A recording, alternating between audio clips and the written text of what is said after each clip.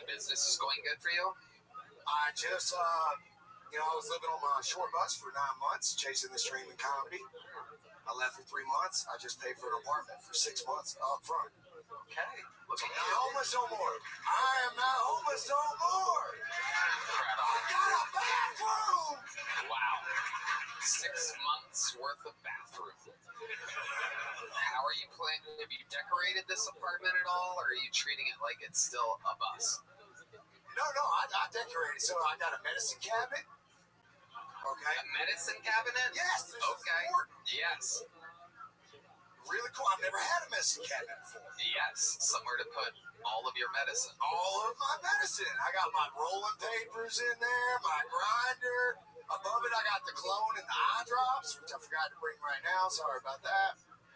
That's not decorating, though. That just that comes with the apartment. Yeah. Is there walls just like we spread poop? I got a medicine cabinet. I've done a lot of decorating. Yeah. Can I ask you something, bro? Yes, This is just a reaction Yes, thing. sir. It's almost like a test when they hit your knee in the doctor's office. It's a reflex thing. Okay. I'm gonna say something. I just wanted. Thanks for crouching. I can still see you.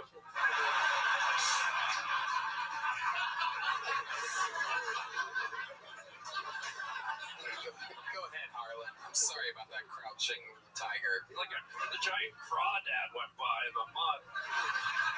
This is just like a reflex thing. I'm gonna say it. I just want to see how you react. All right, guy. I can't believe it's not Bada. All right. He was my stepdad, so that makes sense. Okay, a little Fabio reference straight out of 1994 for you back when. Never forget, I was in my bedroom playing with a lasagna, and Offender, tell us more about this new apartment. This is a big deal for you. A lot of. Yeah, dude, I was living amongst these homeless, these savages, dude. They take shits in the street. You gotta be respectful. You gotta put it in a bag, and then you gotta find a trash can far, far away from the mothership. Okay. I've always wanted to ask this question. I'm not trying to be a wise guy, but when a homeless dude or woman cracks a loaf in the street, Okay. like when they drop a Cracker Barrel Thunder Loaf or an Olive Garden chicken souffle, whatever you want to call it, what do you wipe with? It's a great question. What do they wipe with? You were out there, you had a first-hand account. I'm pretty sure, shockingly, nothing. They don't wash their hands either. So they're just walking around with the leftover in their crack. Yeah. A little. Wow, dude. I wasn't ready for that answer.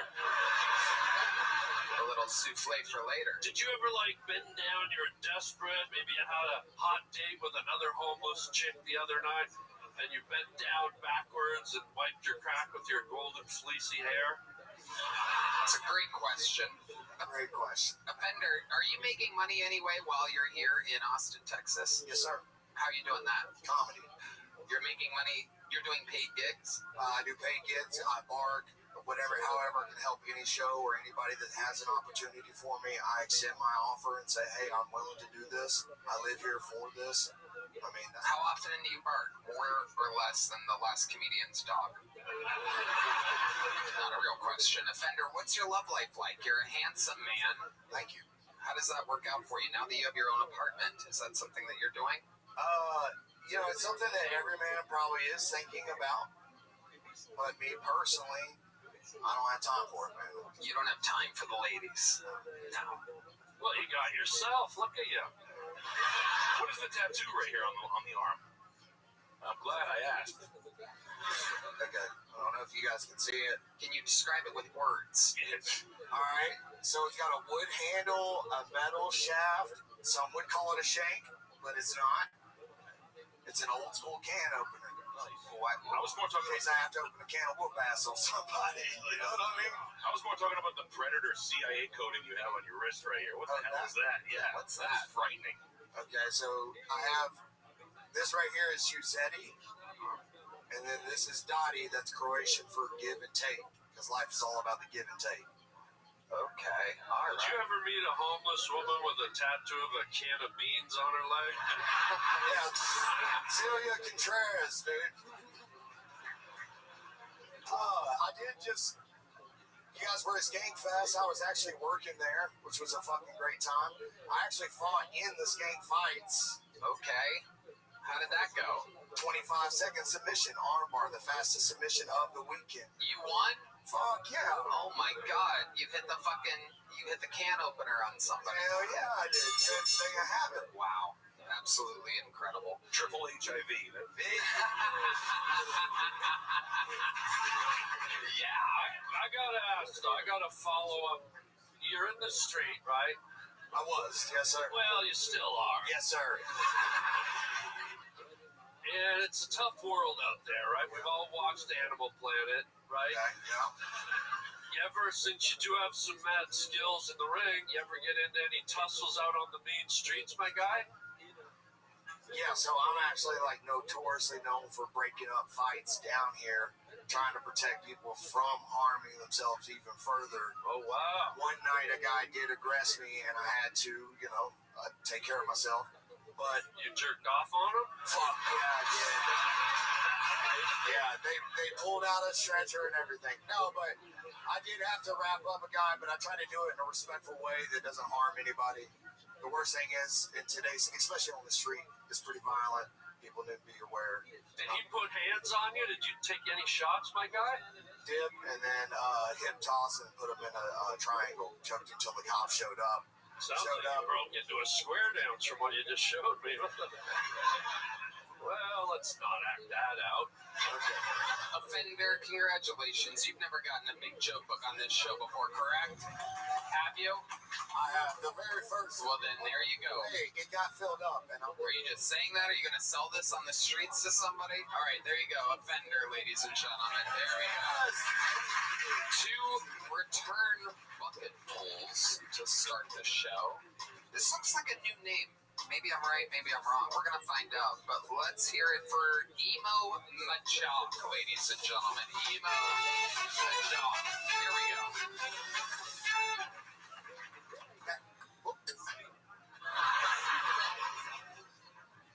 I'm fucking around. I speak English, guys. Holy shit, there's a lot of white people here.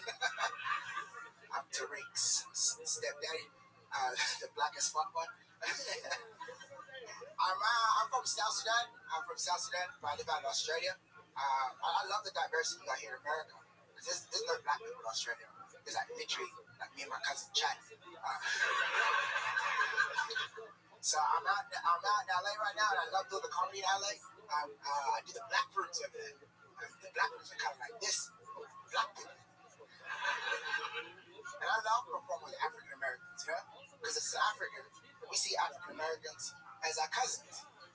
Like an African American is technically an African that got caught.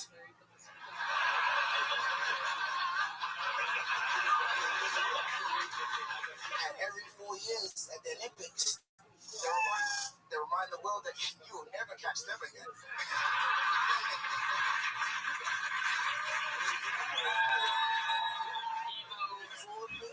Majok, ladies and gentlemen. Wow. What up, Tom? Great set, Emo. Welcome. This is your first time on the show. First time out here, yeah. I've tried a couple times, but this is my first time out here, so yeah. Hell yeah. And how long you been with stand-up? I've been doing stand for about 7 years now. 7 years. And all of it in South Sudan? How much in No. America? Now, I'm in Australia. I'm from Perth, Western Australia. I'll be doing it out there, but I'm mainly in Melbourne. And I'm all around Australia. All around Australia. Look at you. Amazing. You rode a shipping container to get there. How did you end up in Perth? It was, we got sponsored as refugees. So we got taken to Australia. How old were you when that happened? Reverse slavery. I was 8 years old. Amazing. Can I give him a compliment? Yeah, give him a Can I give you a wonderful compliment, my friend? Yeah, absolutely, man. Go for it. We all have different gradients and shades of skin. Black people, white people, Asian You people. want to touch it? Is that what you're trying to do?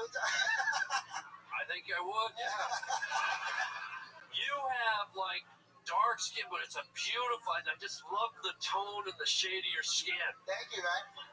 When white people show that much interest in black people, I got nervous.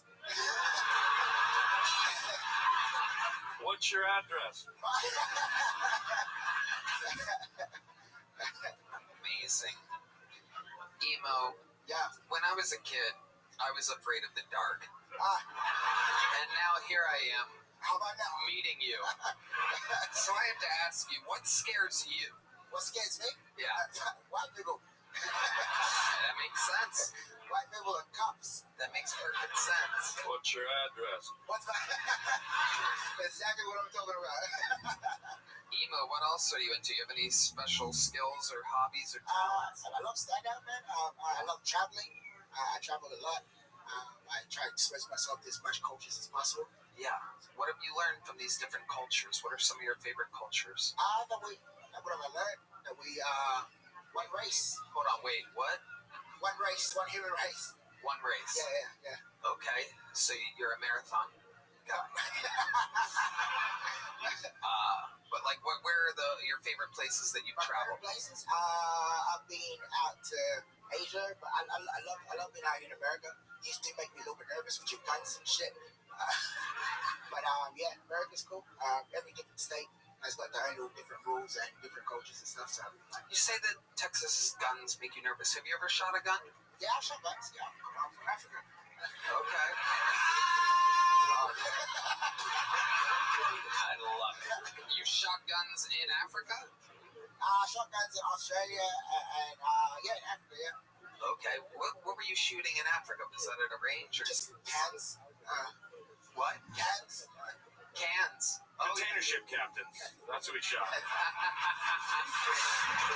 you ever shoot a slingshot or throw a rock? Yeah, I made a slingshot when I was a kid. Yeah. Okay, well, go to Canada. You can do it some more. I just came from Canada. I had my first Canadian winter just recently. You had your first what? My first Canadian winter.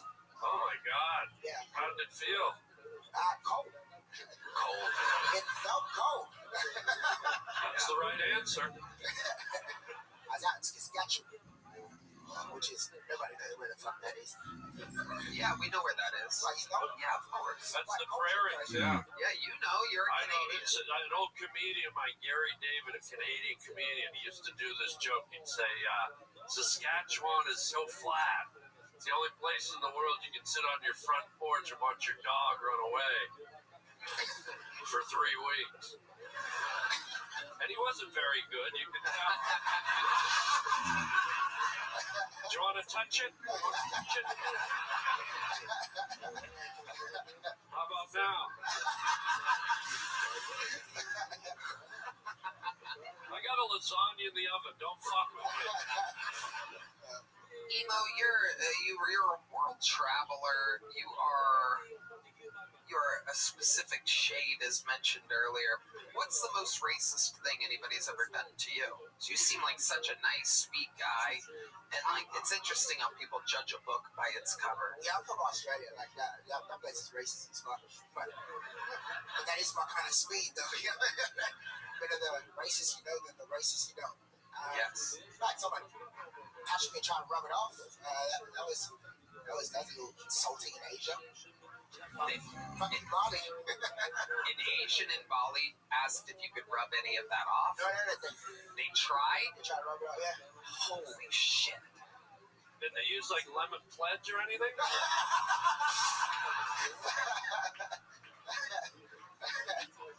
I think she just trusted her own hands and was unsuccessful. Have you had any jobs other than being a comedian? Yeah, I had a ton of jobs. I worked in call centers. I worked What? What was the first one? call centers.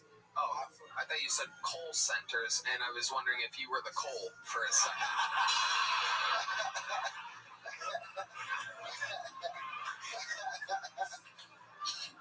He said he likes racism, ladies and gentlemen. He feels at home. My kind of speed, yeah. I worked in warehousing, but that was definitely my favorite job. Yeah.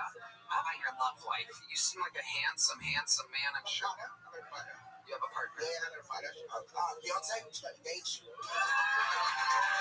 It's a... Where'd you meet this partner at? She's Canadian. I met her at a festival in Australia back in 2018. Nice. Is she a girl? Yeah, well, by studies. Yeah. Well, when someone says partner, I don't know if it's a No, girl or she's a girl. She's a girl. Yeah. it's a girl. She's a woman. Not a girl. She's a woman, yeah. Right. Canadian woman, white. No, she's Indian background. Oh, Brown girl. Wow. okay. Indian I background. tried to live. You met her at the call center, I'm guessing.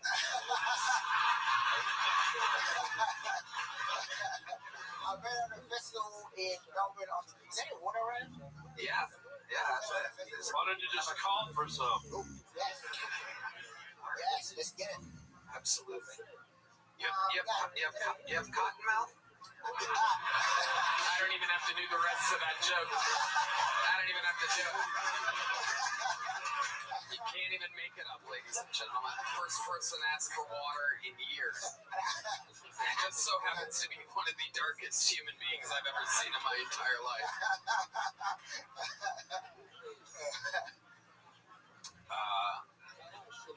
Just for fun at the call center, I'm just curious. You ever just do a like a Tarzan call? Well, Tarzan was not black. That's true. That's true. Harlan's been watching the Disney remake of Tarzan on Netflix. Only on Netflix. Bunch this up in one fucking pile. It's too late now, Redman. Redman just has his fingers hovering over the Lion King setup that he has right now.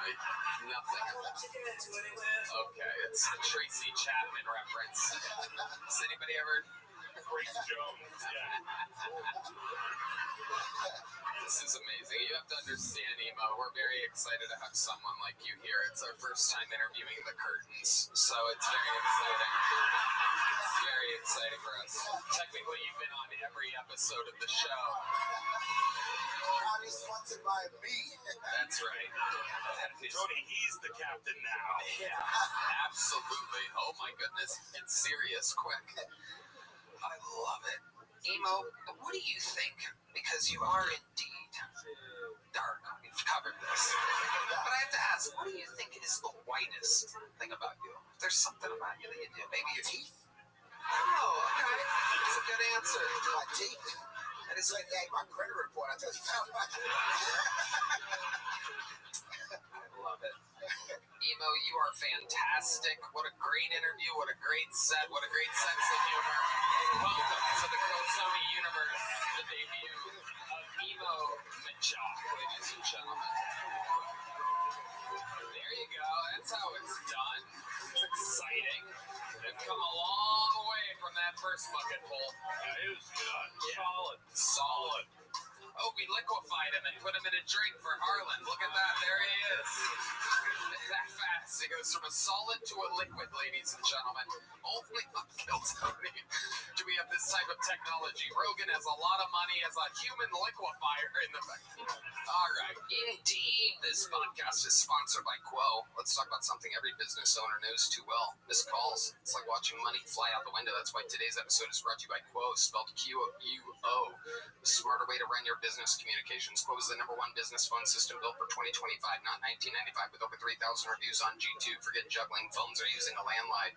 Quo works right from an app on your phone or computer. Bam. Tony, I love Quo so much. It's the best business phone system around. Your whole team can share one number and collaborate on calls and texts like a shared inbox, meaning faster responses and happier customers. That's right. That's why over 90,000 businesses are already running on Quo. From solo operators to growing teams, Quo helps businesses stay connected and look professional. Try it for free when you go to quo.com/Keltoni. That's QUO.com/Keltoni. You can even keep your existing number. Quo. No missed calls, no missed customers. He's bubbly. He was bubbly on stage, too. Yeah. Dark and bubbly.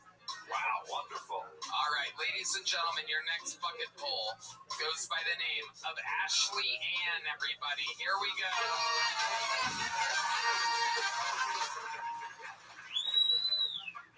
What's up, guys? So, I found out my ex was bisexual when I found the Grindr app on his phone, which I thought was just like a GPS app to the gyms. And it was. to Jim's and Mike's and Tony's. That's not why we broke up, though. It was actually because he's a whore. Bisexual I can deal with, but bi-loyal? Absolutely not. Then I found out my boyfriend's best friend's girlfriend.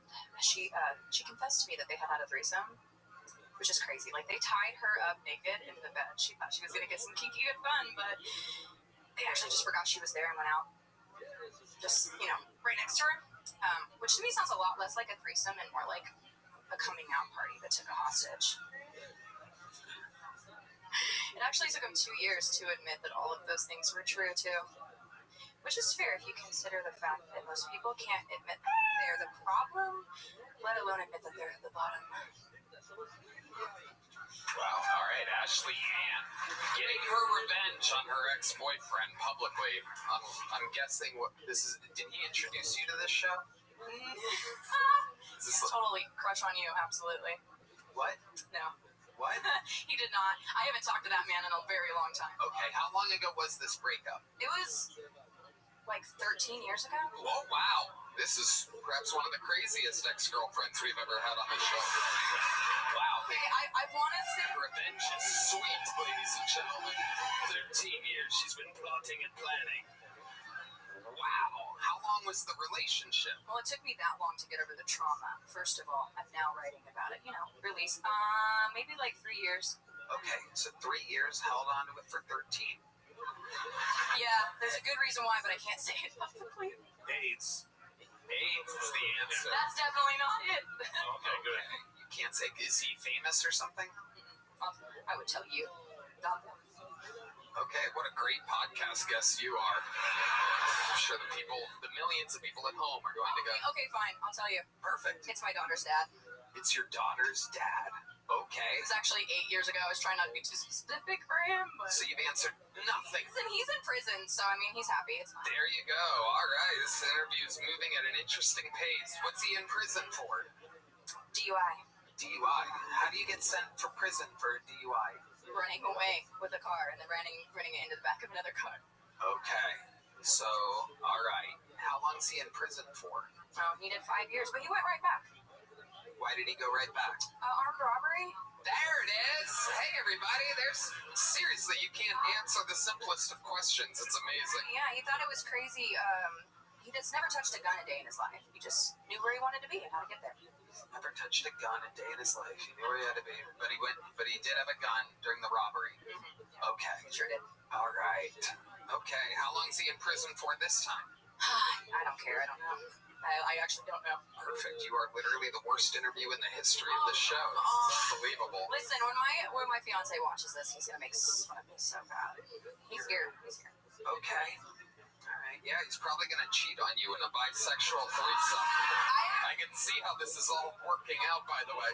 He's probably going to get himself thrown in prison by doing whatever it takes just so that he doesn't have to deal with you anymore. I'm starting to all make sense, Ashley. How long have you been attempting stand-up comedy? About a year. A year. All of it here in Austin? Where do you live? No, I live in DFW. DFW, Yeah, Dallas. DFW. I live in Fort Worth, yeah, but I work all over the place, so. You found a rich cowboy to buy you a 10-carat diamond ring after all that shit? That is a huge ring. Monster.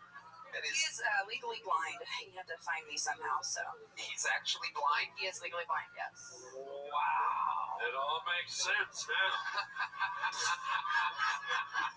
Listen, he can see me. He just has no peripheral. He's like a Roomba on low battery. He probably wishes he was deaf.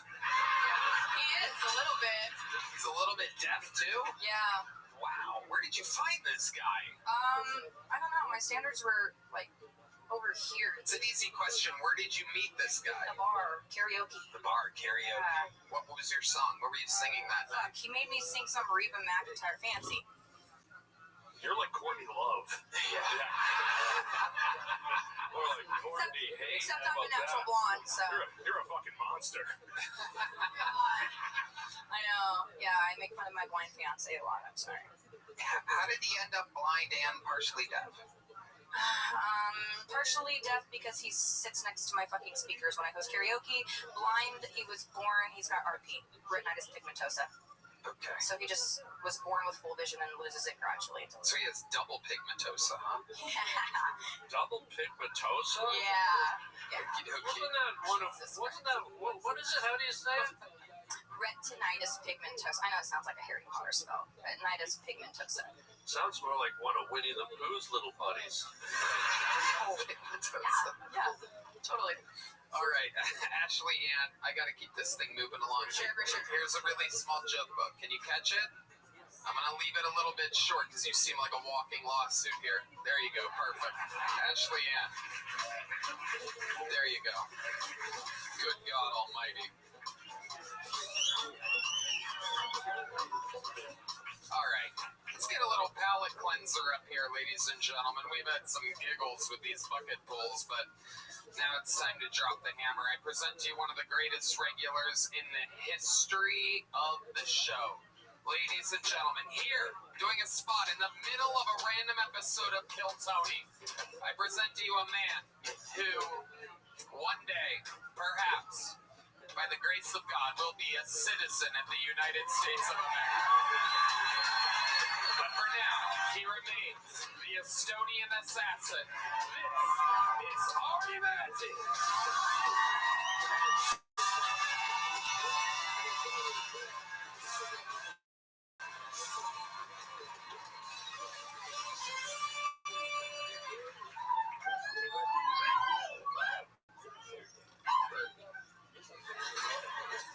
I love thinking always how American movies play in other markets.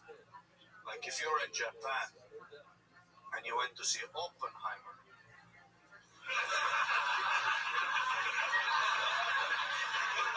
Bummer. No Japanese people in that movie, just a sexy scientist smoking cigarettes. Should I? Just banging chicks at university, just click. Back to banging. Or like if you're in Korea and you went to see Marley and Me.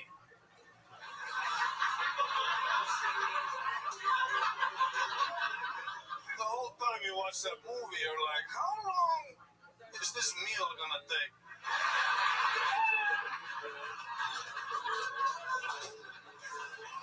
Sometimes they rename American movies to fit for the local market. Like Taken with Liam Neeson in Albania. It was called Normal Business Guy. Does honest business until American asshole intervenes. Schindler's List in Germany, it was called Scheiße, so close.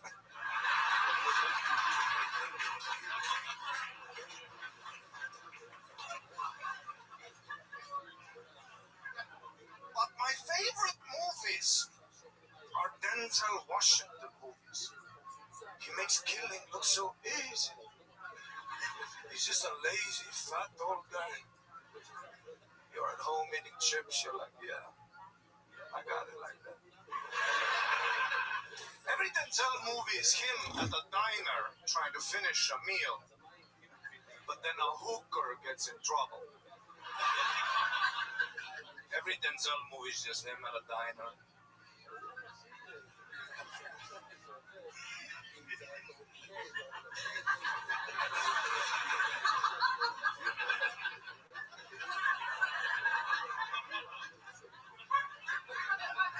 Kills 26 people. Takes down a whole syndicate. It's a hot hooker though, you gotta save a hot hooker. Okay, this is an act out of Denzel Washington trying to finish a meal, but then the hooker who gets in trouble is a fat gal.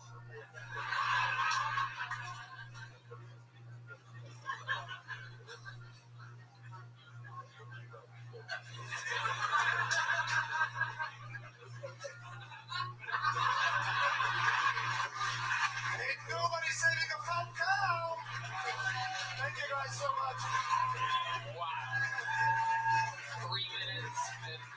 seconds. The only human that we allow and that can take the ball and run with it and crush. Sorry. What a presentation. No, we love it. I didn't have time to cut. No, it's great. You're fucking... Yeah, it's a movie chunk right there, and we love it. Someone's been watching some movies this week. You look fantastic. You're crushing. Life is good. I look like a lead singer in like a vampire band. Yeah. A very emotional band. Death is infinite. Ari, what have you been up to? Yeah, not much. I had my first Halloween in America, I know it's a while ago, but yeah, we don't have Halloween in Estonia, we have Russians. Things are scary enough. Do the local Estonians and the Russians, like, what's the difference? Explain to these... One are murder and raping empire, and the other are really nice, intelligent, beautiful people. Wow. Wow.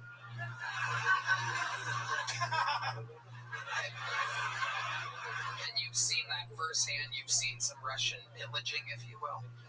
Yeah, when I was like 14, I remember I got beat up by these two Russian kids. They were also 14, but in Russia, 14, they got like hair on their knuckles, 2 kids, a divorce, 3 jobs, I was like an Estonian 14-year-old. I had a doll. I was doing parkour. No, literally, I was doing parkour, and then they saw me doing parkour, and they came up to me, and they said in Russian, they go, Estonski, pederast, which means like Estonian, which I don't know how they already knew. And then what? Did you throw the first punch, or? No, never. No. They threw the first punch, and then they claimed it was necessary due to NATO, so. I love it. You seem well rested. What have you been up to? Yeah, I went to Mexico for a week. Oh, Yeah. got a lot of fans of Mexico here. Wonder why. We have a large Latino fan base here tonight. So a lot of Mexicans that I wish would come here. Are you in love with a Mexican girl? I fell in love every day, every single day. Yeah. The way they look at you too, it's crazy, Mexican women, they look at you like, oh fuck you, Yeah, they will. I walked around with a Kill Tony hoodie, and so many Mexicans would look at my hoodie, look at me, and they would go, hey, what did Tony do?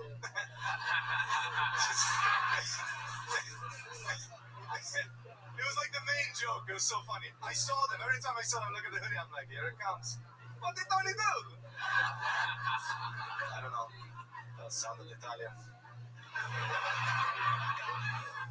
Yeah, I went to Cozumel, a beautiful island, and when I was there for the first night, I had such a funny incident where, I Google Map restaurants, and a lot of kosher.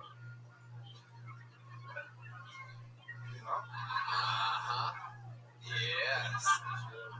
Yeah. A lot of kosher, and I'm like, what the fuck is this Mexico? Fuck kosher, And then I go outside of my hotel. First thing I see in Cozumel, 2 Jewish guys, full Jew, not like adapted, but like not hiding at all, just full with the things, like full, like Yeah.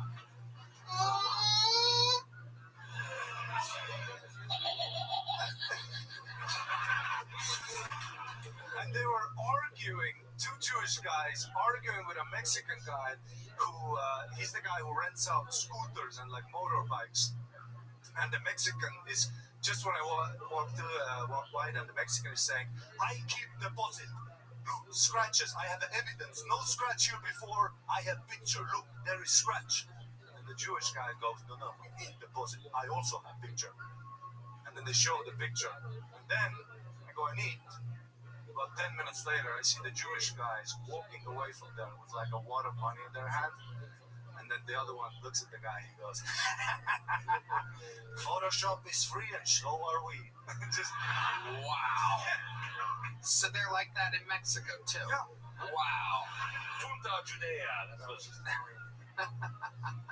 That That is incredible. Wow. Amazing. Racist, huh, Harlan? Well, only if you're Jewish or Mexican. But yeah, I had fun, yeah. Halloween party. Did you go to a Halloween party? No. You got to be careful with Halloween, my guy. Tell me. Well, how long you been in America, my guy? Like 1 year and a half. 1 year and a half. And Tony will back me up on this, Red Man. The key is to be careful with the costume, okay? Uh-huh. I blew it last year. I went out dressed as a piñata and went trick-or-treating down in the Latino community. And they beat the Three Musketeers out of me. You know what? If I could get some kind of noise, pick me up. Funnier. I did go to a Halloween party, and what I noticed is every chick is like a sexy, slutty cat, huh? That's like the only hot animal they can think of. Yeah. There are a lot of chicks that should have been a sexy elephant, you know what I'm saying? Yeah. You should have gone to Jeffrey Dahmer's house. He had a bearskin rug.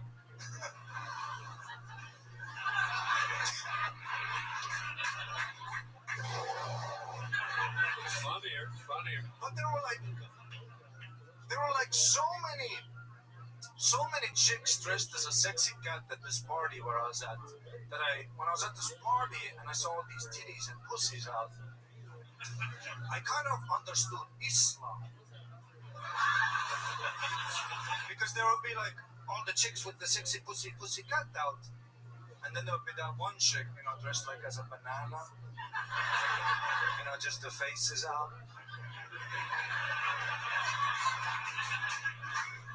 And I would look at her like, fuck, what's under the banana? Creates a little mystery. Just like the burqa. Mystery is just as hot as sluttiness. I couldn't agree more. The banana wins. Ari, you are unbelievable. What a fucking set. Triple the work that you had to do. This place, creating stars. If Cam's on SNL, I can't imagine what Ari Maddie's going to be doing in the very near future. One more time for Ari Maddie, ladies and gentlemen. Onward we go. Back to the bucket, ladies and gentlemen. And your next comedian goes by the name of Jack Hemphill. Here we go. The opportunity of a lifetime. Yo, I don't know if you can tell by looking at me, but I got my haircut at the lesbian barber shop. They kind of fucked me up, though. It's my fault. They asked me what I wanted. I said, I don't know, just scissor me. I keep seeing ads for male enhancement pills. They're supposed to make your dick bigger, longer, stronger. I don't know about that. I wish they'd come out with something for female enhancement. Yeah, how about a pill that makes you shut the fuck up?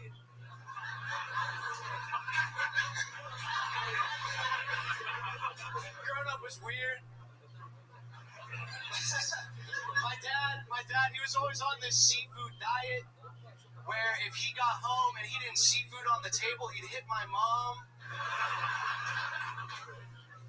Shit, man.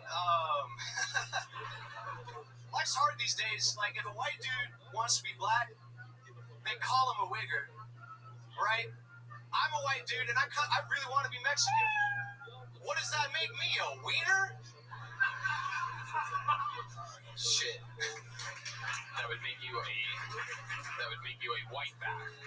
Just to let you know what the funnier punchline is there, Jack Hemphill. Welcome, Jack. This is your first time on the show? Yes, sir. How long you been doing stand-up? Like 2.5 years. Where at? Fucking Hidden Creek open mics, Green Room. So here in Austin, Texas? Yeah, here in Austin. Nice. What do you do for work? I'm unemployed right now. Uh-oh. How much money do you have saved? Like 15, 20. Yeah. Just fucking living, bumming for the rest of the year. 15, 20,000 Yeah, total. yeah. So what's your rent? $11.50. $11.50. So you have about a year. That's about half as much as a Fender has, or twice as much. Okay, so what's your plan? How are you going to make money, Jack? Shit, I'm gonna fucking go to Mexico for the month of December, fucking learn Spanish, come back, and get a sales job or something, I don't know. Okay. What's your plan? How did Mexico enter the chat exactly? Well, I kind of want to be Mexican, you know? I want to go there, take classes to learn Spanish, take some cooking classes. Yeah, I think I can pull it off. You don't know Spanish at all? I know a little bit. I grew up in Texas, so I took it in elementary school, middle school, high school. Okay. How old are you? 24. 24 years old. Well, you're unemployed right now, but what was the last job that you had? I was fucking, it was a sales job. Just fucking cold calling, bullshitting, you know, construction. How long did you have that job for? Like 6 months. Okay. They fired you? Yeah, Why? I deserved it. Why? Because I kept staying up all night on my phone and then showing up late for work the next day. Yeah. What would you be doing on your phone in the middle of the night? Dude, fucking scrolling Instagram reels. What is your algorithm like? If we looked at your... Really racist. Really? Yeah. Anything else? Just racism? Racism, fucking jokes, random bullshit. I don't know, like just stuff that is unfulfilling. Just fulfilling enough for me to try and see if there's something better on the next scroll, but nothing more than that. Midgets with giant tits have entered my algorithm. I clicked on it one time, and now it's my entire recommended page. And I don't know exactly how or why, but I do keep clicking on it and staring at them. So wait, you're out of work right now? Yeah. Dude, it breaks my heart, and I'm gonna be emotional here.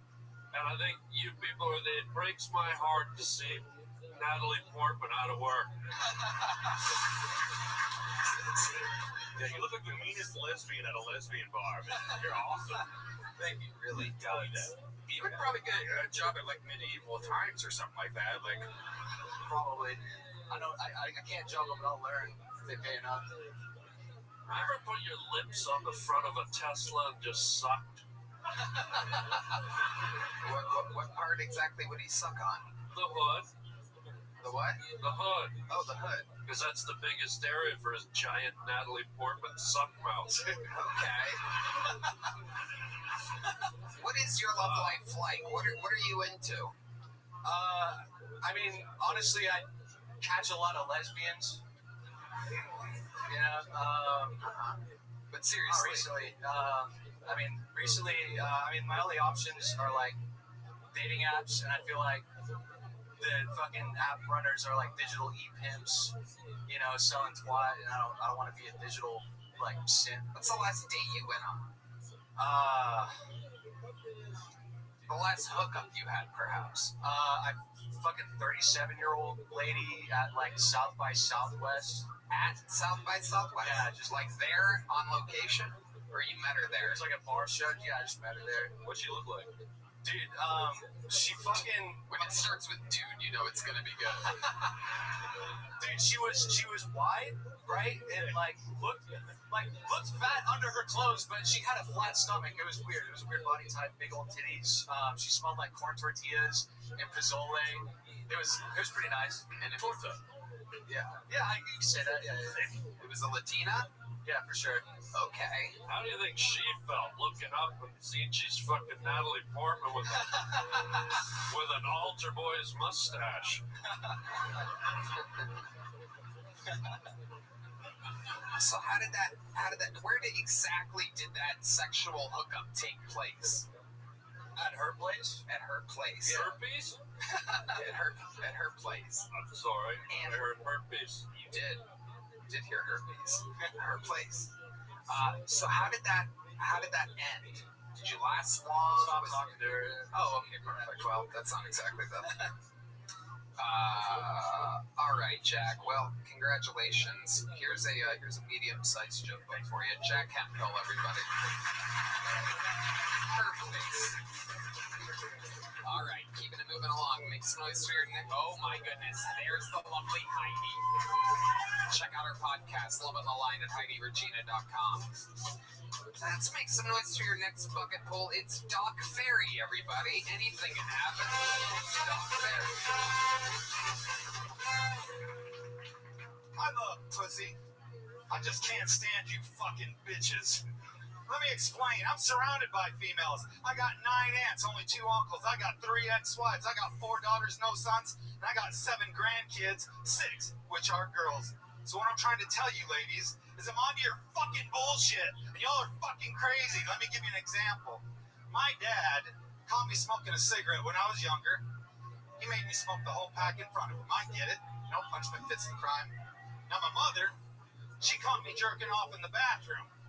She made me. I can't look my uncle in the eyes to this day. It was horrible. My dumbass wife asked me a dumbass question. She said, "Do you have a favorite song?" I said, "Yeah." "You want to hear it?" She said, "Yeah." I said, "All right, here it goes."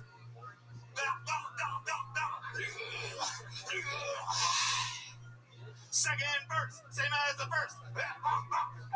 She said, "That's not a song." I said, "It's music to my ears, bitch. Now suck my cock." Thank you very much. My name's Doug. Oh my God, Nick! You just turned every pussy in this place to sand. Good job. Frightening. Who says ISIS doesn't have a sense of humor? Sir, you're still crouching and I can see you. There he goes. Doc, welcome. You've been on this show before, right? About 2 months ago. Okay, well, welcome back. Remind us, how long you been doing stand-up? About 2 years now. 2 years. And what do you do for work? I am going to school currently for HVAC. HVAC. You're going to learn HVAC. Well, that sucked. See what I did there? I was going to say the exact same Right, thing. yeah, exactly. My brother. There we are. Thanks for standing erect. There she is. Look at that. Someone that dresses like a banana for Halloween. Anyway.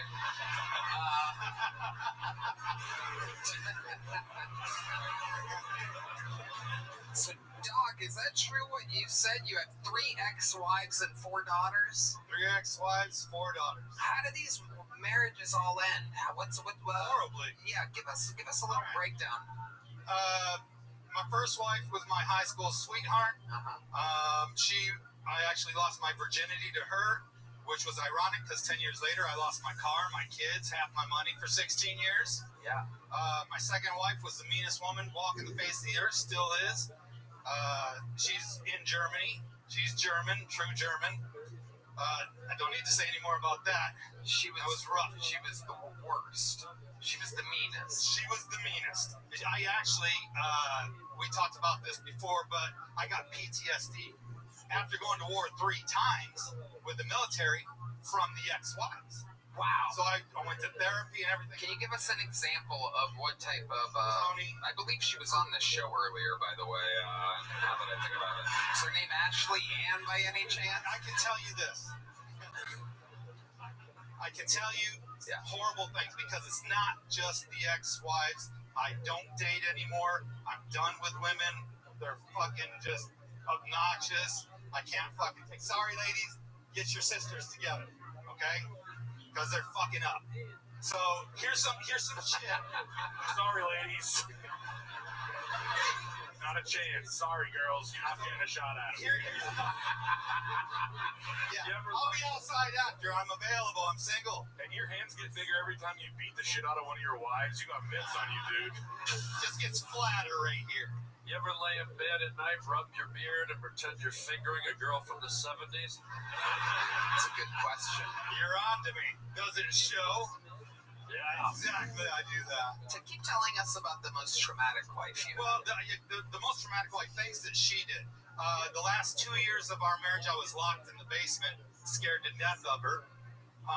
She would come to work and she would show her ass. I mean, bad. She didn't care who was there. She just acted a fool up and down. What does that mean exactly? What does that mean to you? What exactly would she do? Here's a good example. You guys worked together at the time? No. She would go to her work. She came to my work. Right. Which at the time was what? In the military. Oh, she would show up to a military base? Yeah. Okay, go ahead. And she would act crazy. But one of the things that happened while I was in the military and married to her was I was in the bathroom taking a shower, and she literally kicks in the door, right? And then I look like this, and she goes, "I want you to take the shower on your knees." And I was like, what the fuck are you talking about? She said, the sound of the water's gonna wake the baby. I said, get the fuck out of the bed. She was serious. She was Who are you married to, fat bastard? What the fuck are you talking about? It's Fiona. It's Fiona. Talked about. When she got mad, that's what she sounded like. It was horrible. She was mad all the time. Wow. What ethnicity are you exactly? I am half white and half Mexican. Half white, half Mexican. Okay, tell us about the third wife. Third wife was the whore. We went in depth with this. Oh. Yeah, this one was, I'll just give it quick. Yeah. She put her, while I was contracting overseas, she was back here putting herself on Craigslist personals, and she was dating a lot of people, usually 5 to 7 guys at a time.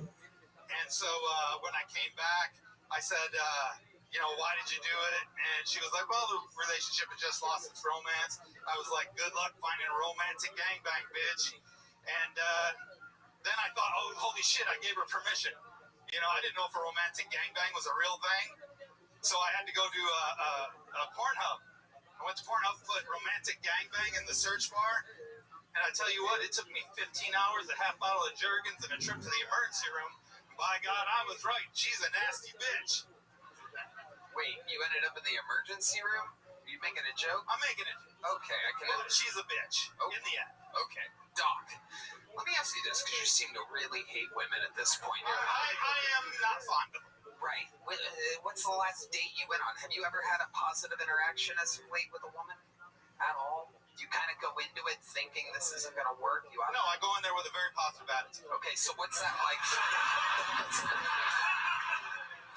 Can you give us an example of a recent date that you went on where I haven't dated in 2 years. you haven't been on a date in 2 No. years? Have you hooked up with anybody in the last 2 years? Not at all. Not at South by Southwest? December 22?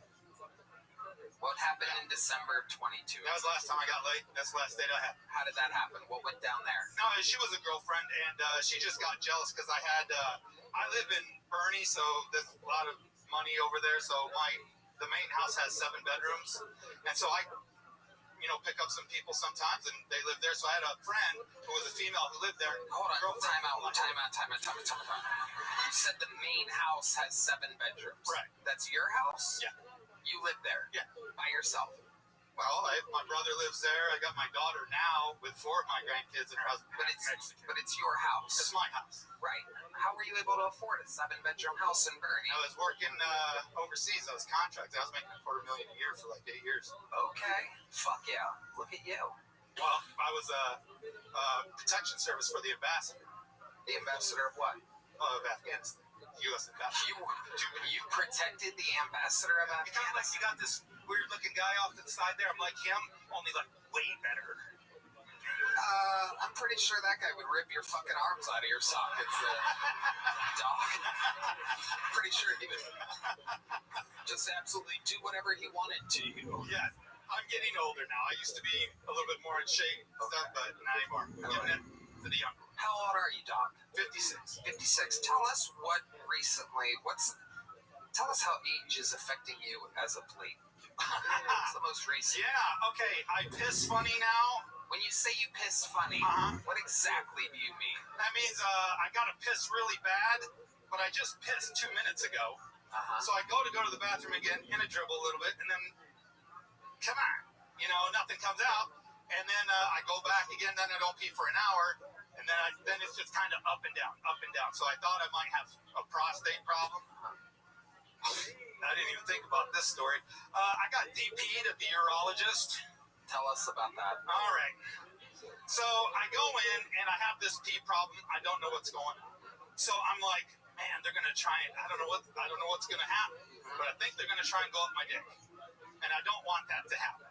So I kind of stayed away from things like that. So I go in and they're going to a room, mood lights and everything. I'm not comfortable. They put me on my side, and then they take this wand with like a baseball type thing on there, and they shove it in my ass. Okay? I hate to tell you this, buddy. You were at Ruth's Chris Steakhouse. I knew there was something wrong with the coupon. Hell yeah. All right, keep going, Doc. So this guy puts this thing in my ass, and then not only that, but now he's, he's moving it around and doing it. I'm just like holding on. I'm just holding on. Like, okay. So then at the end, pulled it out. That hurt. And I was like, oh, thank goodness. I said, and I kind of clanged up and joked with the guy. I thought I was going to get something in my pee hole. He said, that's the next room. And I said, fuck me.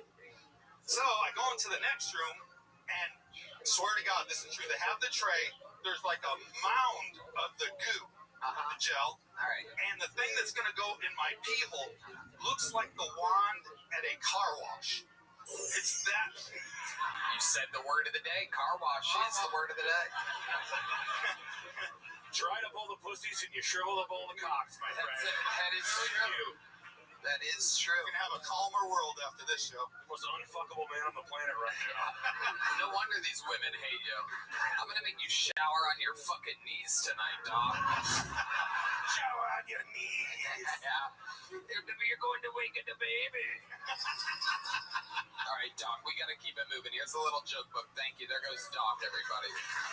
It's a lot of, you might think that this episode is like a psychiatry office or something tonight. And it kind of is. There's a lot of, a lot of wild people get into stand-up. It's a crazy thing. Anything can happen. Make some noise for your next bucket bullets. Jack McWilliams, everyone. Jack.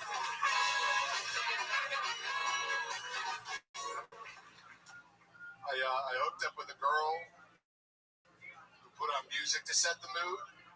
I was about to go down on her when the song Cola by Lana Del Rey came on. For those that don't know, the first line of that sexy song is, "My pussy tastes like Pepsi Cola." So that threw me off, I'll be honest. I was not expecting her to taste like the choice of a new generation. Didn't seem sexy to me, but I didn't want to ruin the moment, so I just asked her, "Can I go down on you?" She said, "Is Pepsi okay?" Not my first choice, I ordered a nice cold cock. Let me hear you, fellas. Homophobic crowd. Seriously, there's no way that Lana Del Rey thinks it's sexy to taste like nobody's favorite beverage, right? That's got to be an advertisement for Pepsi. That product placement sticks out more than a shockingly clean car on The Walking Dead. I'm watching that show like, how did they get a brand new Chevy Silverado in the 5th year of a zombie apocalypse? All right, I'm Jack McWilliams. Thanks so much. Jack McWilliams. This guy seems stable. He looks like a comedian. He acts like a comedian. He moves like a comedian. Doing jokes. Yeah. This is a relief out of this bucket tonight, Jack. How long you been doing stand-up? Yeah. 10 years this Valentine's. 10 years this Valentine's Day. What made you start on Valentine's Day 10 years ago? That was the day when there was an open mic and I clearly was single. Yeah. I love it. So 10 years, where'd you start at? I was in Bloomington, Indiana when I was in college, but I was in Chicago for 8 years. Okay. You live here now? So I'm in a long-distance relationship with a girl who lives in Austin, and I'm a golf caddy, so I go like 6 months at a time. Nice. I was just passed on another callback to be a door guy here literally tonight. So Oh, wow. hopefully I get that. Oh, that's amazing. Fuck yeah, that'd be great. What an amazing thing happening here. Yeah. Hire him. The guy Charge this guy. I love it. Adam Egan. Yes. So you met Adam tonight. You I got, met him last Monday. and he told you to come back Right. for another one tonight, and you did good tonight. Yep. And he said you have a chance of being a door guy. Yeah, He said he has to check his thing. Second, yeah. They have to do a little FBI, little research in Right. you. It was like, you said jokes, you look stable, but let's really find it out. Yeah. Now they go through a high level research thing. Right. I've got to battle 8 different jujitsu. Yeah, exactly. Rogan's Club, the video game. I've got a month to get it all down, so I think I'll eschew it. What do you mean you got a month? What To is learn that? all the jujitsu. Oh, exactly. Just a little jujitsu riff. We'll get No, totally. I love it, Jack. So you're a professional golf caddy, and how long have you been in a relationship with a girl from Austin? 2 years next month. Nice. What does she do?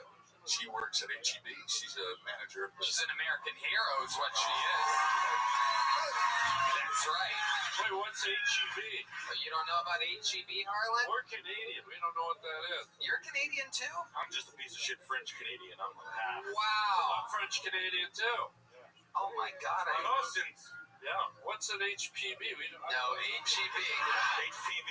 HEB is the world's greatest grocery store, ladies and gentlemen. Now, it sounds like, hey, what do you mean world's greatest grocery store? Like, what does that even mean? All grocery stores are created equal. Well, my friend, every single thing in HEB is better than every single thing anywhere else. Literally, in every single way. If anything has the HEB logo on it, even if it looks like it's generic, it's better than the actual product that it's competing with. Can I ask a question? You can ask any question you'd like. I would love to answer. We love HEB.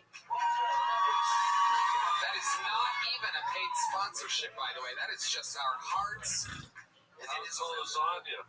fucking unbelievable. Can I tell you something? 22 layers. Good fucking luck, buddy. I put one in the oven on my way here. No, yeah. I slow cook it. I put it on before the show.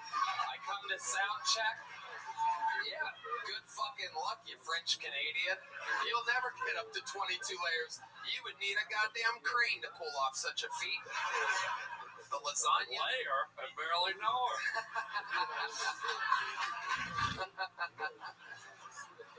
Did your girl ever bring home any special treats from HEB? Some exclusive treats, perhaps their unbelievable jalapeno stuffed peppers.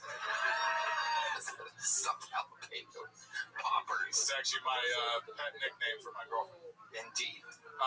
Yeah, we always shop at HEB. What are some of your favorite things from HEB? Tell these Canadians what the fuck is going on here. Let's see. Hey, Adam, you can be quiet. I'm having trouble thinking of a specific thing, but she just went through the management training, and I know that they spend years with a group of scientists developing their product. As good, if not better, than normal products like Doritos. They only hold Doritos because then everybody needs to still shop at HEB because they want to. Harlan, get with the program, man. Yeah. Wait, so it's like science food? Yes. That's the perfect way to describe it. But they'll develop a product for years before they release it, making sure that it's superior to whatever they're trying to replicate.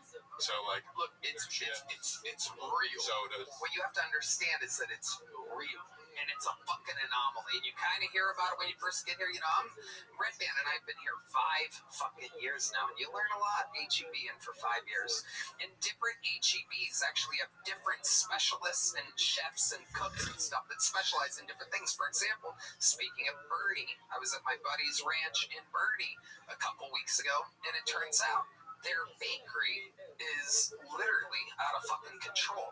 To where the guy, my buddy Nick's dad, is like, hey man, you gotta try these motherfucking snickerdoodles, baby. And I'm like, I'm not a big cookie guy, I'm not into sweets. He's like, no, you gotta try the fucking snickerdoodles from the HEB, baby. The lady in the bakery at this HEB here in Bernie, out of fucking control.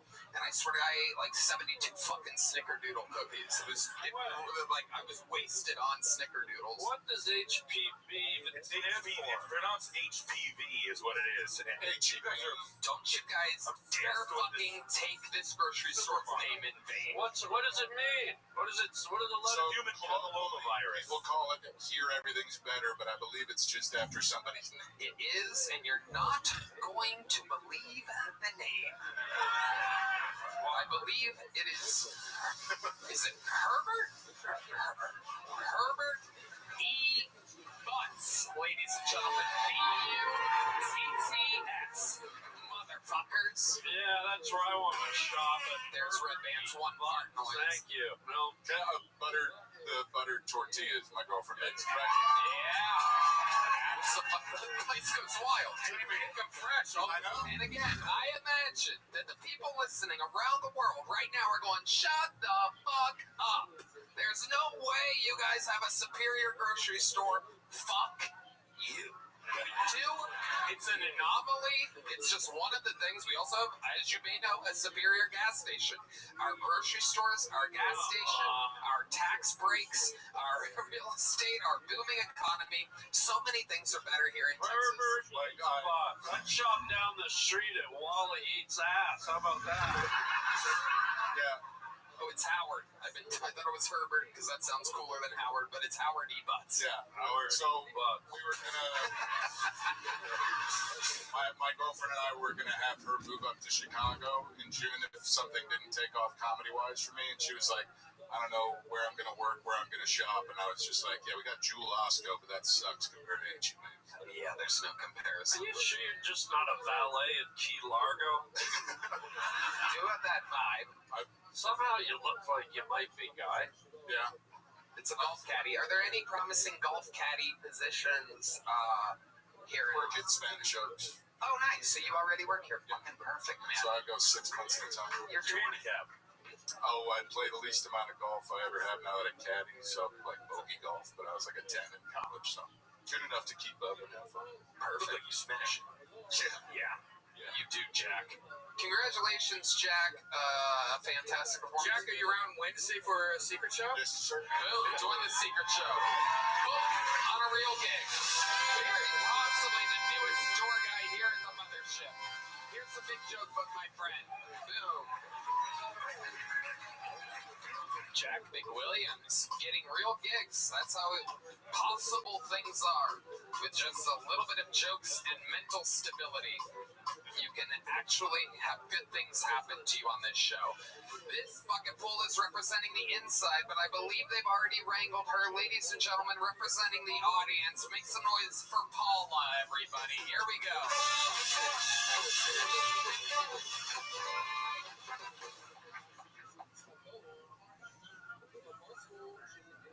Hi, I'm going to do something a little different here. I'm not going to talk about the number one topic usually on this show, which is dicks. I'm going to talk about a former Olympic sport. You might not notice, but I was a competitive athlete at one point. I'm kind of surprised too. Anybody want to guess what sport that might have been?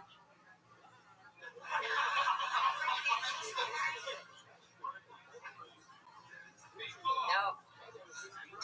Synchronized swimming. That's what made me question the Olympics.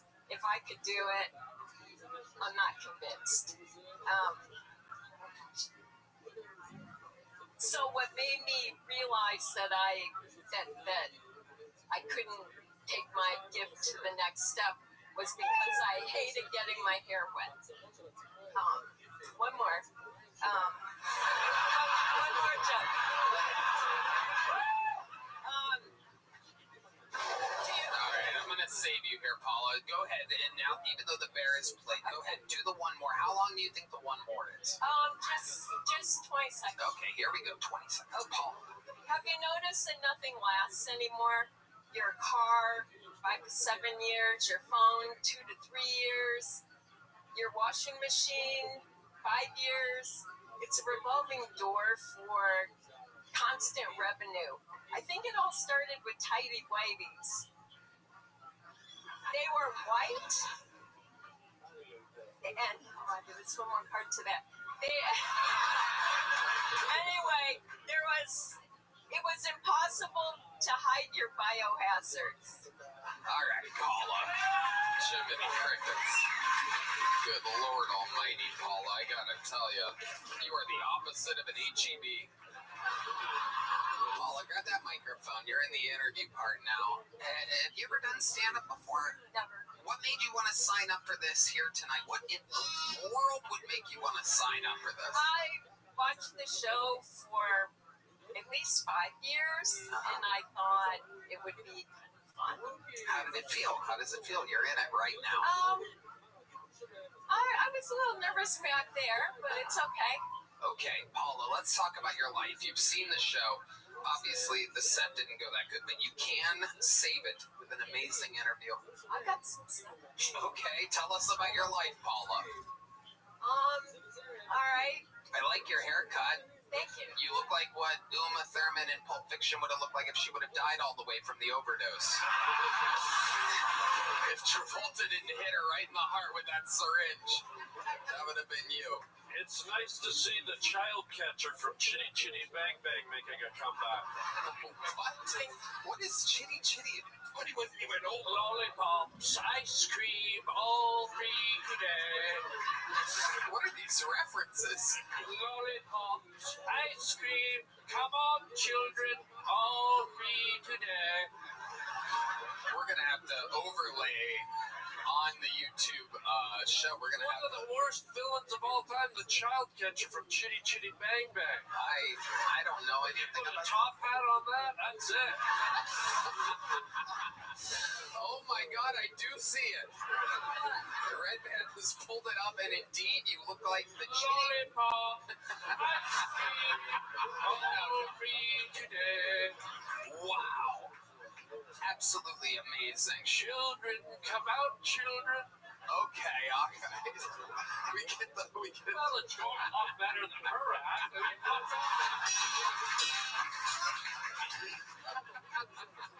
And by the way, can you do one more when you haven't done the first one yet?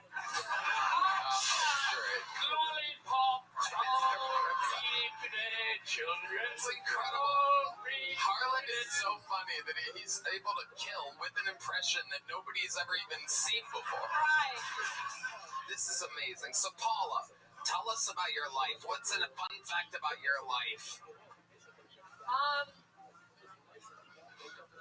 My dad's brother was killed by the mob. Oh my God! Wow, you just Oh, I fucked up. yeah. Lollipops, graveyard, shallow graves, all free today. Okay, but what about you, Paula? Let's talk about you. You look like you've been through about 9 or 10 divorces or something like that. No, I'm kidding. All right, let's hear it, Paula. What you been doing with your life? I've been on Steve Harvey before. What were you doing on Steve Harvey's show? Divorcing Pee Wee Herman. Yeah. She said she was on Steve Harvey. Put it together. I submitted an Ask Steve, Okay. and then they called me and they interviewed me, and then we did that on the show. Okay. All right. What did you want to ask Steve? It was probably back in like 2015 or 16, but it was something about, it was when one of our kids was in college, and he lived in Waka, and we had never been in the place, but we were paying the rent, and he wouldn't let us in. We had to sit on the stoop. And so that's what the question was regarding. And then Steve Harvey went, All right, Paula. That's amazing, Paula. sorry, You sure you've seen this show, Paula? yes, Okay. All right. How many kids do you have? 2. What did you do for work your entire life? For a while I All the was kids. She's the child catcher. Oh, okay. All right. Enough of the. I'll do it again. Watch it. Okay, we got. Lollipop, All right. all free Very good. today, All right. children. Answer the fucking question, Paula. I tried. I was a fitness trainer for a while.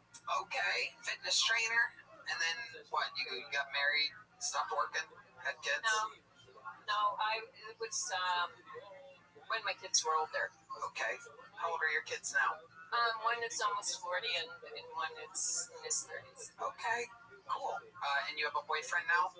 I'm married. You're married. How do you keep things fresh in the bedroom? I don't. Lollipop, Okay. Jesus fucking Christ. all free Paula, here's a little joke book. Get out of here. Get off of me. Here's a little joke book. Can you catch? Here we go. Oh! Paula, you have a great catch. She really is an athlete. Jesus fucking Christ. Some wild bucket pulls tonight, folks. This is what the show is. Sometimes it's home run derby, and sometimes it's strikeout city. You never know what's going to happen here. All right. It appears to be your final bucket pull of the night. Your third female comedian of the night goes by the name of Jenny Ann, everybody. Here we go.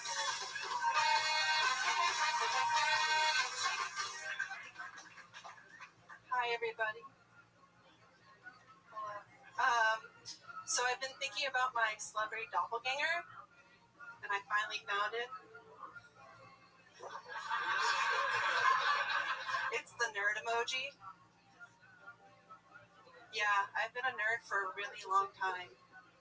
Back when the internet asked women one question, you probably know. Was it hot? Were you hot or were you not? Yeah, I was on a scale of 1 to 10. And I was a 9. Yeah, don't laugh. I was 9 years old. Okay, Epstein. Now, I'm an adult and the internet asks me more questions like, what's your name? What's your social security number? Are you a girl boss or are you a trad wife? And I'm like, I'm single and tired. I'm so exhausted I'm outsourcing all my decisions to AI. I'm scared I'm actually turning into a robot. Eventually I think the question might be not, are you hot or not, but are you a bot or not? Thank you. God. Fucking strike me down. Just slit my fucking throat. I think I might be able to save this one. Can I see your picture here? If you do the fucking thing, I'm gonna blow my brains out. Oh my god, you're gonna... All free today, children. I saved it. Fuck off, I saved it. That is amazing. Jenny Ann, you've been on this show before, correct? I sold a 69 Mustang on your show. Oh, that's right. You pitched a 69 Mustang and then you ended up selling it. Yeah, to a dad and his sons, and they're gonna fix it up. Nice. Very good. How exciting. What else is going on in your life, Jenny? If you've had enough time to maybe think about what else you could have talked about in the interview portion of the show since the last time you were on. Any fun facts about your life or anything interesting about you? I don't know where to begin. Any one of the things would be where to begin. Any one of the things. I used to run a lot. I ran in college, and then after college, I was briefly a shoe model for Hoka shoes. Oh, wow. Yeah. How much did that pay? How much does a shoe model pay? Is your face in the things, or is it like... No, you know. We were chased by a giant marshmallow to explain how soft Hoka shoes was. Wow. Well, I have good news. The giant marshmallow sits right next to me now. This is him. Damn you, Ghostbusters! Well, isn't it like a shoe model? Like a mannequin to do that, right? Like, you don't... Yeah, I mean, It's just a shoe. it was just us. We like ran around on a track in like a giant marshmallow. How about anything else interesting about you, Jenny? Anything else about your life? What's your dating life like? You seem like the third craziest woman that's been on the show tonight. Thank you. My dating life is, I'm starting to date more, so that's good. What are you doing to do that? Are you on the apps or something? Yeah, I am on the apps. Okay. Is your avatar the nerd emoji? What does your bio say on these apps? Basically, I'm looking for someone who likes to make things and go on long walks and get coffee. Wow. No, so boring. This is one foxy dork right here, Tony. Jesus Yeah. Christ. It is. Are we hitting it off? Yeah, like you keep looking at me. I'm married. I can't, but goddamn. No. I still think she's like a dominatrix or something. Yeah, There's she's something. there's There's something. I think she's got a Gilligan's Island fetish. Oh, another super topical harlot reference. We've eked our way to the early 70s, ladies and gentlemen. Not this close to pulling out the lollipop. Oh my god. All right. So Jenny, give us an example. Like the last date that you went on, what was that? You matched with somebody and then you met them for coffee or something? Yeah, we went for a walk around Lady Bird Lake. Okay. Don't worry, I'm not the Lady Bird Lake killer. All right, keep going, Jenny. That's not funny. Just keep going. It's just crazy. It's crazy what's going on here tonight. It's the least funniest people. Like, I want to sign up for Kill Tony.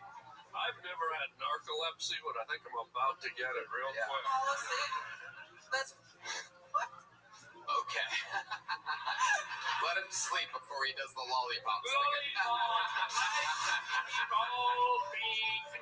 Children. Right, okay. So, Jenny, you went for a walk around Lady Bird Lake, and then the date. What happened? I told him about what I did last week. What did you do the week before? I went to Las Vegas to help sell AI guns. Okay. All right. Okay. So then what happened on the fucking date, Jenny? Jesus God. Somehow I made him laugh. All right. Tony, she's boring. Yeah, it is incredible. God damn, she's... Jenny, last question I could possibly ask you before I think this might be a new thing, just the new wait a year program. Before I put you on a year of no sign-up allowance. Bring back Blacklist. Give us something fucking interesting about your entire life. Anything could work right now. Anything. It was the car, wasn't it? You sold a Mustang and that was it. That was your entire personality last time you were on. And now you're back. I'm back. You've seen the show before. I watch it every Monday. And you see, like, I'll ask somebody a question and then they'll answer honestly and I'll say something. Okay, most interesting thing about your fucking life. 200 body count. Again, we keep answering for you here, Jenny Ann. You're not saying anything while claiming that you're answering honestly. It's normally not this hard. You can say anything. Any fucking thing. Any fucking thing about your entire fucking life. I think it's interesting that I sold AI guns. Okay, there she goes. Jenny Ann. A year. You'll have to wait a year to see her big return. Holy shit. There she goes. Golly gee. What the fuck? You know, if I was a fan of the show, I'd be thinking maybe it's burnt out. You know what I mean? Maybe, just maybe. Maybe they ran their course. In the end, it was just a bunch of crazy people signing up for the chance to do a minute. But let me remind you, we find stars almost every other week or so. There's another fucking absolute monster comedian that we find. Dedrick Flynn has the week off. He's in Atlanta with his family. For those of you that are fans of the show, may I say, we have a book to recommend. The great Louis C.K. wrote a book. It's called Ingram, everybody. I read it. It's amazing. You should read it. Why not read a book while listening to your favorite podcast, Kill Tony? How about a hand for Louis C.K., ladies and gentlemen? It's an amazing book. You're going to love it. Harlan, what were you going to say there? No, I did sit at moments past. I was going to say this was more like entertaining than... Yeah, it literally was the highlight of her set. That was the most interesting thing she did, really. Yeah.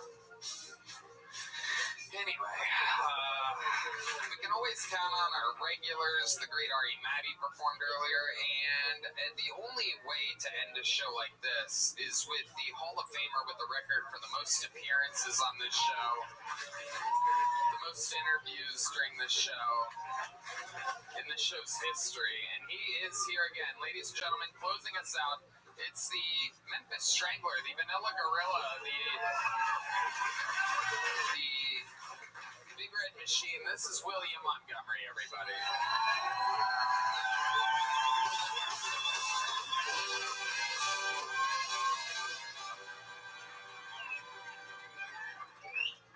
Did y'all know that a woman discovered Kevlar?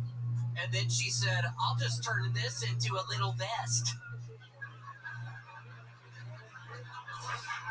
I recently asked ChatGPT if AI would one day replace Redban's job as podcast producer, and it responded, "You mean Redban hasn't been replaced yet?" I watched Donnie Darko dubbed in French the other day, and I definitely didn't know what the fuck was going on. My girl don't need a sports bra. She needs to sit on the couch and watch Bravo, bra. My girl don't need a sports bra. She needs to call the American Idol hotline and issue a bomb threat, bra. Okay, that's my time. Thank you, Tony. In and out, William Montgomery. William, have you watched any of tonight's show? Have you seen any of it? Sometimes you're Saw just a little of it. I haven't been paying attention, but what a bunch of kind of weirdo kind of people, right? yeah. Psycho bitches. Yeah, psycho bitches. That last girl, she seemed strange. When she was walking out, I just touched her shoulder, just trying to be nice. And then I went on with what I was doing, and I turned around, and she was just sitting there staring at me. And I was like, okay, bitch, keep walking. I was trying to be nice. Bitch. What the fuck? It is wild. Proof that the bucket is real, that anything can happen. Because if these things were pre-picked or produced at all, clearly none of that. I like Demo Majok, the extremely black man. And yeah, the caddy, the Jack McWilliams was fun, and then there's just you and Ari Maddie. Yeah, well, I've been so busy up there. I've been hanging out with Ari Maddie's friend, also from Estonia. He will not get off my back in the green room. It's Tony. There's an Estonian comedian that's annoying you in the green room. It's really I'm kidding. He's been very nice. I only briefly said hello. What have I been doing up there tonight, Tony? I'm trying to even think about what I've even been doing up there tonight. Not a lot. You're asking me what you've been doing in the green room while we've been taping the show? Huh? Nothing. Right. William, how's life been going for you? What have you been? Not good, Tony. Well, it's not funny. No, not good. I gotta snap out of it. I haven't done the fucking row machine in 3 weeks. I've been fucking... What made you stop rowing? My sciatic nerve, and then I was worried I was gonna just stop doing it. Now I've just stopped doing it, so I've got to get back. I've been in this horrible funk. I've been in it for 3 weeks now, so I just got to get out of it. I've been on fucking eBay. I bought all the fucking Oriental rugs. I can literally fit in my place, and now I went to lamps. Now I'm buying a bunch of lamps on fucking eBay, but I'm a little worried because I got this really cool, kind of old school looking ashtray, and the package finally arrived today, and it was broken. Why didn't you buy it from me, William? We're fucking friends, man. Yeah, you could go to Nick Rochefort's antique store at Shamanic. What the fuck are you talking about? You told me. No, you don't have very good looking rugs. I looked at your fucking rugs, dumbass. I have good looking rugs. It's great rugs. CHAMONIX house. Shamanic's house. And you went on a fucking eBay behind my Yeah, I got on fucking eBay, and they smell like shit. All of them smell like shit. They all smell moldy. I should have bought one. What kind of lamps have you bought off eBay this week? Oh my gosh, I got one that looks like a duck, a brass-looking duck. I've got one that looks like another Oriental. It's another Oriental thing. It looks like it's some sort of cookie jar. It's some sort of jar. I gotta get a lampshade. I've been looking on this lampshade website, and that's real kind of boring. I mean, they got different kind of lampshades. They got ones that kind of look like a cylinder. They also got ones with like a small top. Yeah, what else? What other kinds do they have? I don't know. They're all make something up here. It's getting laughs. But like spherical. There's also fiber optic stuff. Yeah, I'm getting fiber optic out in my apartment, Tony. Sorry, it was just so boring. It's hard to even do that. I saw something on social media the other day that you were sitting in your living room the other night and an owl smashed into your window. Is that true? It is true, and it's very weird. I didn't What know if it happened, was a guy? demonic kind of thing. I didn't really understand because I've literally in my car recently, all these birds hit my side window. Oh my god. Literally, when I'm in like a red light, birds will just start going into my fucking side window. Whoa. And now it's happening in my apartment. Whoa. And now it's happening with owls. Now it's happening with hawks. Now it's happening with all different kinds of birds they have around here. Seriously. You're not It's like getting an Alfred Hitchcock, are you? Another old reference. Oh, just the late 50s, no big deal. You want to go to Arby's later? Yeah. Double beef and cheddar. Ooh, steak bites. I love the Arby's steak bites. Oh, you do? What else do you love from Arby's? Motherfucking Jamocha shake, Tony! Whoa! No, but that's all I really love. I really do love a Jamocha shake. That's Fucking it? Just do that right there. What do they call No, him? nothing else from Arby's. What do you call him? A Jamocha shake! That's how I order them, and the birds are fucking flying into my window, dying. Seriously, it's been a weird. That's why I've been down recently, Tony. It's weird. Birds have been flying into your windows. Correct.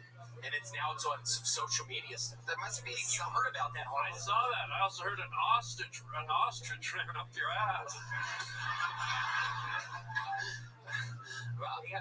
Is there something that you're leaving out, perhaps? Do you have some type of food that you've left out? Why would birds fly into your windows?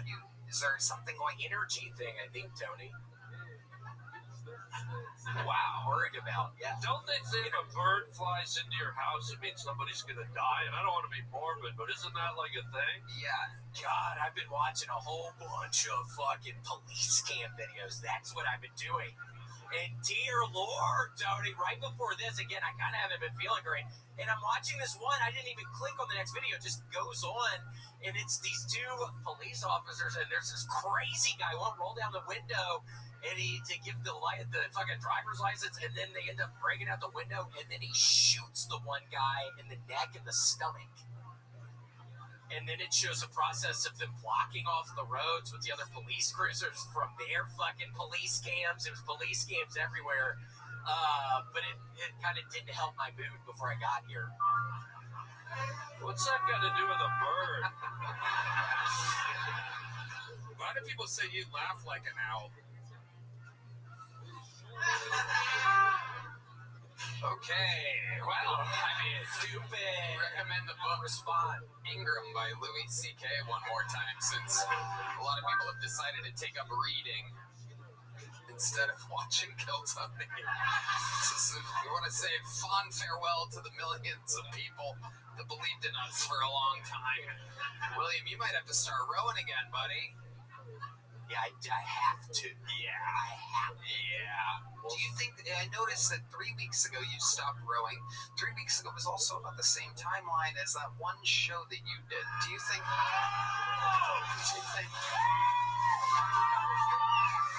there's any correlation to you stopping working out, birds flying into your windows? Do you think there's any correlation between what is being considered, a very viral moment for you and all of these things? Birds flying into your windows, owls, all these. Tearing up. He's tearing Oh, up. he's not. Oh my god. He's tearing up. Are you trying to make yourself cry, man? Put a spell on you, Will. William, are you trying to make yourself cry right now? Some witch William, don't try to make yourself cry. This is a first in the history of the show. William has never gone to acting school. He's never taken an acting class. He's never talked to an acting coach. And he's trying to make himself cry. I was really crying the other morning, Tony. Tell us why you were crying. No. Come on. It's okay. You tell us. No. Come on. No. I can never. Not in this situation. No. All right. Yeah. Well, the world. What the fuck? No! You stupid asshole. Somebody kill this guy! William Montgomery, and it's been another episode of Kill Tony. Brought to you by ExpressVPN and Shopify. The Moody Center is New Year's Eve. The drawing from Ryan J. emailed us in. Let's see what Chris Rogers drew over there. Ooh, Timmy No Breaks. Look at that. guys, make sure you listen to the Harland Highway podcast with Harland Williams. Harlan, anything else you want to plug? You're on tour. I'm on tour. I'm doing theaters with the Killers That Kill Tony, and in 2026, I will be doing my own Comzilla comedy tour all over the country. Check out harlanwilliams.com. And lastly, my new movie that I wrote and directed called Wingman is coming out in 2026. Keep your eyes open for it. It's going to be great. Harlan directed and wrote the movie. It is incredible. Nick Rochefort, ladies and gentlemen, is on the Scuffed Real tour. Tell them where they can get tickets for that. Get tickets at ShamanicsHouse.com. I appreciate it. Thank you. Head over there, buy antiques and buy tickets to a comedy show like a weirdo. He really does have his own very successful antique store. It is cool as hell. Check out Shamanics House, CHAMONIX House on Instagram and the website. Thank you to ExpressVPN and Shopify. And Redman, check out SunsetStripBTX.com. Love you guys. We did it again. One more time, Moody Center. New Year's Eve. It's your last chance to see a Kill Tony live in 2025. Thank you, live audience. We'll see you guys again soon. Good night, everybody.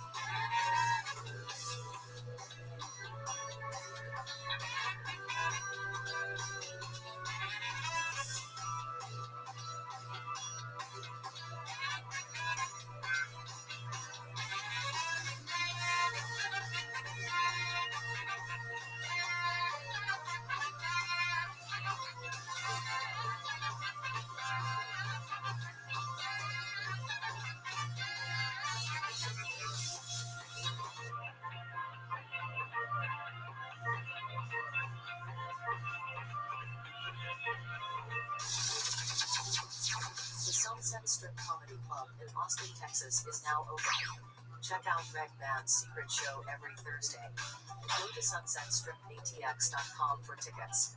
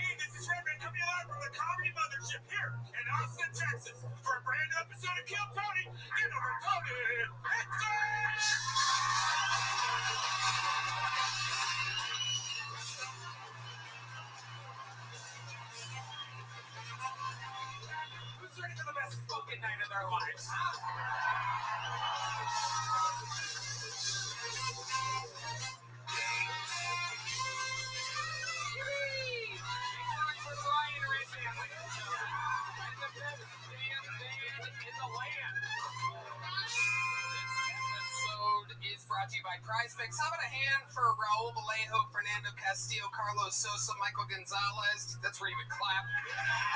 Matt Mioling, John Dees, and this is the great Deep Madness on the bass guitar, everyone.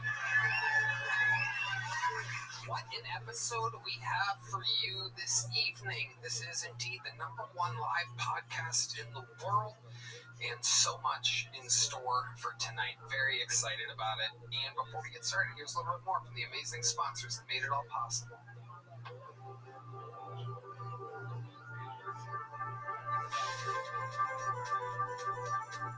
She's wide awake in her whiskey hole.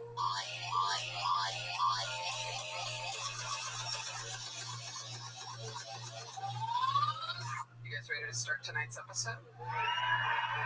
Every single week, I have two of the funniest comedians in the world on this show. This week, absolutely no different. I mean, wow. Sometimes it's fun to introduce new people. Sometimes it's fun to have a guy from New York or Philly or LA or somewhere that you've never met before. This one is a homegrown episode. These two guys are absolute Kill Tony legends. One of them for being one of the best panelists, one of them for being one of the greatest regulars in the history of the show. Both of these men, while one of them looks like an American and the other one doesn't, the one that doesn't look like an American is an American. And the one that looks like an American is actually from the land of Estonia. Ladies and gentlemen, tonight's guests are Ari Maddie and Asana Moss.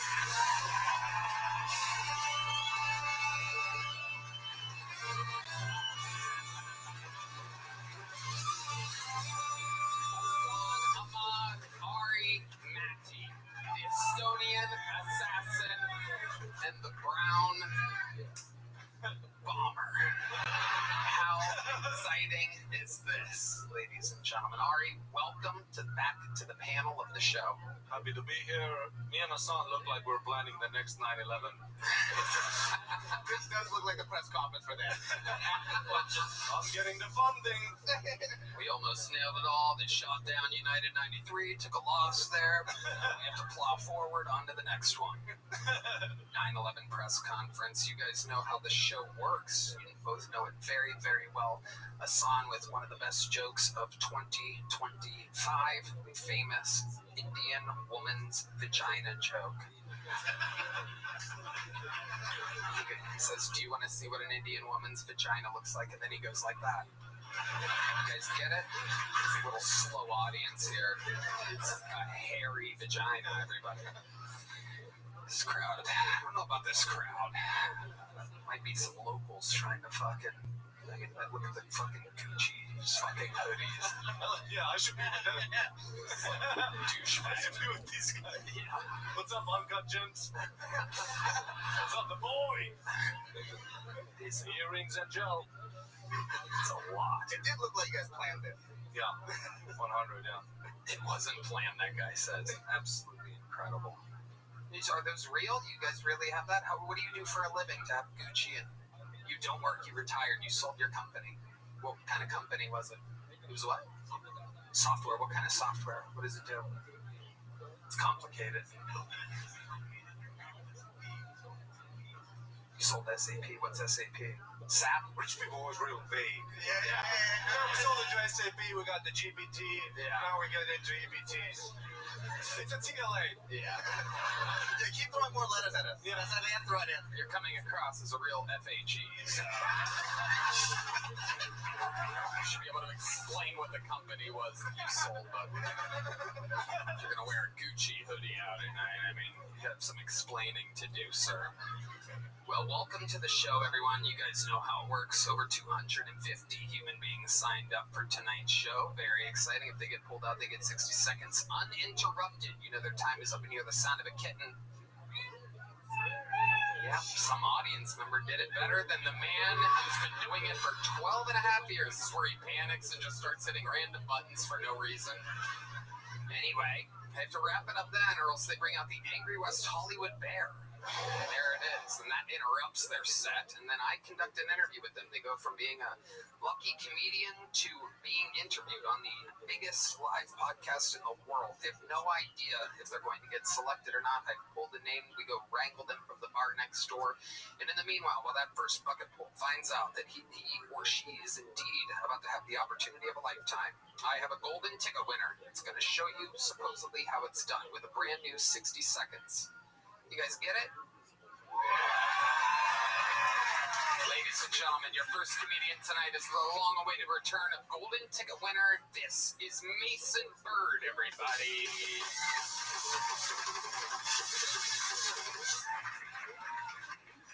I was walking late at night, and I saw these two women walking down the street, and one of them looked at her friend and said, "Oh my God, that guy is so creepy."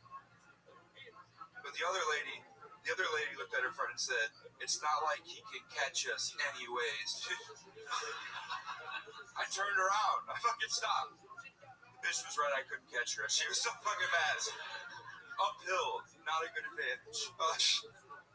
I was talking to a trans woman. Don't ask why. And she asked me, she said, "Mason, do you believe in trans women? Do you think they're real?" And I was like, I view trans women the same exact way I view God. Only in a time of dire need. You will find me on my knees praying.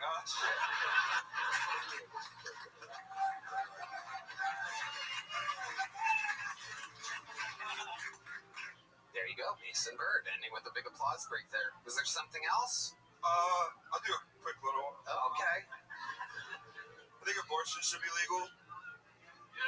All right. But every time you get one, you get a teardrop tattoo on your face.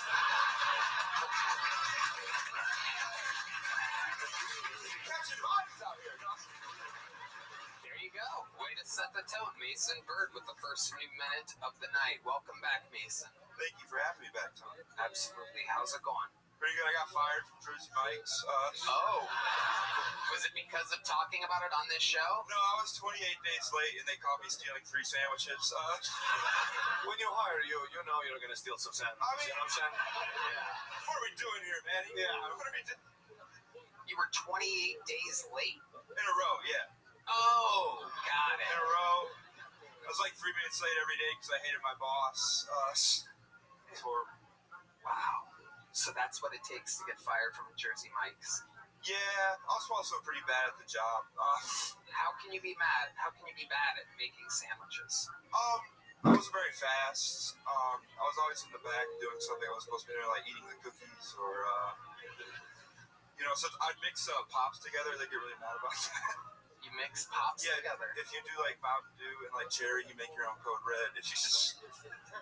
Look at you. Jesus Christ. A real chemistry set over here. Oh yeah. It feels like cherry Mountain Dew is your blood type. It's Mountain Dew Live Wire, actually. Are there any more wild mixtures or food experiments that you're good at? Food mixtures? Yeah, I love just, I call it doing chopped at the house, where I'm like, let's make tacos, but with potatoes and apples and see what we can get. It's just like, I'm hungry, I have no food. I've been doing this new thing to try to lose weight. Right. If you eat a pizza, you eat the cheese, and then the actual bread, it feels like you're eating 2 slices instead of 1. Wow. This is incredible. Jesus Christ, that's the fattest thing I've ever heard. Yeah. Hell yeah. You said tacos and then listed the 2 most disgusting ingredients for tacos I think I've ever heard in my life. I've been trying a new thing. A potato and apple taco? Oh yeah. So you put those in a taco shell, or you're using the potato as the shell? I should do that. It's such a good idea, dude. I should flatten it, fry it, make it into a tortilla. I have good fat guy ideas. I have some. I was really I came home a little bit tipsy the other night, and I made myself a sandwich in the middle of the night. You would love this, Red Band. This was so you. This is the most you thing I think I've done all year. I had a sandwich, and I looked at my fridge, and there's a little, one of those yogurt. There's like a little yogurt there. And I opened the yogurt, and I have the sandwich, but I forgot to grab a spoon. So I fucking started dipping the sandwich straight into the yogurt, ate it, dipped it in Normal shit. Oh, normal. Okay, I see. Is that a normal fat guy thing, Mason? I mean, I'm fat, but Jesus Christ. Yeah, it's wild. It's funny. I eat like a fat guy sometimes, and look at me. God loves me. What do you think the fattest, what is one of the guiltiest, fattest, like just at where you're like, God, I can't believe myself. He's ready. Here we go. So what I do is I'll get like a party size bag of Doritos, and then I'll cut the top off, like not the top, like the sides, so you get like a bowl. And then you put meat. You just make a bag of nachos. Oh, that's sad. All right. What a party! And Frito pie, but with Doritos, pretty much. Zach, Red Band is the senior disgusting food correspondent here, live on the scene. How about you? Do you have any confessions? I mean, you literally have no shame in your game. You post in the middle of the night. I mean, my favorite, of course, the classic. You take an Olive Garden breadstick and you put your finger all the way through it, so you hollow it out, and then you just pour Alfredo sauce inside of it. Holy shit! It's like a gusher, right? An Italian gusher. Oh my God, Brian Red Band, ladies and gentlemen. Wow, it's a battle. Your turn. Yeah, what do you got? It's a battle. How do you top that, big boy? Big boy. Oh man. Oh, fuck. I gotta try that later. He's hard as a rock right now. For those of you just listening to the podcast, he has a blatant erection at the thought of a hollowed out Olive Garden breadstick filled with Alfredo sauce. Do you eat that or have sex with the Red Band? There you go. Mason, anything else crazy happening in your life? Let's see. My half-black sister. Half black. She's addicted to huffing keyboard duster, so that's a fun thing we're doing. What? Keyboard duster. It's like Whip It, I guess. Oh. Yeah. So she's half black. So you guys have the same mom? Yeah. My mom came back. What do you? She's older, so like one day say once you go by, you can never come back. Yeah. You have an older half-black sister. And what does this computer duster addiction, how is this affecting her life? She got into a car accident because she was huffing and it made her pass out with her kids in the car. Oh, boy, wow. Sorry, Shelby. Sorry, Shelby. Wow. I used to do that shit too. Wait, what? Wow, our senior top pig correspondent is here. I could tell you're from the Midwest too because of this and pop. But we used to shoplift keyboard cleaners from Myers, and we would it'd be like poor people with whippets, pretty much. Wow. And my friend did it while he was driving, and he passed out, and I had to pull up the emergency brake, and we crashed his car, and he blamed me for it. Like, dude, we're going towards a train. Like, what the fuck? Wow. Absolutely amazing. Have you ever taken Olive Garden breadstick, emptied it, and sprayed computer duster in it, and then inhaled through the Olive Garden breadstick? Because we could hit black belt levels of bigotry. Mason, you had a solid minute. Anything else for Mason, guys? I love that Transcon joke. So good. Yeah, it was It was a really good one. Transcon joke. And it was impressive after you did the joke after everyone gave you the applause for that one, and you landed that as well. I thought that was really That was awesome. Yep, great stuff, Mason. You're showing the difference between a golden ticket winner and a random phone goal. And this is the part of the show where we go to the bucket, everybody. The bread, the hollowed out bread and butter of the show, if you will. The bucket. Now, this is where we meet people. Anything can happen. They could be the future. It could be an insane person. Ladies and gentlemen, your first bucket full of the night goes by the name of Luke Aaron, everyone. Luke Aaron.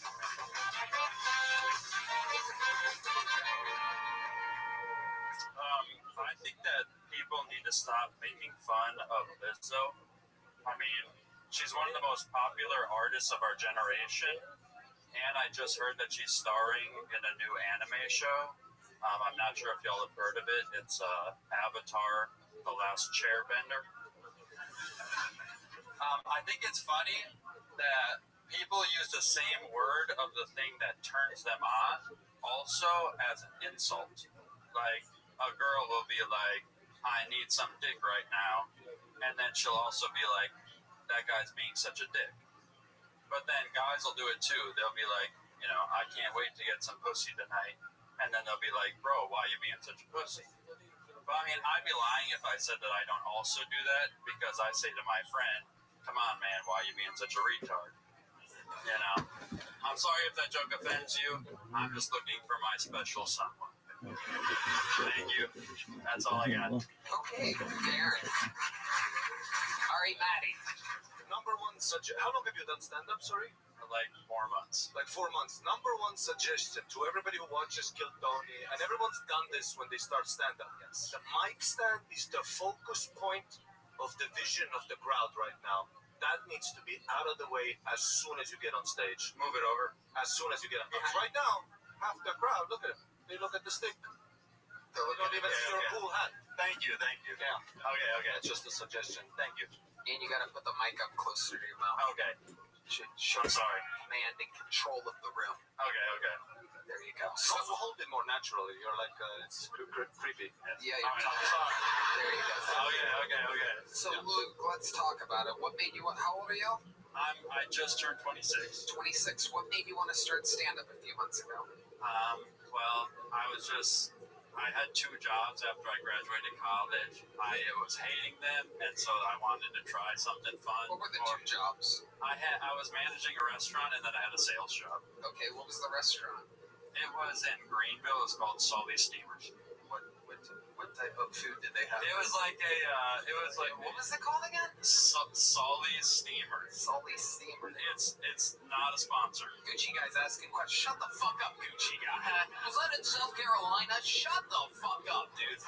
You fucking God, I hate you. It's rich people attitude. No mic in the crowd. So tell me, look at him with this fucking pink drink, this entitled fuck Gucci hoodie, pink drink, just asking his own questions like he's on panel tonight. God. I hope you get hit by a CAR after the show. Yeah. So, Luke. Yes, sir. One job was the salty steamer, which sounds like a asexual maneuver. It was. And the other one was a sales job. What were you selling? I was selling windows and doors. Windows and doors? Well, that must have been easy. Everybody needs windows and doors. No. Sell me a window or a door right now. door to door. Just go to someone that doesn't have a door like, hello, is anybody in there? Good news for you. Do you feel a draft in the building? Exactly. You're halfway there.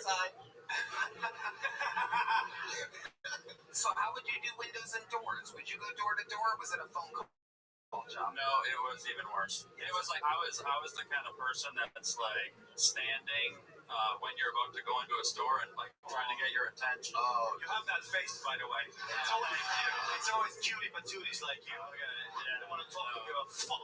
That's the worst. That's the worst insult I've ever got. So let's hear it. Let's say a guy like Hassan is walking up to where would you be, Lowe's or something like that? So he didn't have a home. Right. But there you go. Okay, Luke with his biggest punch of the night right there. Thank you. Quick on his feet. So, but seriously, he obviously he would need windows and doors. For a building I need to take down. Okay. So I'll have a willing customer. So I'd be like, hey, how old is your home? That's how you open So I knew we didn't have one. I knew we didn't have one. It's your home. Yeah, exactly. I know. Yeah. And then I would say, and then how old is your, daughter? That's what I'm kidding. Forget. No. Okay, too far. I was like, how old is your home? And then they would say, it's this many years old, which would mean it was either wood or vinyl. And then I would say, so I'm guessing there's draftiness or rust or whatever it was made of. I hated it. All right, yeah, I could It's a see comedy. why. I hate it. That's too. what I'm trying. Yeah, thank you. Okay, so Luke, you're 26. You just started this. What have you learned in your few months of doing stand-up, of doing open mics? What surprises you about this industry? Tell it to the people at home. I'm surprised how many people are trying it that are horrible at it. Right, and you are part of that. No, I know, but it's good. Your window's not enough.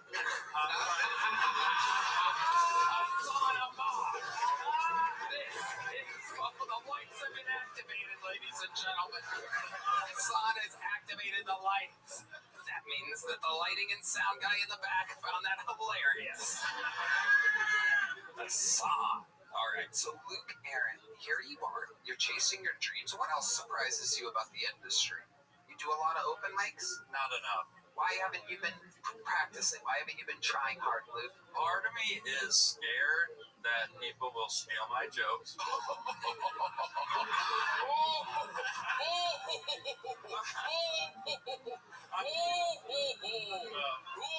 Christmas is around the corner.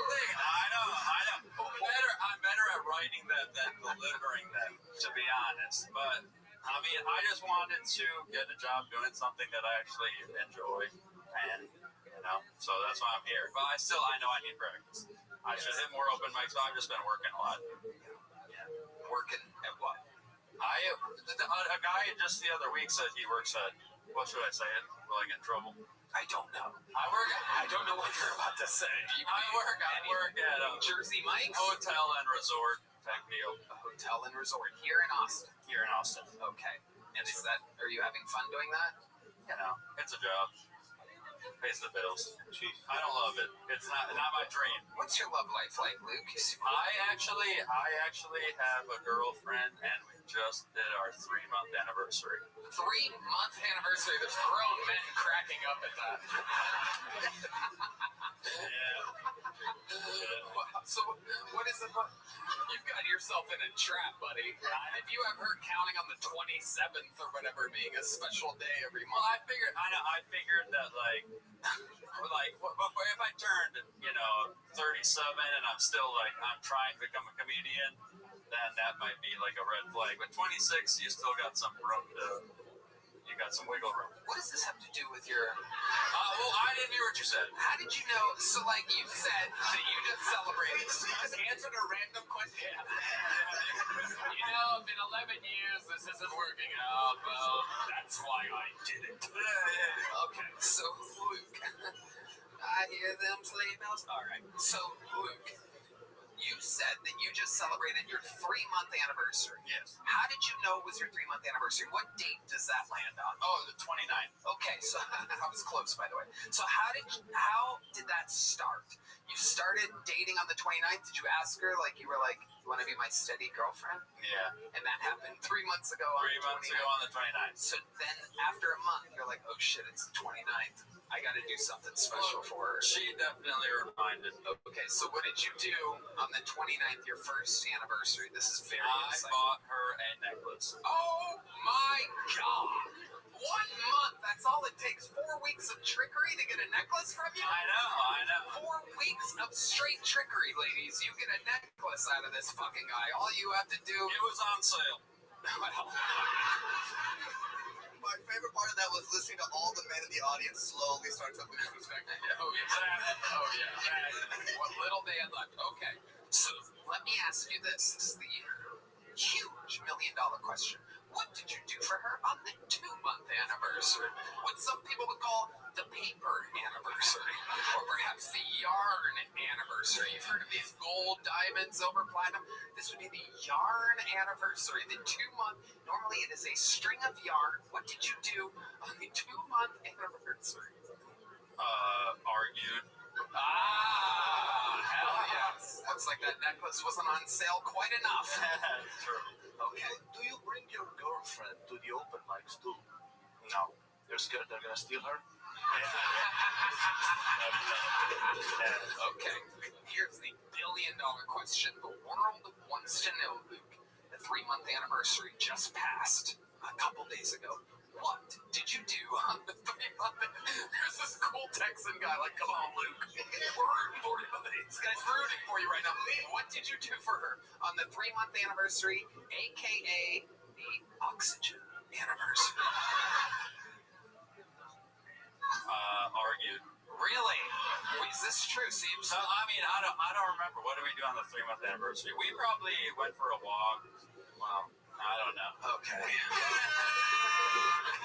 What have you guys argued about the most? Just tell the truth. This is the vulnerable, compelling part of the interview. That's what makes this show favorite.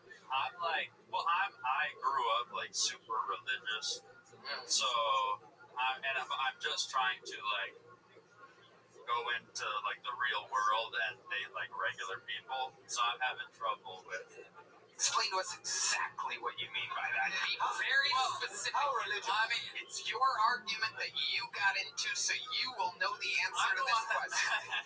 You don't want I don't want to say too much. Come on, it's okay. Well, I mean, just like She'll understand. You're on a big show. my sisters had to wear skirts past the knee, so Yes. yeah, I know. This guy doing skirts below the knee right now.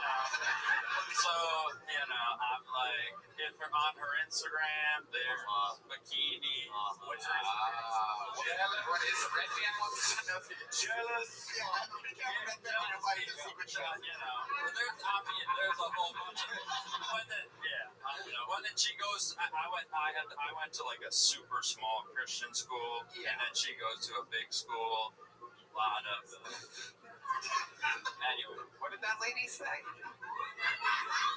What? Mormon or Amish. It was independent fundamental Baptist. Oh my God! Jesus Christ! So you only want to use the back door. Yeah, exactly. Wow. Yes. Amen. Wow. So what types of things? What's the most religious thing you ever had to do? Is that really how long I've Well, been so I grew up going to church Wednesday, Sunday morning, Sunday night, and then the school was part of the church. So anyone that like wasn't really involved in the church was like an outsider. So anytime I'm going to the grocery store, I'm thinking like those people are like lost people, and the goal is to recruit exactly recruit them. You would go up to them and you'd be like, so and how old's your home? Exactly. Man. How old's your church? Wow, that is crazy, Luke. So what do your parents think about you dating for 3 months what you seem to think is a straight up hooker? Yeah, exactly. Actually, she's a whore. By the way, that exactly you just said is what's going to get you in trouble. I know. That's going to be the part right there. But it was funny. Everyone enjoyed it. 4-month anniversary. No, yeah. No 4-month anniversry. But we'll see. Actually, they met her. I brought her home with me for a wedding. Oh, what did you wear? Not enough. Wow. Look at that. Well, Luke, a very compelling interview. Welcome to the art form of stand-up comedy. Here's a little joke book. You're 4 months in. Sign up again, Luke. Congratulations. Oh, lucky Luke getting up 4 months into his youthful career. Barely practices. Oh, my God. That sound can only mean one thing. Make some noise for the lovely Heidi, everybody. Brilliant, smart, beautiful, charismatic, tits. Who loves tits? There you go. Hello again, our dear friends. The holidays are in full swing, and so are the Grinches out there trying to steal your data and personal information. This is the busiest season for online shopping, so hackers are putting in overtime, but there's a simple and easy way to protect your data and sensitive information. ExpressVPN. ExpressVPN is an app that hides your IP address and reroutes your online activity through secure encrypted servers. Their best in-class encryption ensures that your online activity remains invisible to data brokers and keeps hackers from getting a hold of your sensitive data, even on unsecured public Wi-Fi. It's a digital fortress that'll keep even Santa's spy network out of your business. Right now, ExpressVPN is offering 3 different plans, allowing you to customize your VPN experience. Do you just want the VPN that is rated #1 by the experts at The Verge and CNET? No problem. ExpressVPN's basic plan starts as low as $3.49 a month. That's less than 12 cents a day. Protect your online data for cheap so you can spend your money on gifts and eggnog. Red Band? Tony, I love ExpressVPN. I use it when we travel, so I know my precious data is safe. Good job. True eggnog lover, Red Band. So if you want to get ExpressVPN at its lowest price ever, plus 4 extra months of service, go to expressvpn.com/KillTony. That's a price as low as $3.49 a month, plus 4 extra months of service by going to expressvpn.com/KillTony. Hello and good day, my friends. This podcast is sponsored by Shopify. Guys, 2026 is the year you launch your business. business. It's the year you transform into an entrepreneur, founder, and boss. One powerful move puts your future firmly in your hands, starting a business with Shopify. Maybe you've got an idea that you can't shape, craft. Everyone tells you to sell a story you've already designed in your head. With Shopify, 2026 is when you finally make it happen. Shopify gives you everything you need to sell online and in person. It's why millions of entrepreneurs have already made this leap, from household names to first-time business owners just getting started. Hell, if it's good enough for Mattel, Gymshark, and Ray-Ban. Tony, I love Shopify. It's the best e-commerce platform, hands down. Shopify gives you all the tools to easily build your dream store. Choose from hundreds of beautiful templates that you can customize to match your brand. Setup is fast, and Shopify's built-in AI tools that write product descriptions and headlines and help you edit product photos. That's right, Red-Ban. I was listening to every word you said. In 2026, stop waiting and start selling with Shopify. Sign up for your $1 per month trial and start selling today at shopify.com/GilTony. Go to shopify.com/GilTony. That's shopify.com/GilTony.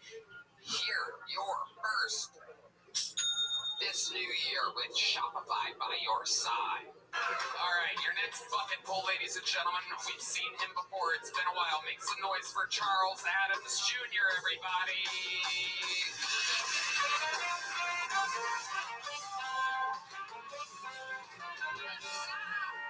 Let's go, Texas! Texas! Yeah, they fucked up my parlay, though. I kind of had to win it. Yeah, man. Hey, my brother's getting married next week to a woman, a black woman. Just your bitch ass up, man. What the fuck? God damn. Took me a whole 2 days right there, Joe. Motherfucking big ass. Damn. But anyway, we went to the motherfucking bachelor party the other night, and I got real wasted. The dancer was dancing, and I went to give her $20, and I threw her on her. I mean, I threw up on her pussy, but like, I caught it in my mouth, and I squirted in her pussy. I don't give a fuck. You know how I look. I look like I get fired from a lot of jobs, right? So one time I was bartending, and this Indian guy came up to me and said, "Hey, my friend, can I have a Negroni?" I was like, "Bitch, what you called me?" Hey, that's my time. All right, Charles Adams Jr. Very interesting. I'm pretty sure that's assault. I'm pretty sure vomiting inside of a stripper's pussy is $20 too. It was squirt. Wow, is that real? No, that's true. What did she do? She couldn't tell because I put the 20 like. Oh, wow. I tried to cover it up. What an industry. What an amazing industry that these What strippers. strip club was this? I did. Damn, for real? It was perfect 10. Perfect. Perfect then. Yeah. She was about a 3. Yeah. I'm like, can I get my change back? Wow. Did they kick you out or? No, they couldn't tell them. I covered up just enough. Oh, that is. But I did sneak out, though. That is incredible. That is. I don't even know what to say about that. Just squirt. And then what did you do? Swallow the rest down or spit it out? Like, this is disgusting. I Frightening. just held it together and I got out of the club. It was Amazing. outside. It was a different story.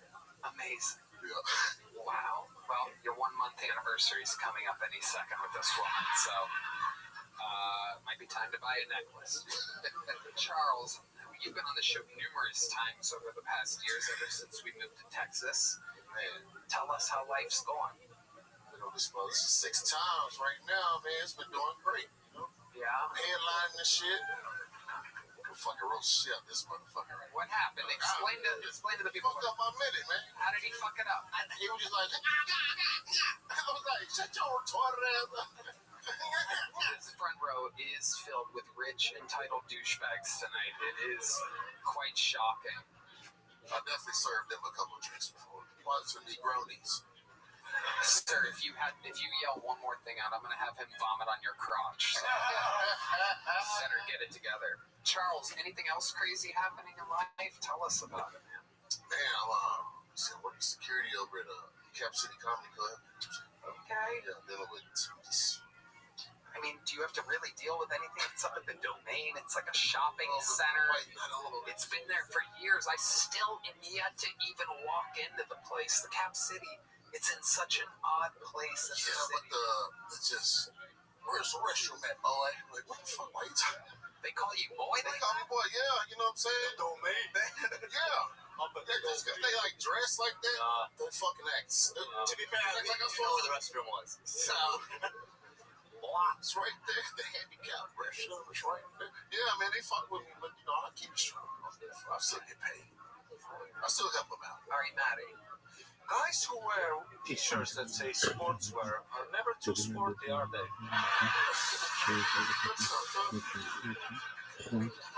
This is a throwback.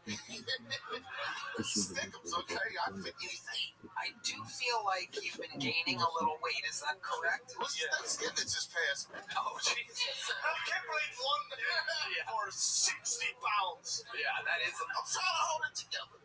You're supposed to cut the turkey. Fucking bitch. Does the zipper close? That's a good question. Does the zipper on your jacket close? Does the zipper close? I mean, you know, not right now. Because I'm nervous. It's like, just stay open. Hey, you know, just stay open. And let people see me. You know, I got a really nice smelly butt. Charles, what's the craziest? You live by yourself? No, I got a roommate. Okay. White boy. White boy. 2-bedroom? How many bathrooms? 2 bathrooms. 2 bathrooms. So you have your own bathroom. Yeah, my shit clean too. Okay. Is he clean? I don't know, going this shit. Right. Okay, but here's a big question. What do you have in your refrigerator that would surprise us? That's yours.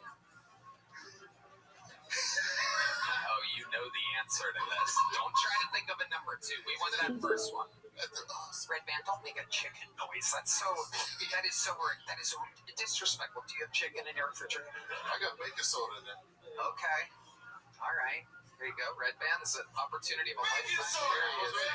It's only 6 seconds late tonight. Slow, the baking soda. He was taking bong rips tonight. That's a new thing he's been doing lately. Is bong rips before the one thing a week that he does that anybody sees. Nothing more professional than vodka Red Bulls and bong rips. This is my partner here, Brian Redman. Trunk is filled with bacon fat. I know how to pick up fat. Is that what you said? Charles, what's your love life like? My who? Your love life. I mean, it's some. Oh, shit. Single, but, you know, something. Yeah? Something's happening. I guess we're complicated. Okay, what's happening? Fuck that bitch. Okay. What exactly is going on? Well, a lot of other guys are fucking that bitch. Oh, okay. Not me. How do you know that? How do you know other guys are fucking your girl? I looked at her big hands. I was like, oh, shit. You looked at her DMs? Hell yeah. How? Meanwhile, you're puking on strippers. I was stressed. A couple of guys, you were puking in pussy. At the perfect time. I was stressed. Take it out on somebody. So how'd you end up finding her DMs? I went to her tablet. Oh my God! Look at you, just looking for trouble. Yeah. I went to a tablet. I was like, who the fuck is Tyrone? Oh, yeah. It's a time. Yeah, they're all black. Oh, yeah. All black. Yeah, it's infuriating, isn't it? I hate it. Yeah. Get to a good white boy. Let us come up. You can fuck them, but like, give me the money. You know what I mean? Yeah. I let her start the feet finder shit. Yeah, I was like, get on feet, baby. Are you pimping out your girl's feet? That's what I ain't gonna say it too loud. Door guys, y'all don't pay that much. I'm like, yeah, it's fine. She has nice feet. Wow, you're into feet? Fuck her feet. Shit. What? Yes, you do. I mean, I sucked up. Look at you. You're like San Quentin Tarantino over here. It's a prison and a foot fetish joke at the same time. It's impossible to do that. I just did it to almost no laughter or applause whatsoever. No, it's okay. The people online will go, wow, that crowd sucked. Anyway, so when you fuck her feet sometimes, what else do you do? You're a freaky guy. Yeah, You're puking in pussy's fucking feet. Damn. I'll be hungry. I would expect. Foot, man. Yeah. You're into foot longs as well? Fine. Oh my God. No. All right. Yeah, that's gay. Charles, fun times. You already have a big joke book. That said, this guy threw you off this racist. That's all good. Fuck you, bitch. Sorry, Charles. I'm robbing your ass in front of this motherfucker today. Shit. This guy's gonna be asking you where the restroom is right after this. All right, there he goes. Charles Adams Jr., ladies and gentlemen. We're gonna keep it moving here. These interviews are flying. Time is flying tonight. All right, your next bucket pool, ladies and gentlemen, goes by the name of Evan Quigley, everyone. Evan Quigley.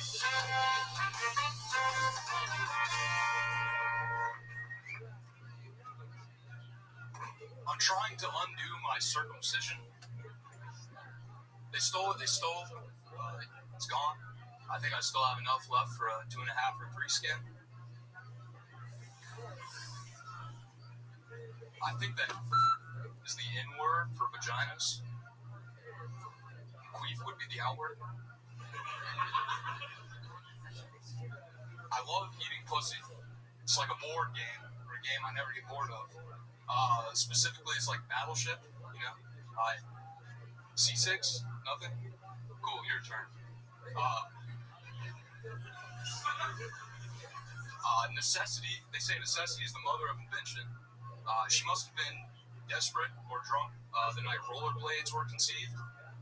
I'm not sure who the father would be in that analogy, but I'm sure he wonders whether or not his son is gay.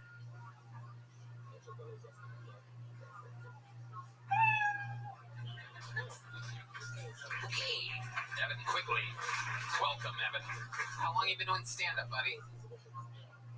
2 years. I got a DUI in the middle of it, so I wasn't allowed in like bars for open mics. So you weren't allowed in bars? Yeah, I had to wear like an ankle monitor that looked at my sweat for alcohol. It was crazy. You don't have to drink at the bar. No, but like if someone spilled a beer or something, I'm back. You kill somebody? Hold on. Yeah, wait. DUI is DUI. Just a regular old DUI here in the great state of Texas? No, in the great state of Florida. Oh, so in Florida. Florida have DUIs? Yeah, Jack. DUI captain. So, was it your first DUI? Yes. And on your first DUI, they put a strap on your ankle that could sense alcohol. Technology's crazy, man. We're in the future. How fucked up were you? I totaled my car on some train tracks. So you were like next to the car when they arrived, all fucked up. Yeah, I called the cops on myself, actually. Really? I was worried about the train. I was like, what if I get like a terrorist charge or something for blowing up a shipment, you know, supply chains. Wow. Okay. It was dumb. I want to get a tip of that call. Yeah. I don't want to be a terrorist or nothing. Exactly. Wow. Our senior terrorist correspondent in Panama. Usually you have to wait till the train is there to crash into it, so that's very... Right, yeah, I'm very proactive. So, I find this so interesting. I've never heard of a alcohol detecting ankle bracelet before. That's what it was? It was on your ankle? Yeah, and I live in like a residential neighborhood, a lot of families, and I got into fitness because I couldn't drink. So I was worried about the judgment of the ankle monitor, and I would put another sock under my sock and do like, when I'm running, like leg lifts at the stop sign so people think I'm stuck in the 80s and I'm like a rapist. I have no idea what you just said. I'll never be able to make that out exactly. Even if you repeated it 1,000 times, I don't think it would ever actually make sense to Ankle me. monitors are kind of cool. It was fun. They gotta put people that, People would just point at me and say ankle monitor. Yeah. So how long did you have to wear it for? A full year. A full year. You couldn't drink. Yeah. And you were afraid that someone would spill alcohol on your ankle, so you didn't even practice comedy? I wrote. You wrote. Okay. All right. What do you do for work, Evan? I'm an arborist. I look at trees for people. I don't do anything with the trees. I just tell them that it's sick. They pay me. It's kind of a good gig. Oh, like a sick tree. What is a sick tree? It's a tree with yellow leaves. You kind of thought about that, huh? Didn't you? It could be sick. Are you confusing sick trees with fall? Yeah, exactly. This guy's walking around with a bunch of sick trees. A lot of sick trees in September. Have you noticed this? Business is booming. Corey, we need to take all these down. Evan, do you make good money doing that? Pretty good for like right out of college. How old are you? I'm 20. I'm turning 25, 24. 25. You're 24. I am currently. Very easy question. When do you turn 25? Just out of curiosity, since you said you're about to turn 25 like a 5-year-old does when they're about to turn 6. I'm curious now. Same thing with the guy that had the 3-month anniversary. How soon until your actual birthday? It's in January 2nd. Wow, it is right around the corner. Do you have any big plans for this big birthday of yours? No DUI this year. Are you drinking again since everything's off? A little bit. I'm metered it.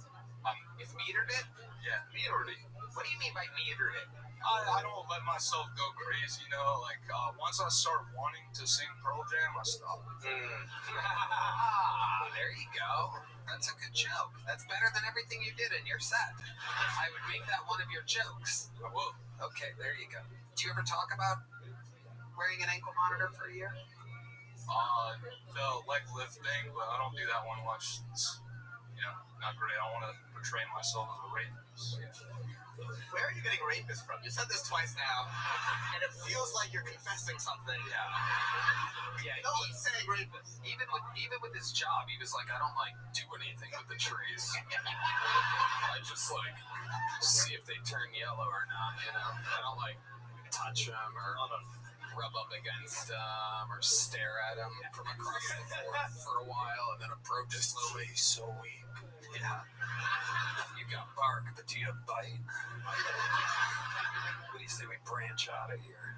I'm an arbor rapist. Also a suggestion in comedy. I understand that hats can be like a comfort zone for somebody, but yeah, if you put your hat really low, people can't see your eyes, and your eyes are the window to the soul. And it's really hard to relate.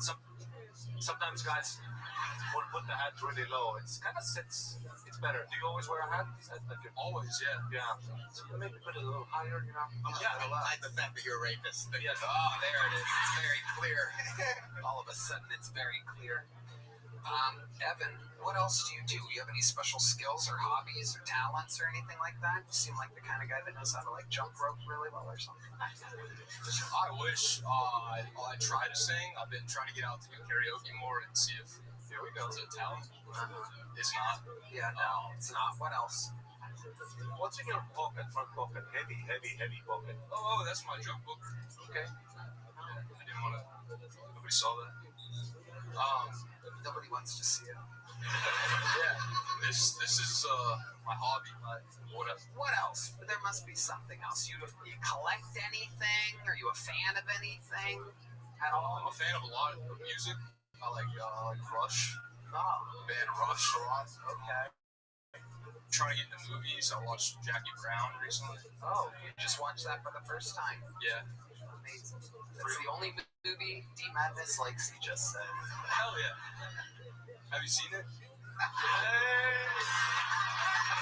Here we go. D Madness just said it's about time, as in you finally said something funny. He'll get you. You try to make fun of D Madness, he'll get you. But you like there's some movies that you like listening to, and you can just kind of digest it on D. I love that. Are there any other ones you can think of? The Color Purple. Huh? Death Warrant. Okay. Jean-Claude Van Damme. That's interesting. That an action movie. I find that also intriguing. Isn't that interesting? It's like hearing men grunt. Definitely not. If there's anyone I know for a fact that doesn't like hearing men grunt, it's our famous resident homophobe, D Madness, who hates everything gay. He likes hearing other men getting their ass whooped. Death Warrant, ladies and gentlemen. All right, Evan. Well, you were here. Here's a little joke book. Congratulations. You got pulled tonight, Evan. Quickly. We go on and on, ladies and gentlemen. This looks like a new name here. Hello, y'all. This podcast is sponsored by Blue Chew. Not that you need it when you're around a girl like this, but I mean, what you guys have to deal with, you're gonna need it. And they just dropped something crazy. I'm talking about next level championship belt gold-plated energy. Blue Chew Gold is the newest innovation from the #1 chewable EV brand. This ain't your grandpa's little blue pill. This is the 4-in-1 beast that's setting the gold standard for performance, and we're talking ingredients for blood flow to keep that rocket pumping, mixed with apomorphine and oxytocin to turn up your arousal and connection to your brain and body. Blue Chew Gold dissolves under your tongue and works in as little as 15 minutes. That means you can get it quicker and stay in the game longer. Elevation without hesitation. This is peak passion and peak performance in a single tablet or wristband. Tony, I love Blue Chew. They're providing some amazing ED treatment. Ladies, if you're listening, send your man the link and make him a trophy husband with some Blue Chew Gold. Make life easier by getting harder and discover your options at BlueChew.com. We've got a special deal for our listeners. Get 10% off your first month of Blue Chew Gold with code TONY. That's promo code TONY. Visit BlueChew.com for more details and important safety information. And we thank Blue Chew for sponsoring the podcast. So remember, when you want to get hard, just type in the word TONY. Let's see what happens here. Make some noise for Alexa Irizarry, everybody. Alexa Irizarry. I had a great Thanksgiving this year. I found a Native American guy on Tinder. I celebrated the traditional way by giving him syphilis. It's hard to date as a trans person because here's the thing. Straight men view trans women the same way they view Taco Bell. They want it when they're drunk. They're ashamed of what it does to their asshole.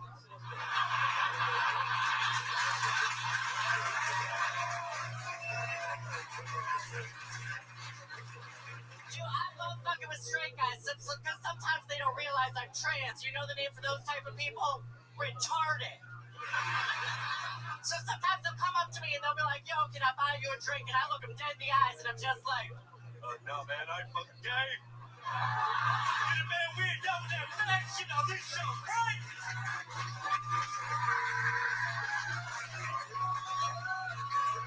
Hell yeah, brother, you get it, man.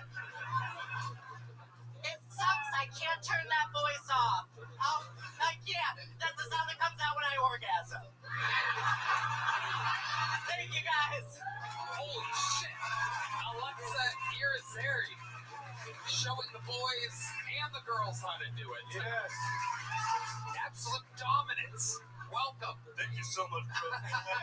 This is like looking in a mirror or something like that. It's my crazy. It's my arch nemesis. It's like my Venom. This is my Venom. It's Venom Hinchcliffe. I love it. Alexa, how long have you been doing stand-up? About 5 years. That's awesome. See what I mean? 5 years. Where at? I started in Cleveland, Ohio. Oh, nice. Look at that. That's where you're born and raised? Yeah, I think I opened for you at one of the glory holes at the truck stops in Warren. Oh, okay. There you go. I've been performing at a lot of truck stops. This is true. Guilty as charged. Welcome, Alexa. This is absolutely incredible. So 5 years. How long have you lived in Austin? About 4 years. 4 years. What made you move to Austin 4 years ago? Comedy? No, I was actually working in construction sales because I got fired from doing porn. Oh my goodness. Oh. How did you get fired from doing porn? Well, here's the thing. This is the only thing I learned from doing porn. I am bad at sex. Okay. I know this because they flew me in the shoot. They flew me in on Delta. They flew me back in Spirit. Oh my God.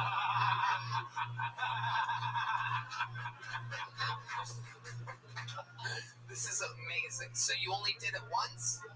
No, I shot for, the company's called Groovy. It used to be called She-Male Strokers. You probably know what it is. But that tracksuit, no, that's all I'm saying. But no, it used to be called She-Male Strokers, but they thought the name was offensive. Again, there goes resident homophobe, D-Madness. I've seen enough of this shit. D-Madness was like, How many people are doing a set?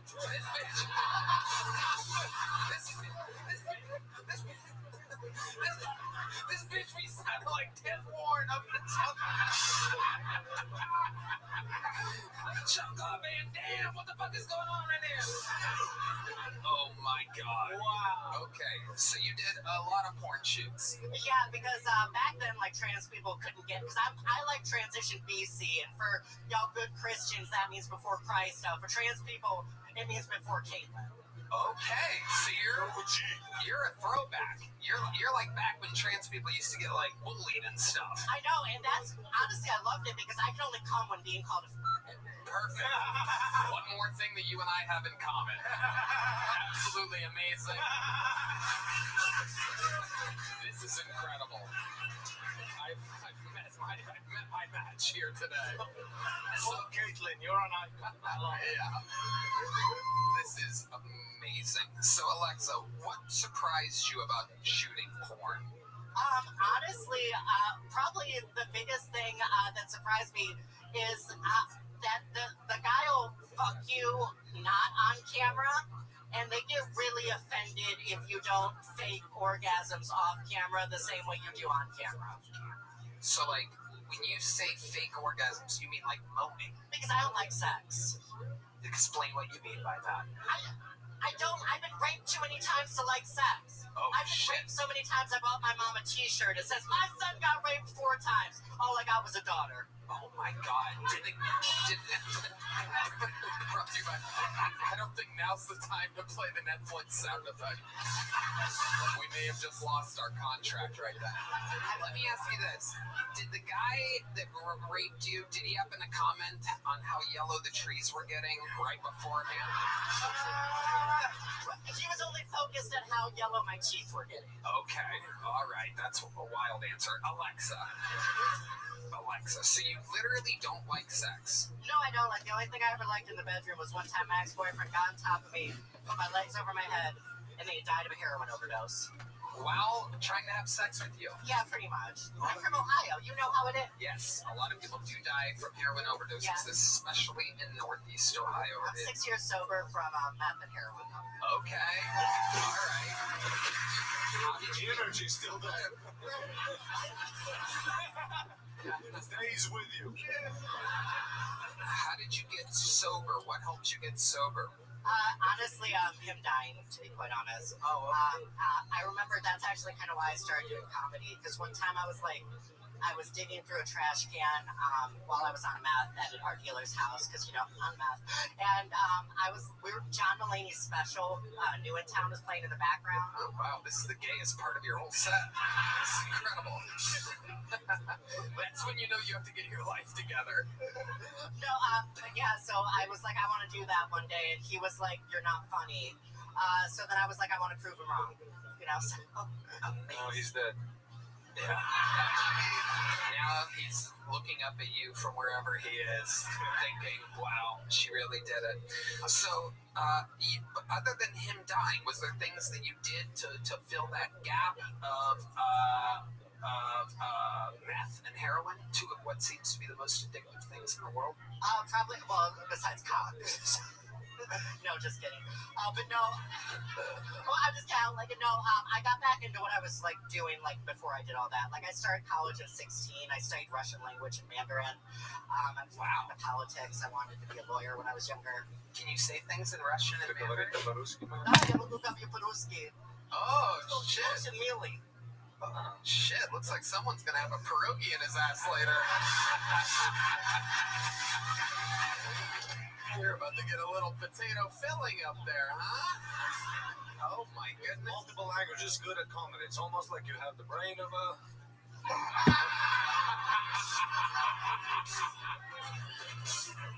Wow. This is amazing. Wow. I love the energy you came out with, by the way. You took over the stage. Beautiful job. Holy shit. It is incredible. Clearly, you are made to do this. My goodness. So how do you make money now, Alexa? I have an OnlyFans. Okay. Not going well. I only have 1 subscriber. All right. Yeah, but I pay good money for that. Wow. where can people find your OnlyFans? You will probably get more now if you want to promote it. Yeah, Jasmine Steele 7 on OnlyFans, StreamMate, and Strip Chat. There you go. Red Band just made multiple accounts.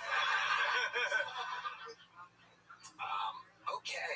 So, Alexa, tell us what else would surprise us about being trans in Texas. You've been here for 4 years.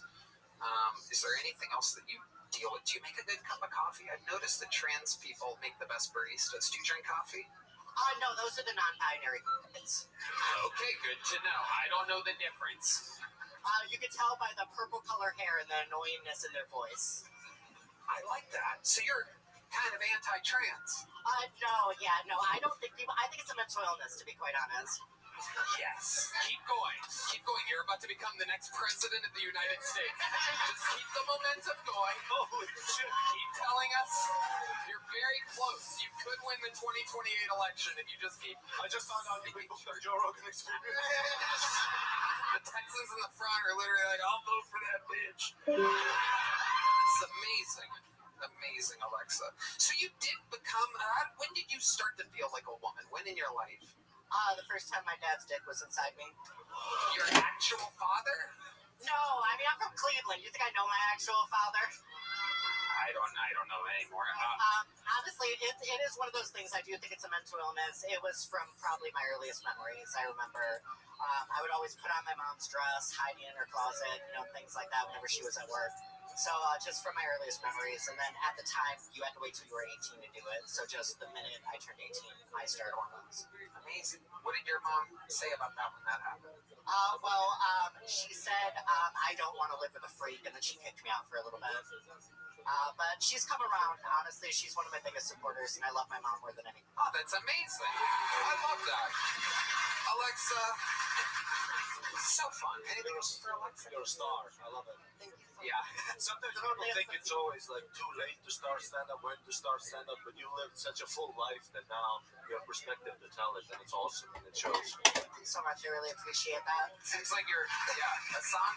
And just the straight up roller coaster that this whole experience was with you. Yeah. From the set being like that to fucking I got raped to I'm off heroin, to the guy died inside of me, that you could be president, to my dad raped me, and like just amazing, to shitting on people with purple in their hair, and you have purple in your hair. There's a touch of purple back there. There's a little bit back there. You are a pure entertainer, so funny, so haram. I love it. Hell yeah. Alexa, sign up again, pretty please. Let's see if you can catch this joke book. Oh shit! Got it! Unbelievable! She catches like a man, ladies and gentlemen. Holy shit. How about one more time for the Kill Tony debut of Alexa Irizarry, everybody. Isn't that something? Well, we have momentum, ladies and gentlemen, and your next comedian is one of the newest, most prolific regulars in the show's entire history. Ladies and gentlemen, I present to you the Dark Storm of Atlanta. This is Dedrick Flynn.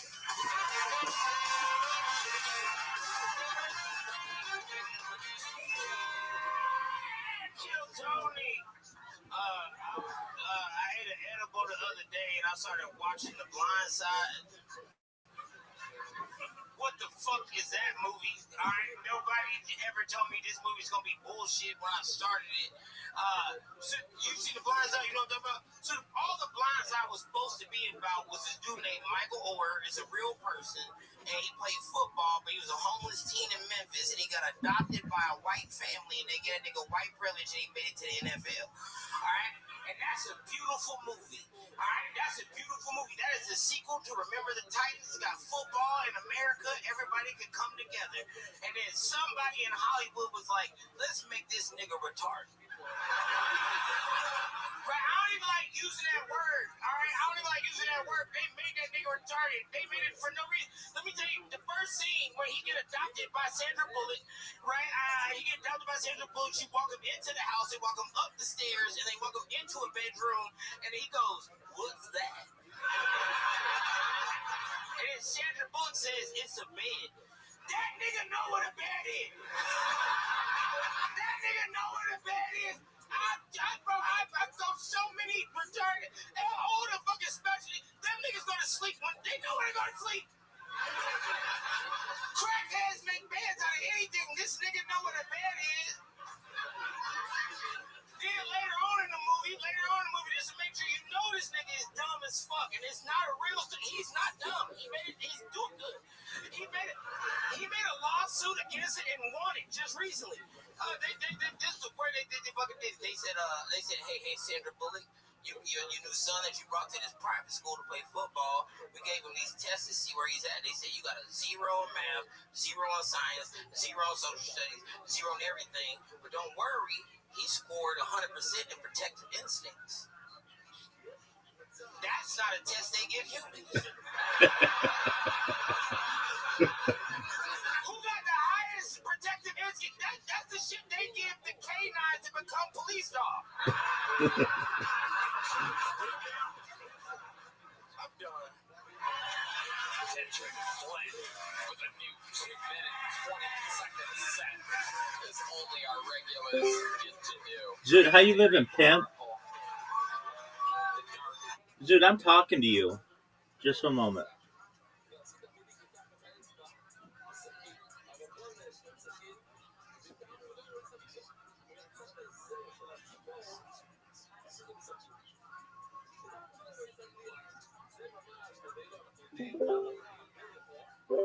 Zoot, can you hear me?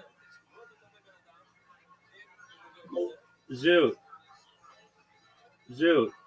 can you hear me, big dog? Not too bad. Okay, excellent. Thank you so much for not leaving just now, because sometimes when you see that, like, I'm trying to come back, you'll be like, oh, okay, and you leave. You were patient, and I very much appreciate that. Thank you. How are you, man? Okay, so you said you're not too bad. How's CHB doing? I don't know. Yeah. So have you listened to her radio show yet? No. Why not? Hold up. I don't know. You maybe want to make yourself sad someday? Rabbi. What up, pimp?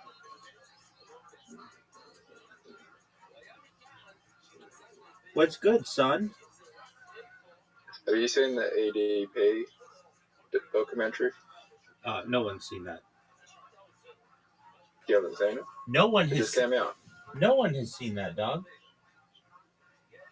Do you know what I'm talking about? No one knows what you're referencing. Do you know what who ADP is? No one knows who that person is. You don't know who he is? No. Who are you referencing, dog?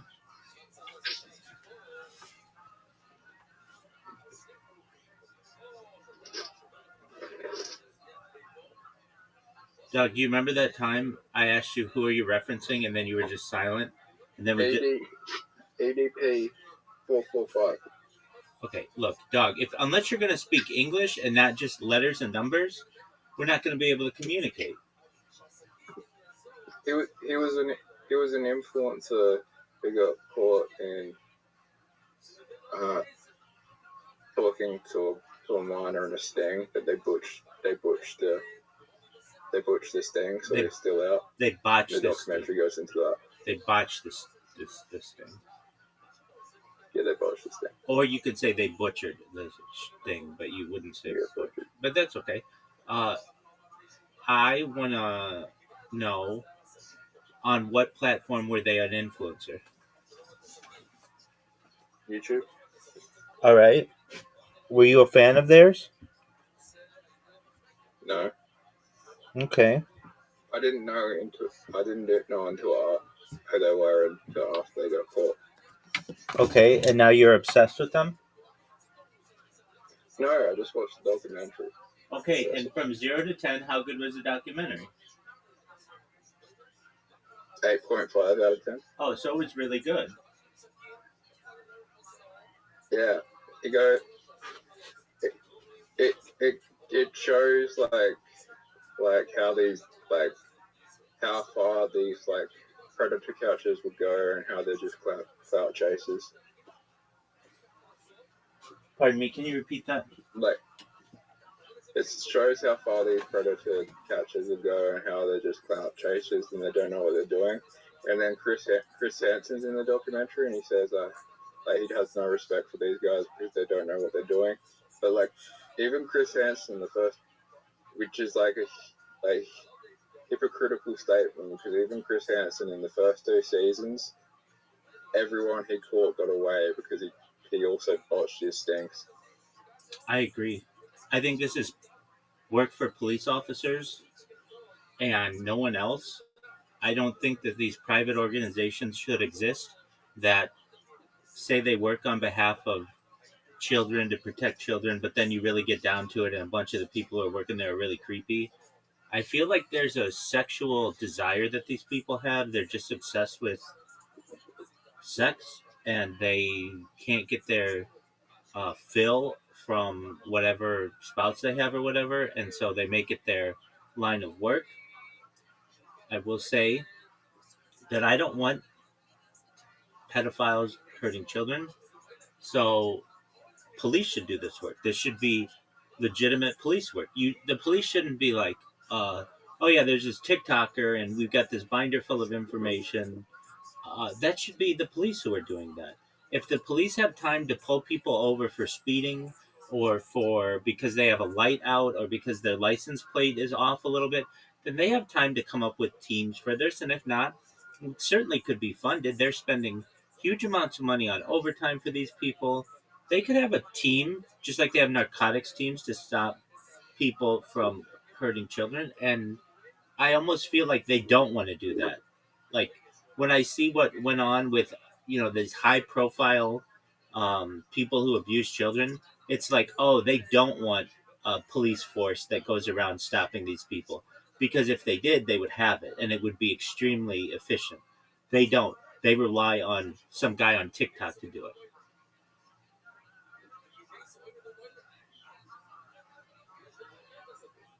Yeah.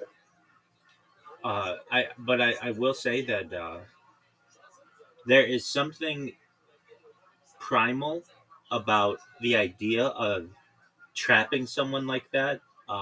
Whether people consider it to be entrapment, there are arguments there, but the idea of having all these cameras in a house and like you're trapping them. It's the same as like trapping an animal. Like I don't know if you've heard, but there in some places in the United States apparently you get pigs that go off the farm and become like feral hogs. And when you get feral hogs, they reproduce twice a year and you get huge amounts of feral hogs, just like hundreds of them. And they eat all the surrounding agriculture. And so what people do is they set up cameras with like, imagine like a, you know what a trampoline is? Yeah. Imagine a trampoline, but like it's surrounded on all the sides like a big net, and it just hangs above like a bunch of corn or something. And then all these pigs go there, and then they drop the trampoline down, and it catches like 50 at a time. In the same way, people on social media sit there and watch that stuff just all the time because it's like exciting for them. The same kind of release occurs with someone who watches those kinds of shows, and I know that they've done. Yeah, exactly. I know they've done studies on the people who run those kinds of organizations, and they're like 2 or 3 times more likely to be like not good people themselves. And I don't know. I think that's police work, and I know when Chris Hansen did. I know when Chris Hansen did it. They had like police there and everything, but they worked with a private organization that was doing that, and I really just feel like that's police work. That should not be done by a private organization, because who is who's going through their logs and making sure they're doing everything on the up and up. And so I'm excited to see that movie with Robert Pattinson. Though I don't know if I want to say I'm excited for it, but I think it's interesting that they're doing a movie on it.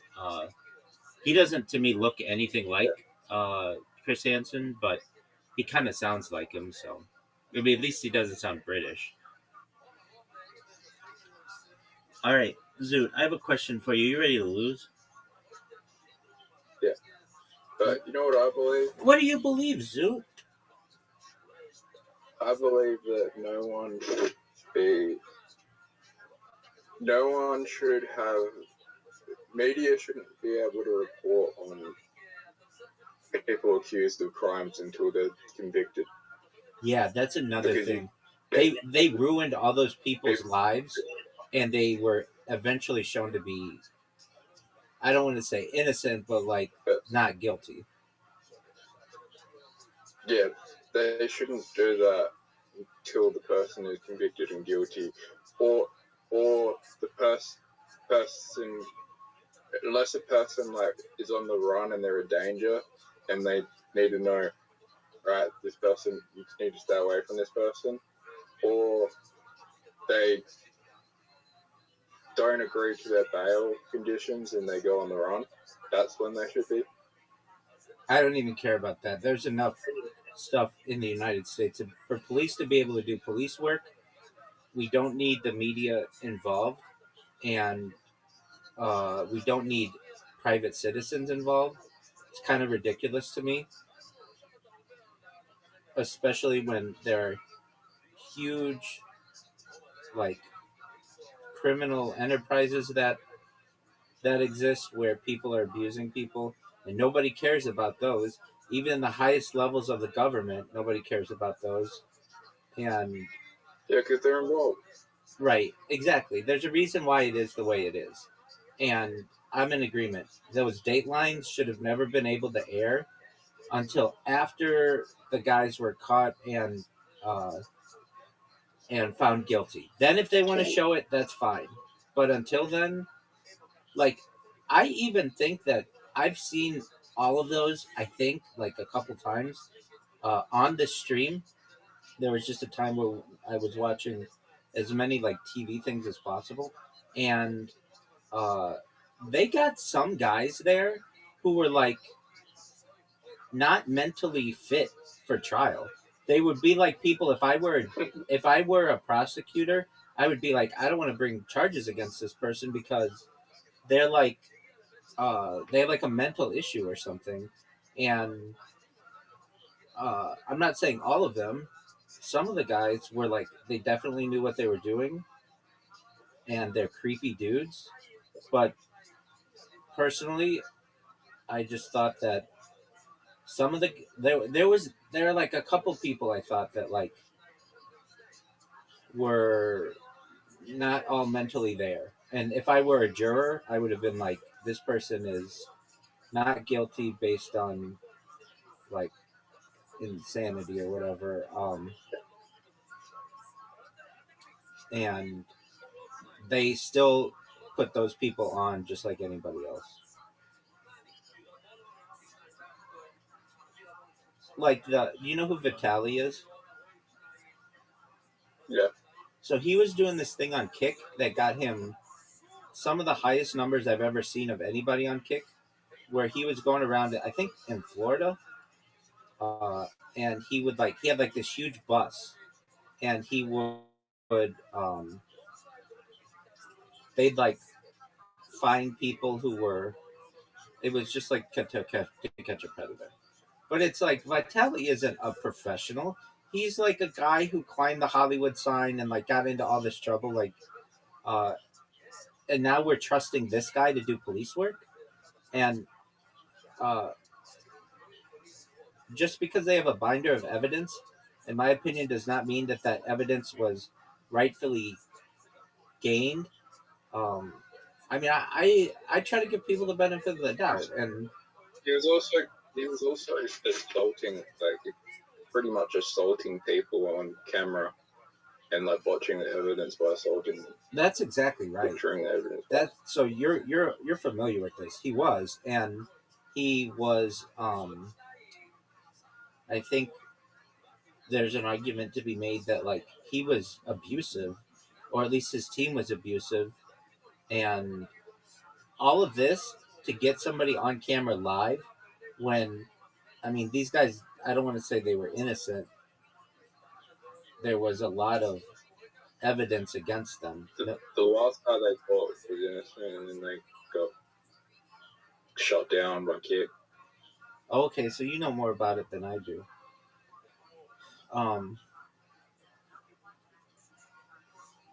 And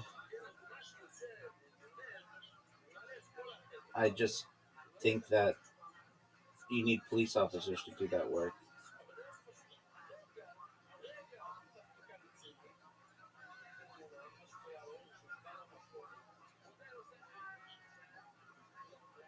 All right, Zoot. I'm going to give you a chance to use your new fancy 4 in a row thing.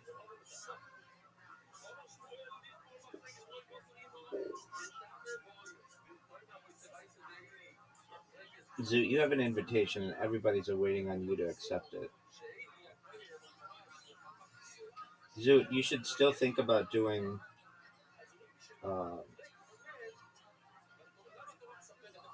the podcast. I mean, it would help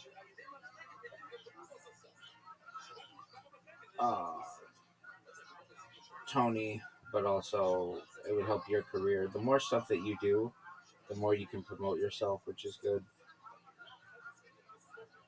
Holy shit. Yeah, you seeing this, son? Have you looked at Harry Potter Obama Sonic Tanina recently? Yeah, pumped and dumped. How much did it pump? To 80%. So it went up to like 2 cents? Nearly. Okay. And now what is it? Yeah. Like 12 or 14. 12 or 14 cents? Yeah. Stop. No. There's no way it's 12 or 14 cents. You mean like 0.012%. Like a penny. Fucked up though. Wait, you mean it went up to 12 cents?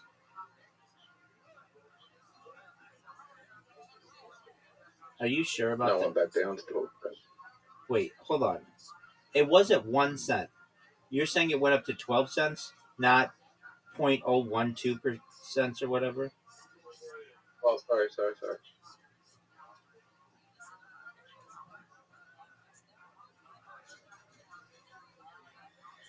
That's what I meant. Okay. I was going to say It went that. from 1 cent. It went from nearly 2 cents back down to 1.2%. Okay. I believe that. That makes sense. Do you know that it's your turn? It was just a random pump and dump. Right.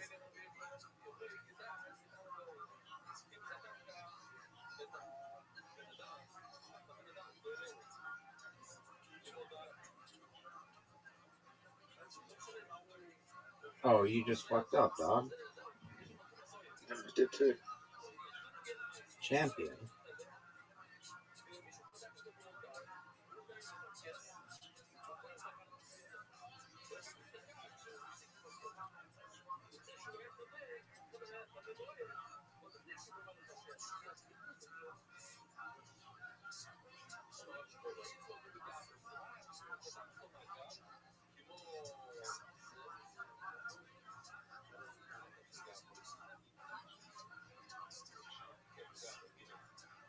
So, are you proud of that shot? Do you know who Gideon is? Nobody knows who that is. Well, his career might be over. Okay, but nobody knows who that is. Who is that?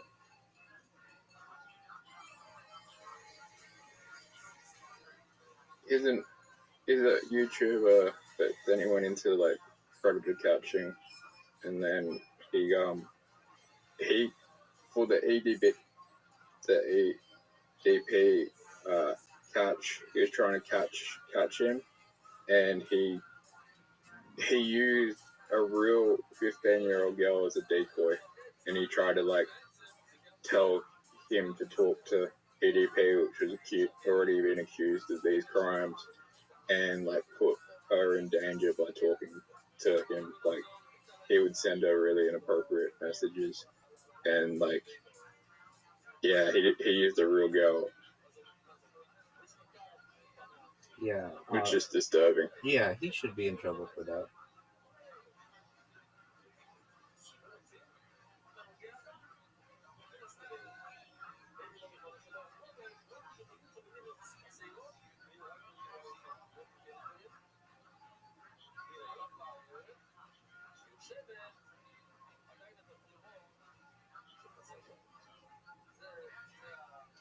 Dude, I know that this doesn't matter to you, but I just want to bitch and moan about something for a second.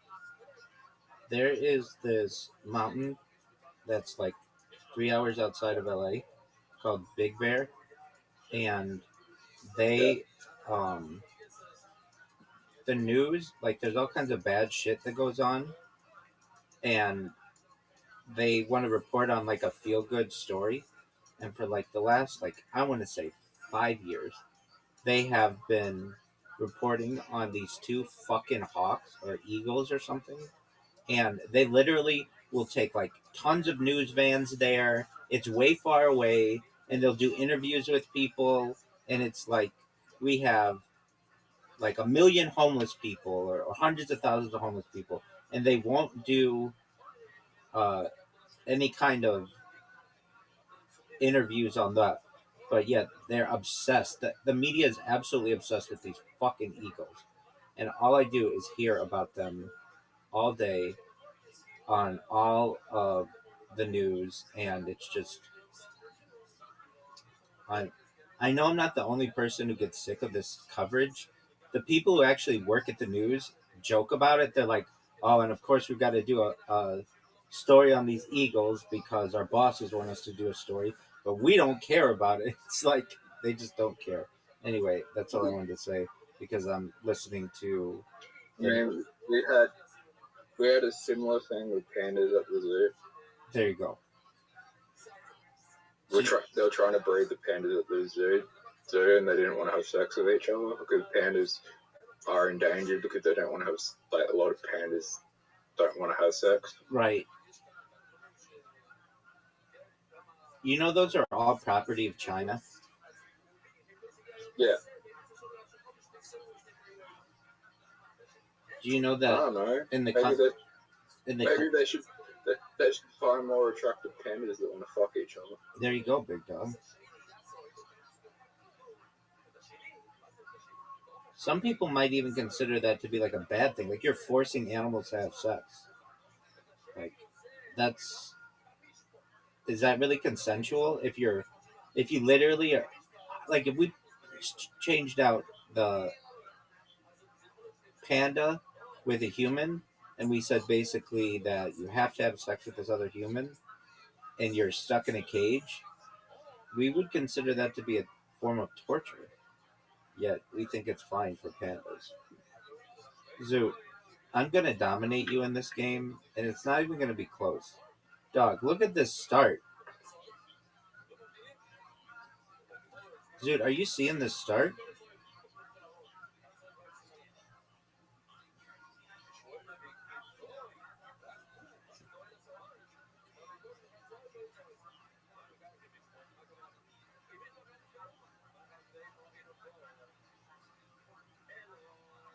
Well, they didn't force them. They just put them into a cage together and thought, oh, this is a male and female. Eventually they'll have sex, but they didn't want to. Dude, this is a huge risk. And it paid off.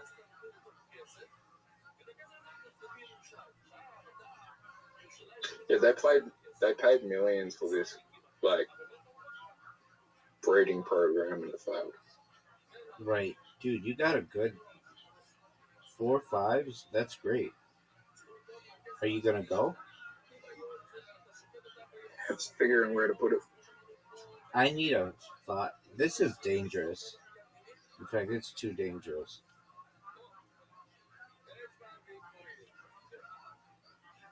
Ho ho ho, Zoo. What do you think of this, son?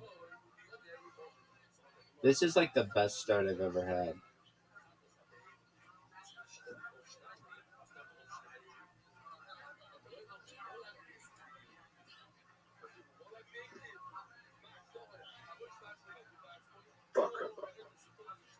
Dude, that one of the eagles that I was telling about, which I was just telling you, died, and so like they're like having like they're just going into like super deep, like it's just like it's a non-story, and this is part of nature, and they're like treating it like a diplomat.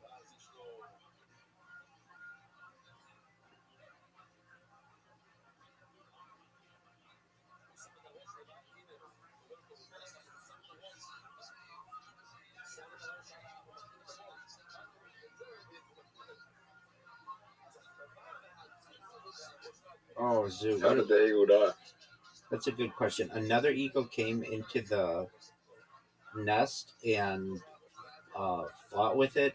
They got into like a big tussle and basically caused traumatic injuries.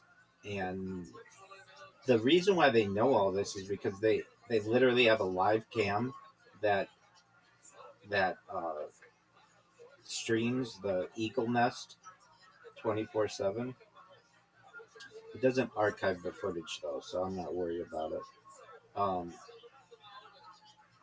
And it's just like that's nature. But this eagle, they followed its like whole life, and that it had eaglets, and it's just like it's a whole ordeal. Dog, Oh, are you seeing this? yeah, where you gonna put it?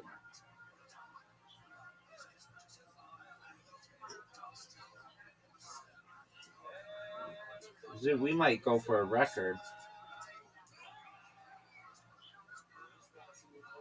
Didn't you say you played someone who got 500? Yep. Yeah, that's ridiculous.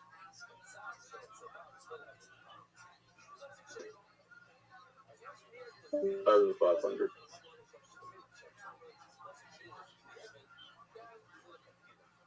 All right, dude, what are we doing here? But haven't you played yet?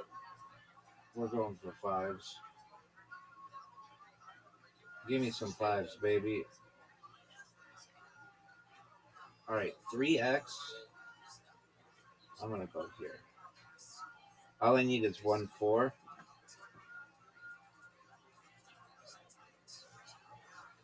Have I got 4s yet? You've played 4s, dog. But you have not played 2s. Why would you? Oh. That's why you would do it. That was amazing. Give me some 5s, baby. Give me another 5. Come on. I'll take it. That's a big 3x. That's a big 3x, dog. Look at you. 4. Oh, dude. Get it. That's all right. 4x. That's fine. That's all right. 4x. You're good. It makes sense to chase the 5. I understand. Give me another 4. That's all right. That gives me the bonus. No, that's not good. Is there any way you think you could win? I guess if you got like 3, 5 times in a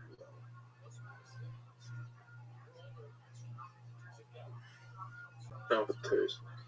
I kind of don't like the idea of the 5x because it's just such an the double 5x is such an advantage for someone.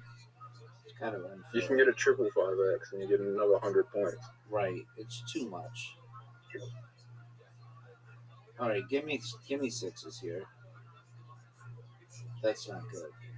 Give me sixes. Oh, I've got the chomps. Oh, so you get 100. So you get 100 extra every time you get 5 times. Like you could get 16, 17 5 times, like all the five times in a row, and you just win with like really high score. All Like right. you could get into the thousands. Right. I wonder if anybody's done that. Doubtful. All right. Give me. I need 4 X's. More likely in real life because there's ways that you can roll the dice intentionally to get the same thing over and over. Right. Okay. So if I go 4, 5, 6, that still wouldn't help me. Give me 2 5s. Give me 2 5s. Darn it. Zoo. Zoo.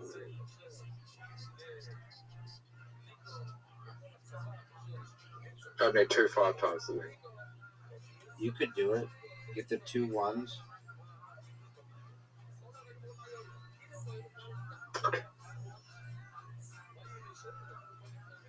It's over.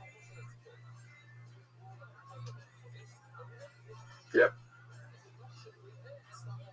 Give me the You just two. won. Give me the 2s. Give me 2s, baby. Garbage. 356. Why'd you want 2? Well, I wanted 4 of a kind, and I had 2 2s. You didn't lose by that much, considering they gave me 150 extra points. Good job, Zoo. I'm catching up with you. Yeah, that's why 104 points. Yeah. All right, Zoo. I'm good for now. You should come back in like 3 hours, and I'll play you a lot. Alright, that's it. Peace, Zoo. Where's Riser? Dude, you didn't know? He went back to see his family, so I'm not bothering him. I'm not messaging him. I'm letting him spend time with his family. He should be back at the end of this month, though.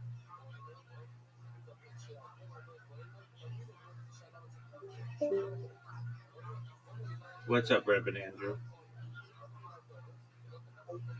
I was trying to get a hold of you before. It looked like you were sleeping. Yeah, that's what happens when I'm up all night. How you living? That makes sense. Oh, these people around with minds, they're all crazy. What happened? What happened? Talk to me. They're all sick, very, very sick people. They're all, the food they feed them, the drugs they can make them worse a lot. And they fall on their face and break their bones around their mind. The people who work here are a bunch of animals. Not all of them, but they were like real sick animals that I can't stand. How's the fish tank? Why don't you have your virtual camera on? Why don't you have your virtual camera on? Why don't you have your virtual camera on? All right. Oh, the crazy day. Okay, what happened? That was a crazy night. Well, they're all dementia patients. They're all out of their minds. And it's a ridiculous industry. The whole thing's ridiculous. The whole legal system, the medical system, the financial system, it's all just absurd. It's ridiculous. It's disgusting. Big money in healthcare. What? Big money in healthcare. It's like a game of whack. It's not healthcare. It's disease propagation business. Okay. It's like a game of whack-a-mole. They stick 10, 12 people in a line. Sit down, sit down, sit down, sit down, sit down. Boom! All break their heads. Sit down, sit down, sit down, sit down. It's just ridiculous. Do you like the food there? It's not food. It's a laboratory experiment. It's garbage. Drives the illness really fast. Makes them really sick. Makes them need a lot of drugs. It's not food. I don't eat it. I don't eat it. Do you have a? Do they give you a? They give. I try out as little to do with these assholes as possible. I understand. Do you have a curfew? Curfew? No. I break their head. I wouldn't be here with a curfew. How's Anthony? Anthony, he's the only one around here that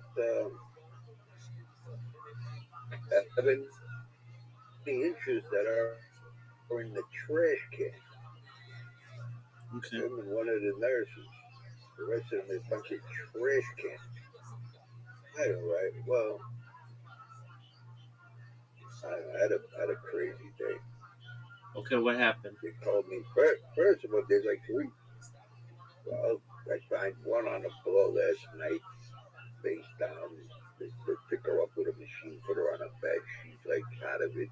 They're taking X-rays to find out what's wrong with her. Then somebody falls on her face, get up in front of me, and then another guy 5-10 minutes later, after seeing that, is getting up, and they're all yelling at you. It's a garbage can. They're all out of their minds, and they just load them up with filth and toxic waste and drugs. And their families are morons, and there's 3-4 real low guys that like got it in for me. That I told them, look. Well, one of them, I embarrassed 2 of them today. I embarrassed them. They work overnight and they started up with me. One of them, a couple of days ago, comes over and tells me the TV in the lounge was too loud. I said, okay, I'm over. She comes, tattoos from her toes to her head. She looks like a mental case of low life, dyke moron. She comes over, she's flailing her arms around. I said, just get away from me. I've had problems with her before. She's personal. You're a bum. Go sleep in your car. So listen, just get the hell away from me. I'm working on it. She comes over, slams my laptop down. So I said, all right. I walk up to her after that. I said, she's telling me that she's reporting that. I said, report whatever you want. What are you, out of your mind? What are you going to report? That you physically attacked me? You got property damage? I said, then I went over to her. I said, listen, I want an apology, or else you're going to go before an administration judge and get your license suspended, if not taken away altogether. You physically assaulted me, and I got it on the video on my computer, and you broke my laptop. I said, you're going to get me a new laptop? And she's going, go ahead, keep going. And talking like a real low life nigga, you know what I mean? You about fucking, you talk to my head. I said, go learn how to speak English, Forget about this beyond non-professional behavior, And then, so anyway, today, and there's another one. She comes over to me. She likes to tell a white guy what to do. With no forehead and no gold. She looks like she was bred to pull logs from some cesspool they call it country. She comes over, she comes over and abused me a couple of times. I opened her mouth to tell me she's going to get me. So I walked up to her at night, in the middle of the night, when no one's around, right? Because they like to sleep half the night and they want to intimidate people. I walked up to her in front of bosses, and she starts with dirty looks. And I started embarrassed, degrading her and humiliating her. She's turning back over there. I said, you like it? You like to be belittled? You like to be insulted? You like it? Oh, they go crazy. I said, I had enough of you people. You better just stay the hell away from me. And then this moron, fruitcake bag comes over to me. And he's telling me, look, I know that you help these people out, but don't handle any of their money. This little bitch in finance who didn't send bills to the insurance company, I made a check out of her. She don't want to listen. She hates white people. She's crazy. I should read it. come here, expedite the goddamn disability. I said, you gotta send it in appeal plus, you know, a bill, you know.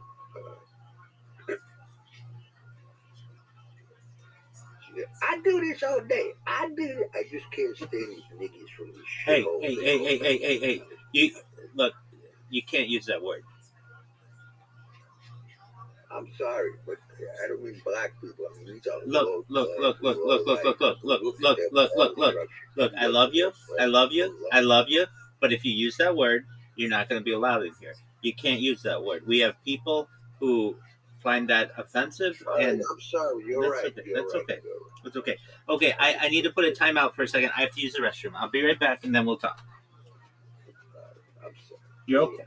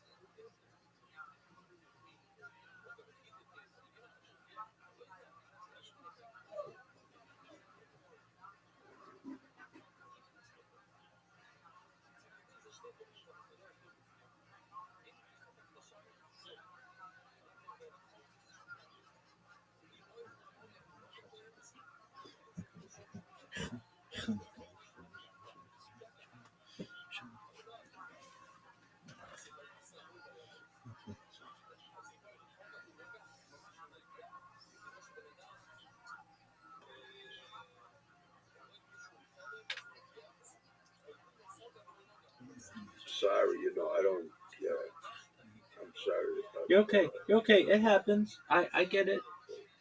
Just keep in mind. I had expected to deal with these lunatics. But That's no, you know what it is? They're getting 130 grand a year, not having empty bags. Slumlords who own like 50 of these places. So that's all it is. Basically, the people who work here suffer from like Stockholm syndrome. They live in fear, and they basically just poison everybody here. So it's not the place, really. It's the industry. How's Anthony?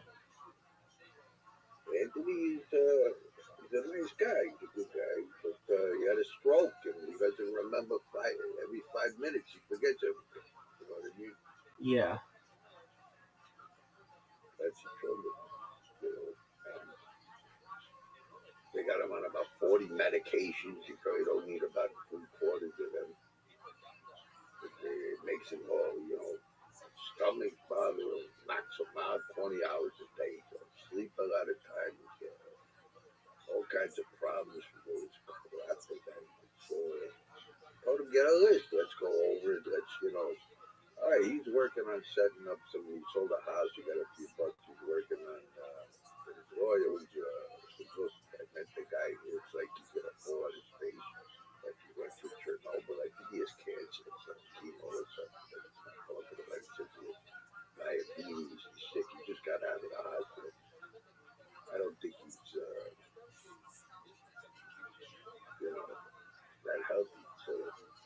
setting up an account to allow somebody that really needed some healthier food, get off some meds, so to get a list, we'll go over it, see what you don't need.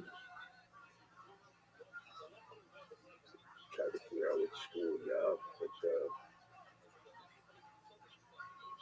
so his body can heal. I mean, it's a stroke. I was just shot. You just can't remember it. Age in and out. It's a problem. It's a big problem. And also, he's so overweight. They got him on these drugs to lose weight. First, they put him on what is it called? The guy was sleeping 22 hours a day. Ozempic? Yeah, he had a lot of bad side effects. They put him on this other drug. I mean, it's absurd. To put people on drugs to lose weight. How about like using a normal balanced diet? It's never occurred to people to get healthy because things are bad for you. It's unbelievable. The level of stupidity is just so outrageous. So, he has health problems. It's health problems. And these people make your health problems worse. The drugs, the bad diet.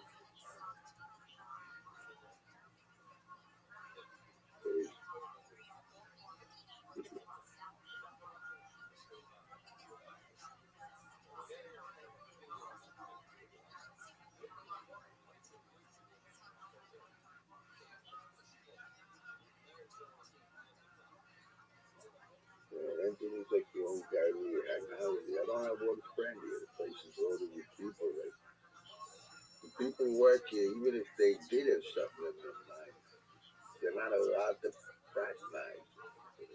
Why is it hanging out with residents? It's like disgusting. For the people that work here, everybody.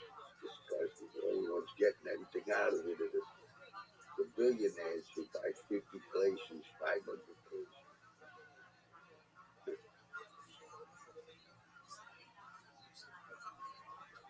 So, I applied for disability. Hopefully it'll be coming shortly and I'll get the hell out of it. Not that there's anything great to go through, but this, they got the minds of the people that work here. They got so beaten down. It's like they all got Stockholm. Can you keep disability while still living there? Put a leg on it. Can you keep disability while still living there? I could put a leg on it. Oh, so it builds up? I could put a float over it. It builds up. No, but they'll cover an apartment of them.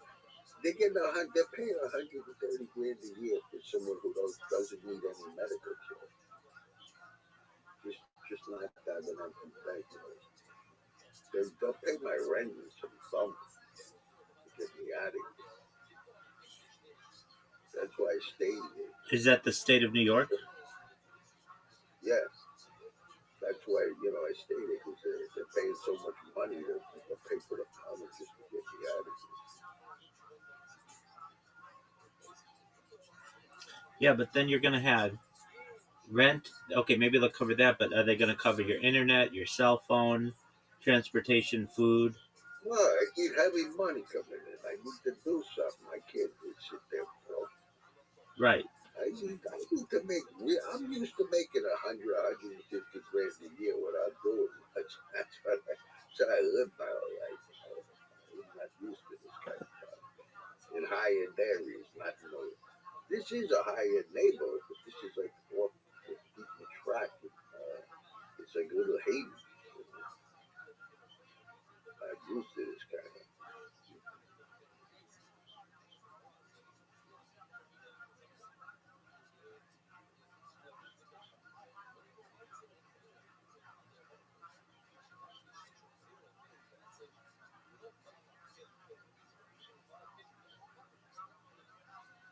I'm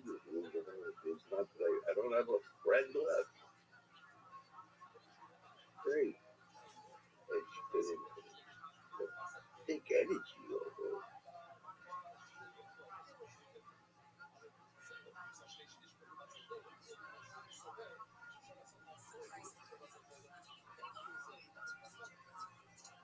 Okay.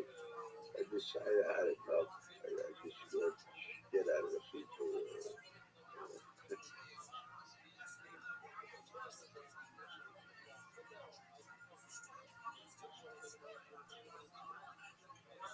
With a frog.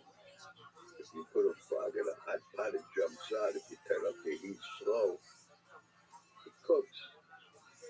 I just said I had enough. So like Stockholm said, you'll be my guest. I said, you better stay that way. I'll make a jack out of you in front of an administrator or judge. I says, I ain't these dementia people here. You get 130 grand, your forces get 130 grand for a bed. You got time to take care of sick people. Just stay away from me. Don't even look at me cross-eyed. They try to intimidate people. They're intimidated. The whole thing is just disgusting. Most of them love me. They love me, but she's really adamant that I don't know. I pushed out on it.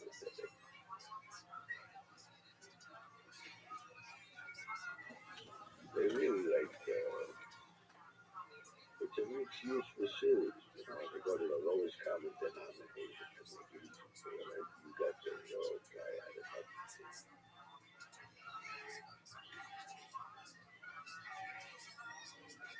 Anyway.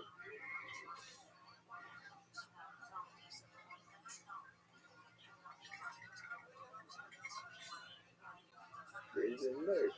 The thing is, the working school, there's one nurse that's a nice girl. You can't hate. It's like a Nazi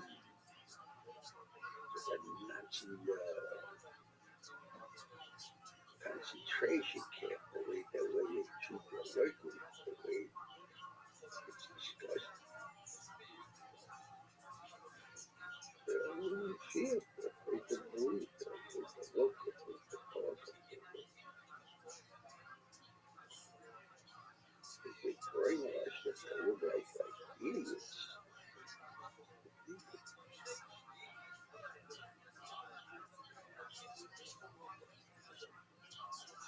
Part of this, but nobody can't believe what people live.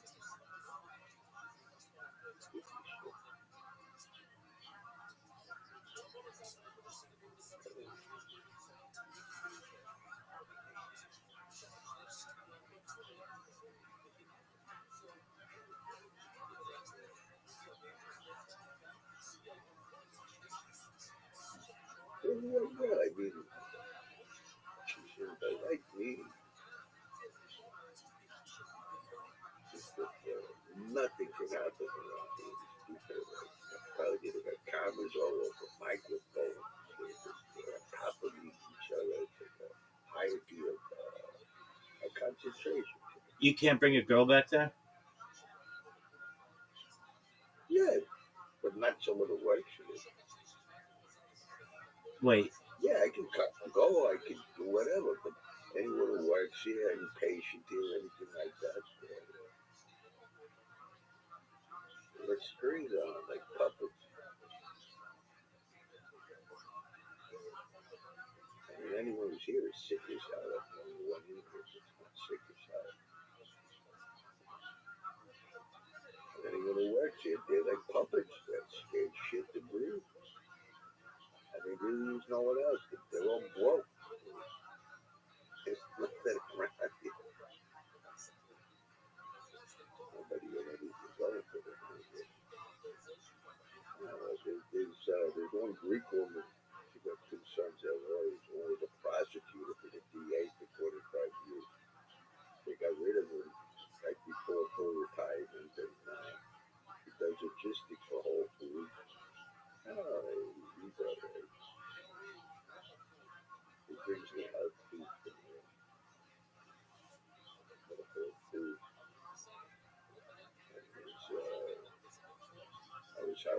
You know what it is? I help out their parents. These people appreciate it. People say, "No, give me."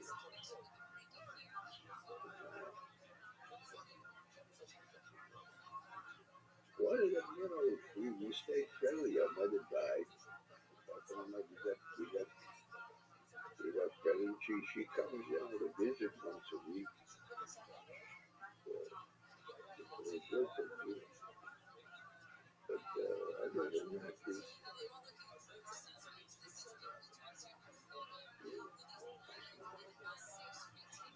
true.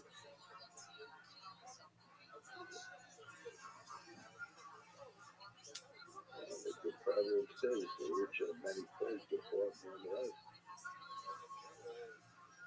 Only friendly, it's friendly.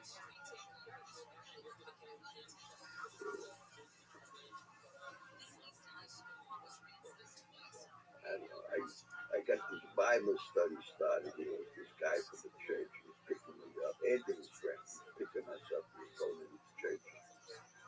These men's fellowship Bible study on Monday nights. For Sunday a couple times. There's nobody there. It's not. There's not doing okay. So it was paid off 80 years ago. So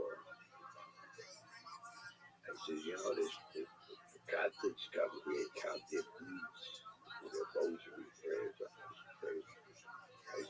Jehovah's Witnesses come around.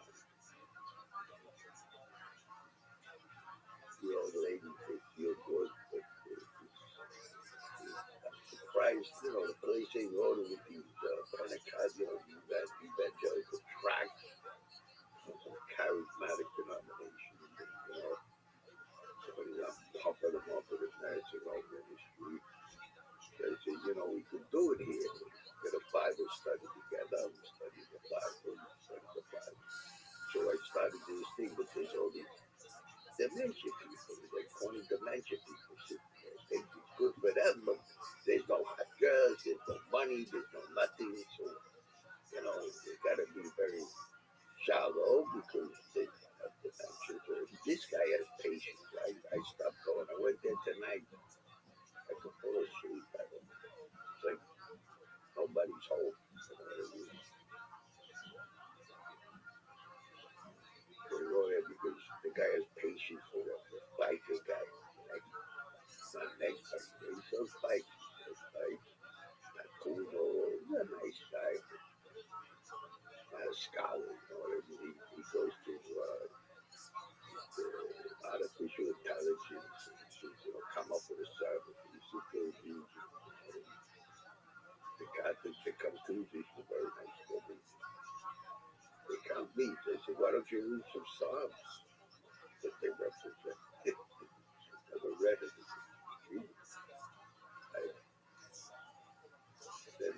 But there's nothing there,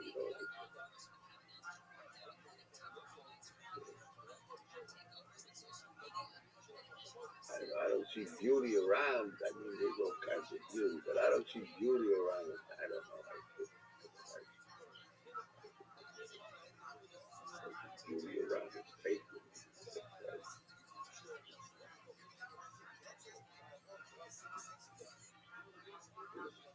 It's an old age show. Good for them. Outside.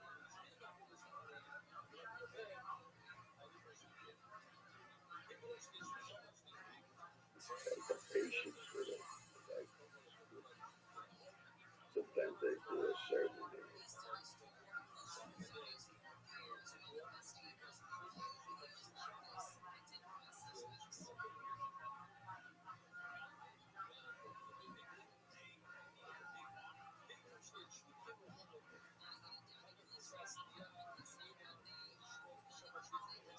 Secret gets around the book of the wall.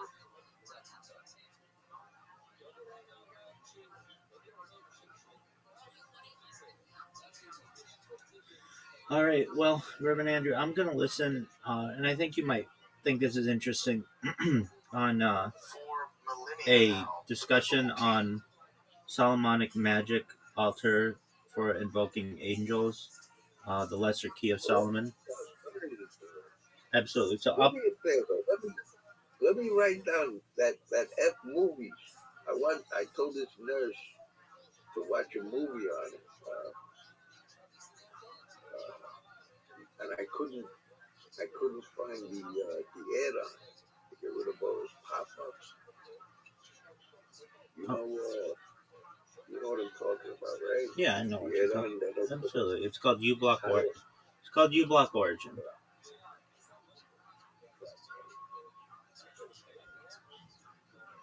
is that good for an Android also? Yes. Well, generally it's best for a desktop computer. You can get it on Android, but generally, if you're going to watch on Android, you should just use a different browser known as Brave, Brave, because it has the pop-up blocker built in. Let me write this down. What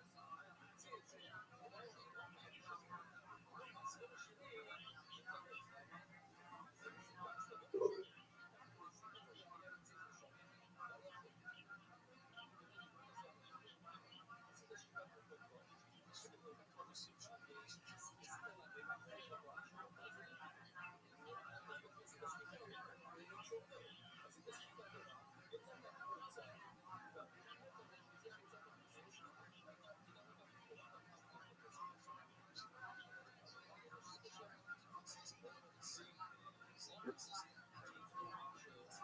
uBlock? Yeah, UBLOCK Origin, but that's on the desktop. Or no space? No space. UBLOCK space ORIGIN. And if she's using an Android device, just tell her to use Brave browser, BRAVE space BROWS.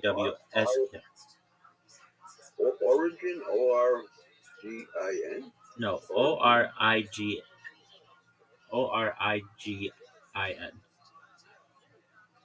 Perhaps I misspelled it when I originally said it, but it's ORIGIN. And for the Android is what? Brave, BRAVE.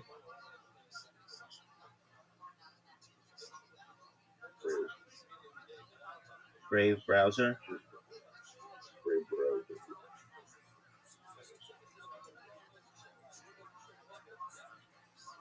Brave browser. Yeah, that should do what she needs. You're welcome.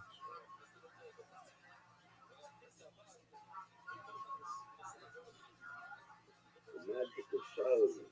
Yeah, so I do this introduction for my streams when I watch this, so I'm going to go through it, but I won't be able to talk. This is going to be about an hour, and then we can certainly talk about it afterward.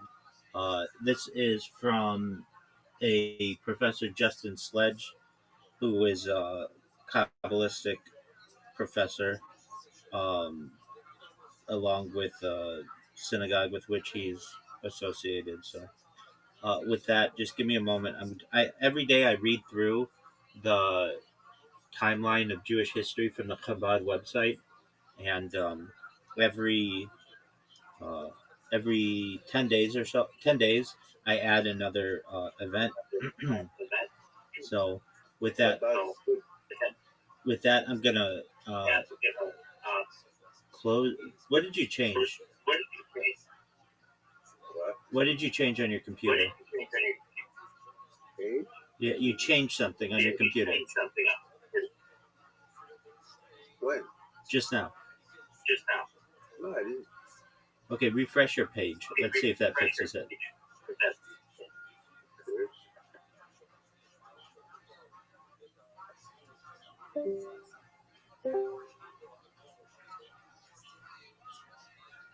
All right.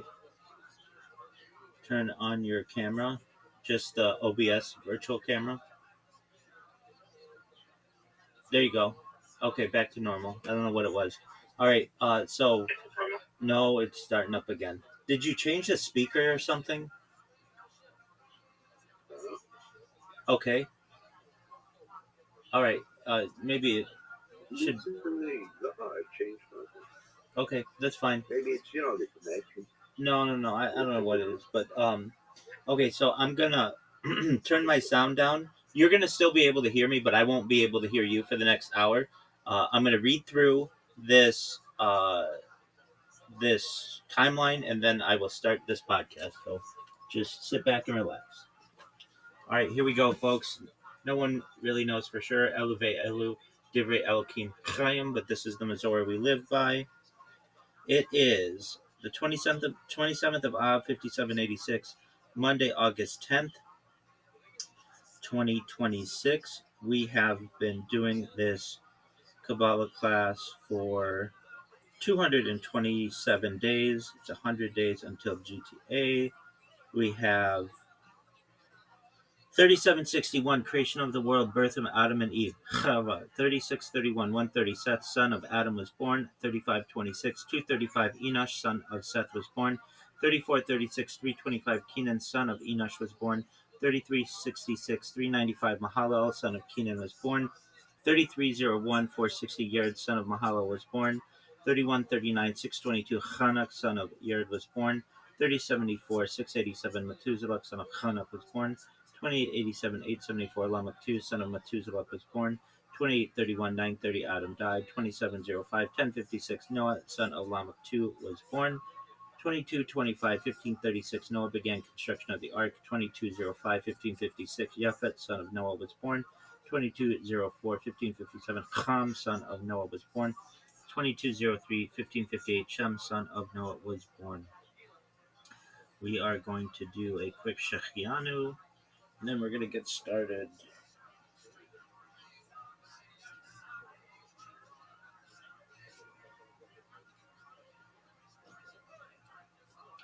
Rikata Adonai Eloheinu melech haolam, Shechianu, V'kiyemanu, V'higanyanu, Lizman Hazeh.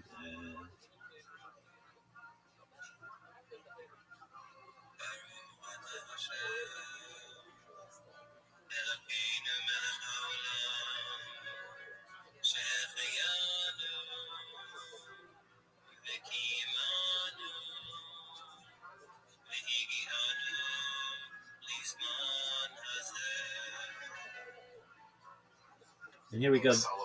This is Solomonic Magical Altar. Both angels and demons. Just for From a the moment. use of magical seals, magical rings, even super-powered Reverend magical Andrew, can you words, hear it?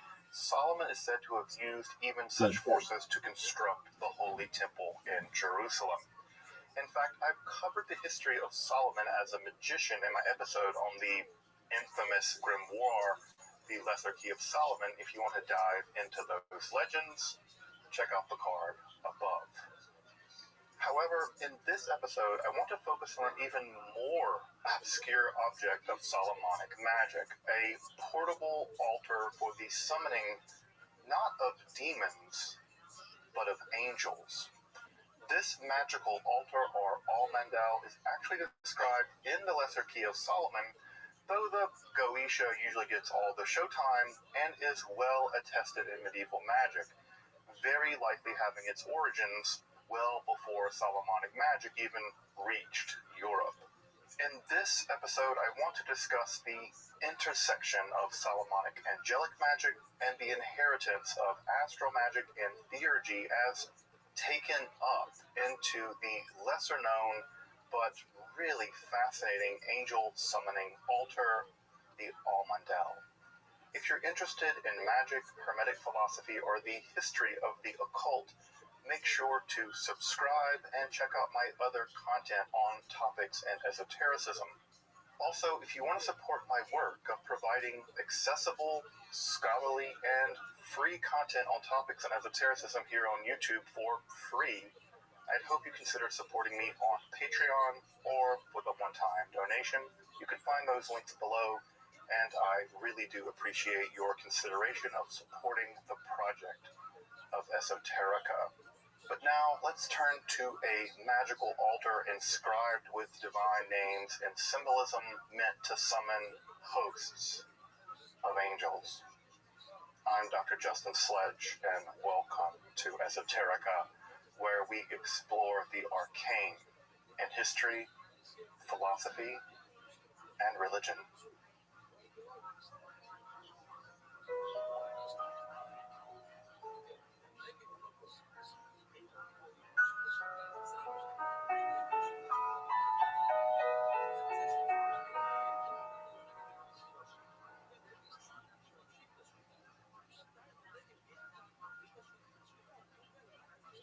Solomonic magic is a widely attested school of ritual conjuration, typically concerned with the summoning and binding of supernatural beings, often with a wide range of ceremonial furniture, invocations, and the use of divine names set into magical geometric shapes, typically circles and triangles, meant to protect the conjurer and trap the creature summoned, respectively. The most famous, or infamous, version of this magic is the genre of literature usually referred to as Clavicula Solomonis, or the Key of Solomon literature, very well attested early on in the scholastic period and continuing in popular practice and repression into the contemporary world of the occult. Of course, the most famous instance, at least in the Anglophone world, is the Lesser Key of Solomon, made famous in its employ by early 20th century occultists, folks like Aleister Crowley, but also because of the lurid demonic descriptions, the weird seals associated with these demons, and even its appearance in pop culture. Looking at you, Paimon, I'm still looking to get in touch with your agent.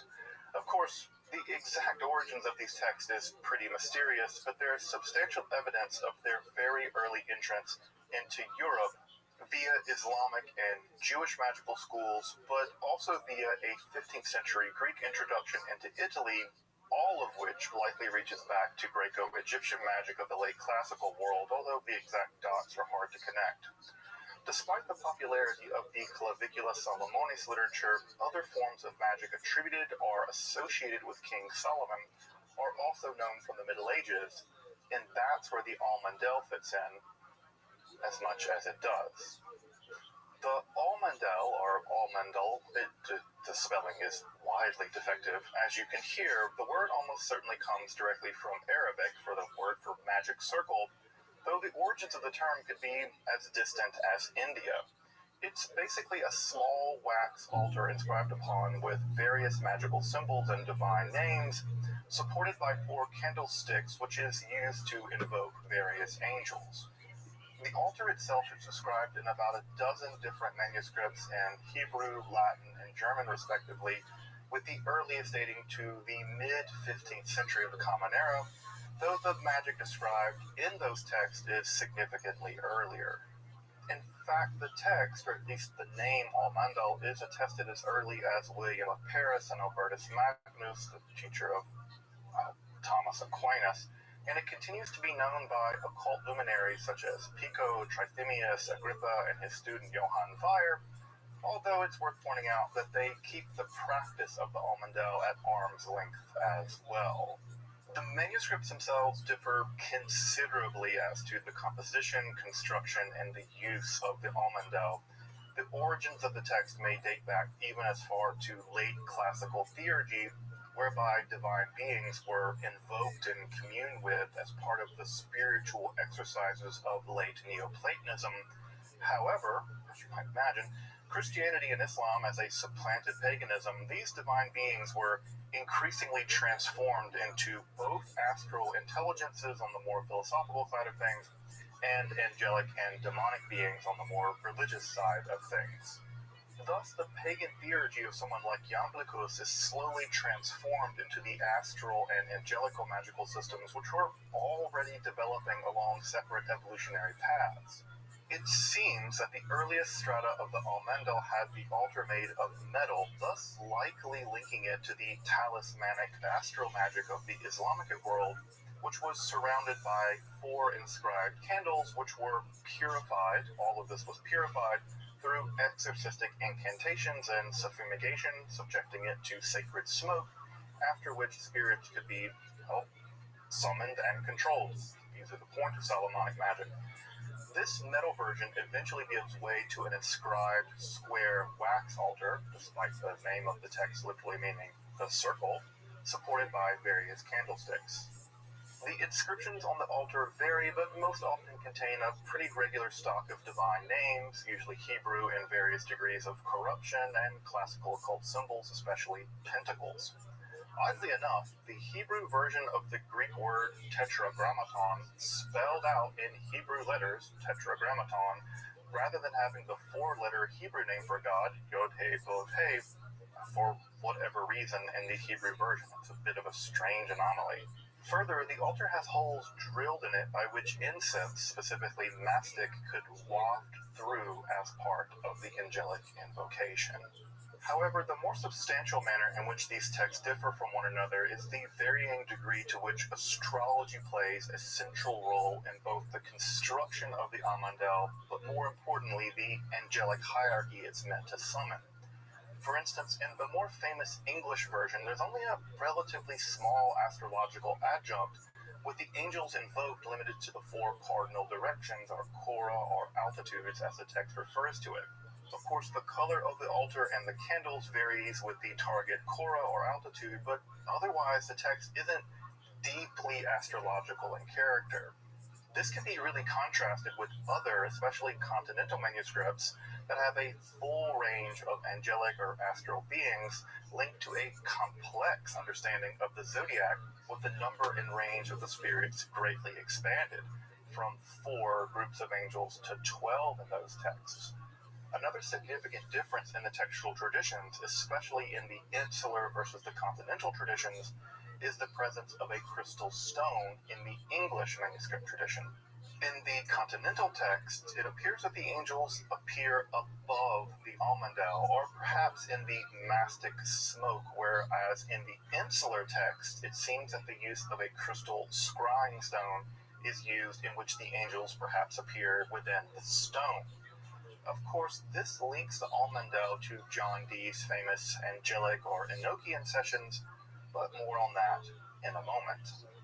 Overall, the text contains the instructions for the construction of the altar, the various spirits it can summon, which again range greatly from tradition to tradition, and the invocation for their summoning, some texts of which actually include the Apostles' Creed, showing just the degree to which the compositor of this tradition is trying to Christianize this form of magic.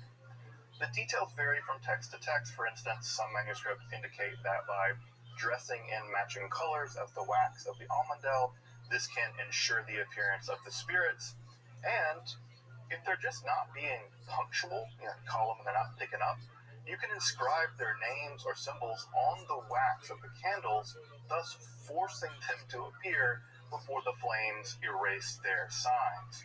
There's just something about threatening a tardy angel with burning that I find wonderfully cheeky. The point of summoning the angels also involves more straightforward magical desires or general interrogation of angels. You just want to ask them some questions, to actually forming bonds of friendship with these angelic beings, thus elevating one's soul towards the divine. In the more zodiacal versions, the various altitudes of the angels indeed reach ever upwards toward the divine as well, perhaps again concealing the Neoplatonic idea of a theurgy which elevates one's soul, still encoded as astral magic. Of course, that the text deals with angels and not demons didn't exactly earn it high praise from its detractors. William of Paris argued that people who think that simple geometric angles have the power to bind spirits are basically idiotic and perhaps even idolaters, and Albertus Magnus held that the astrological element of the text was simply a cover for what it actually was just astral necromancy. It summoned demons no matter what they called themselves or what the magus thought they were. Of course, Agrippa, in his later 3 books of occult philosophy, would hold that certain angles did, in fact, have mystical power, and he mentions the Almandel specifically and the pentacle in this respect. If you're interested in the occult power of mathematics and geometry in Agrippa's thinking, make sure to check out my episode on that topic in the card above. Of course, without a doubt, the most famous uptake of the practice of the Almandel would be the scrying sessions of Dr. John Dee and Edward Kelly. As you probably know, the earliest of the so-called Enochian sessions were concerned with the angels revealing a range of ritual furniture, including a series of wax seals, which were inscribed upon with a incredibly complex divine name. Here, 2 different strains of magical practice come together. Both the Almandel and the Sworn Book of Honorius come together as part of a complex substratum of Enochian magic more generally, which is of course still practiced to this day. In fact, in an English manuscript of both the Sworn Book and the Almandel, there is a shared list of angels of the zodiac, or the princes of the 12 altitudes. Of course, Dee, via his medium Kelly, would also use a crystal stone atop his wax seal of God, just as described in the insular Almandel texts.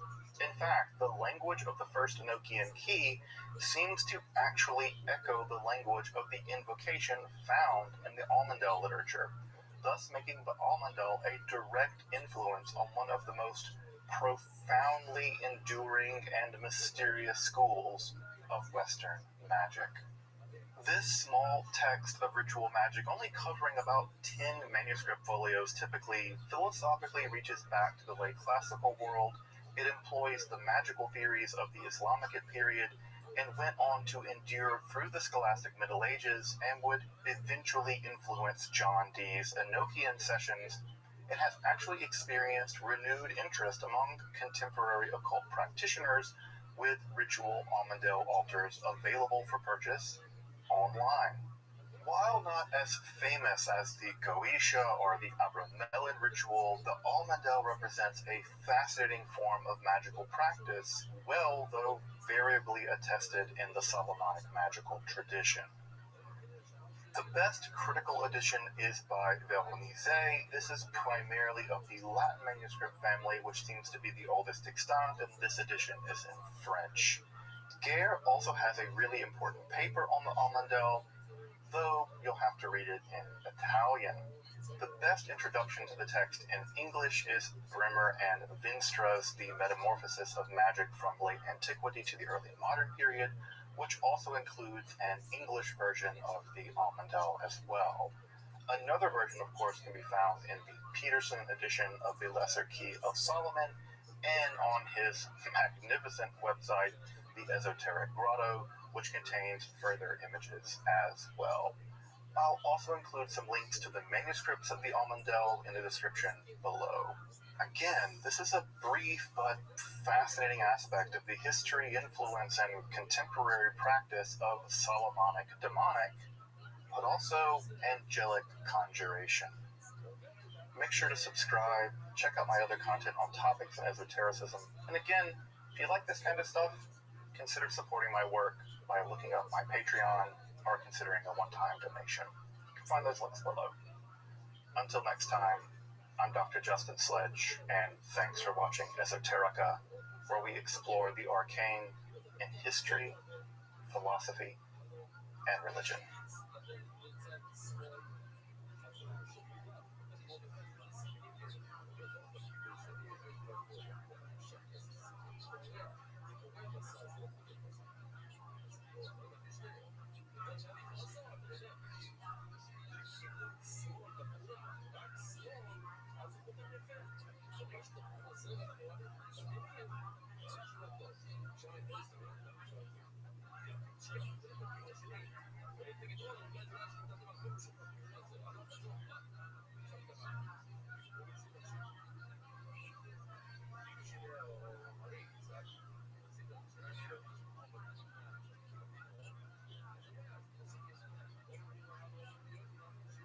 The revelation of Scripture is a staple of many world religions. the gods, often through angelic intermediaries, choose to reveal laws, the secret of time, and the destiny of all things to various people throughout history.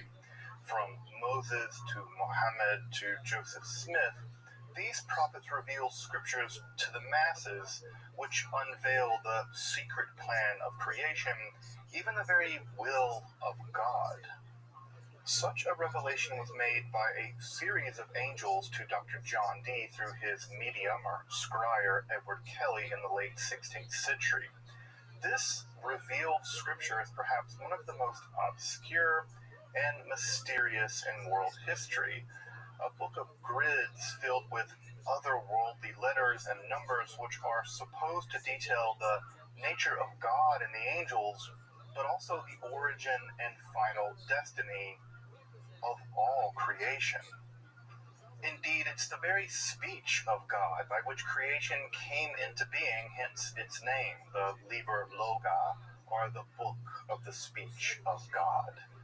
This mysterious volume is at the core of the apocalyptic angelic revelations made to Dee and Kelly in their, let's call them, tumultuous angelic conversations, and is said to have the power to unlock the most powerful form of magic ever known to human beings. In our second episode on Enochian, or as Dee often had it, celestial, Adamical, or best, which is the angelical language, I'm going to explore perhaps one of the most mysterious scriptures ever revealed to mankind, the Liber Loga. If you haven't seen the first episode on the angelical language, you may want to check it out first by clicking the card above. Also, if you're interested in magic, hermetic philosophy, or the academic study of the occult, make sure to subscribe to the channel, check out my other numerous contents on topics in esotericism, and also, if you want to support this work of making accessible, scholarly, and free content on topics in esotericism accessible right here for free on YouTube, I'd hope you consider supporting me via Patreon or perhaps with a one-time donation. You can find those links below, and I just want you to know that I really do appreciate your consideration of supporting the channel, your subscribing, your liking, and your sharing of the content. I'd also like to say a special thanks to Father Aaron Leach for looking over the script for this episode and sharing his really wonderful and deep insights which make this episode possible. If you're interested in Enochian magic or the angelic language more generally, his studies are really indispensable, and you can find links to his works in the description below. But now, let's turn to a scripture that records the divine speech of God and is said to unlock the very gates to the apocalypse itself. Dr. John Dee's Book of Enoch, or the Liber Loga. I'm Dr. Justin Sledge, and welcome to Esoterica, where we explore the arcane in history, philosophy, and religion.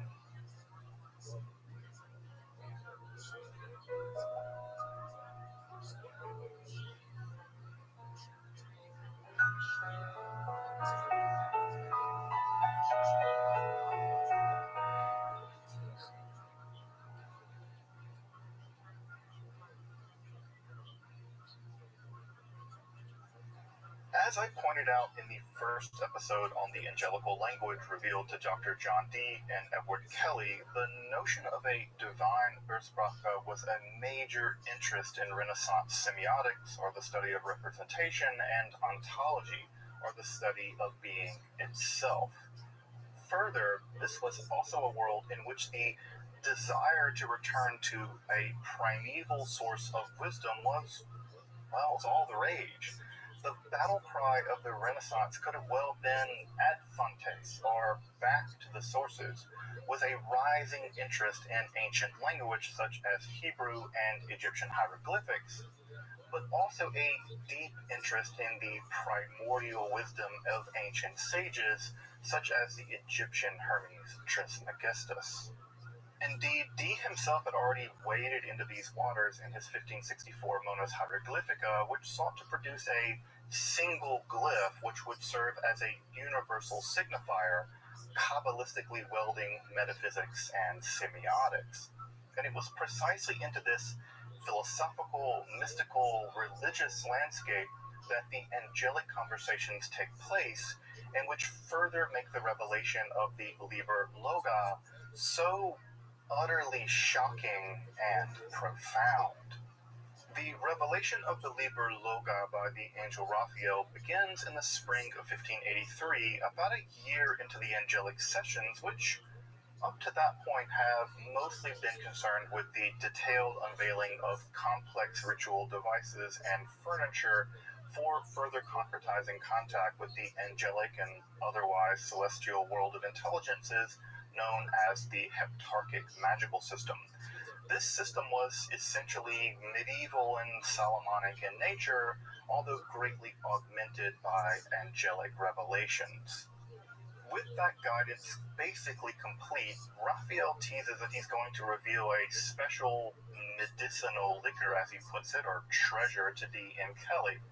Of course, at this point, those wild and crazy guys are more interested in the location of buried treasure, which they basically pester the angels about endlessly. I mean, pester. Like, the angels have to kind of chide them at points because of their obsession with buried treasure. Though, as Leach rightly pointed out to me while I was preparing this episode, the angels are actually kind of stringing the boys along with promises of treasure.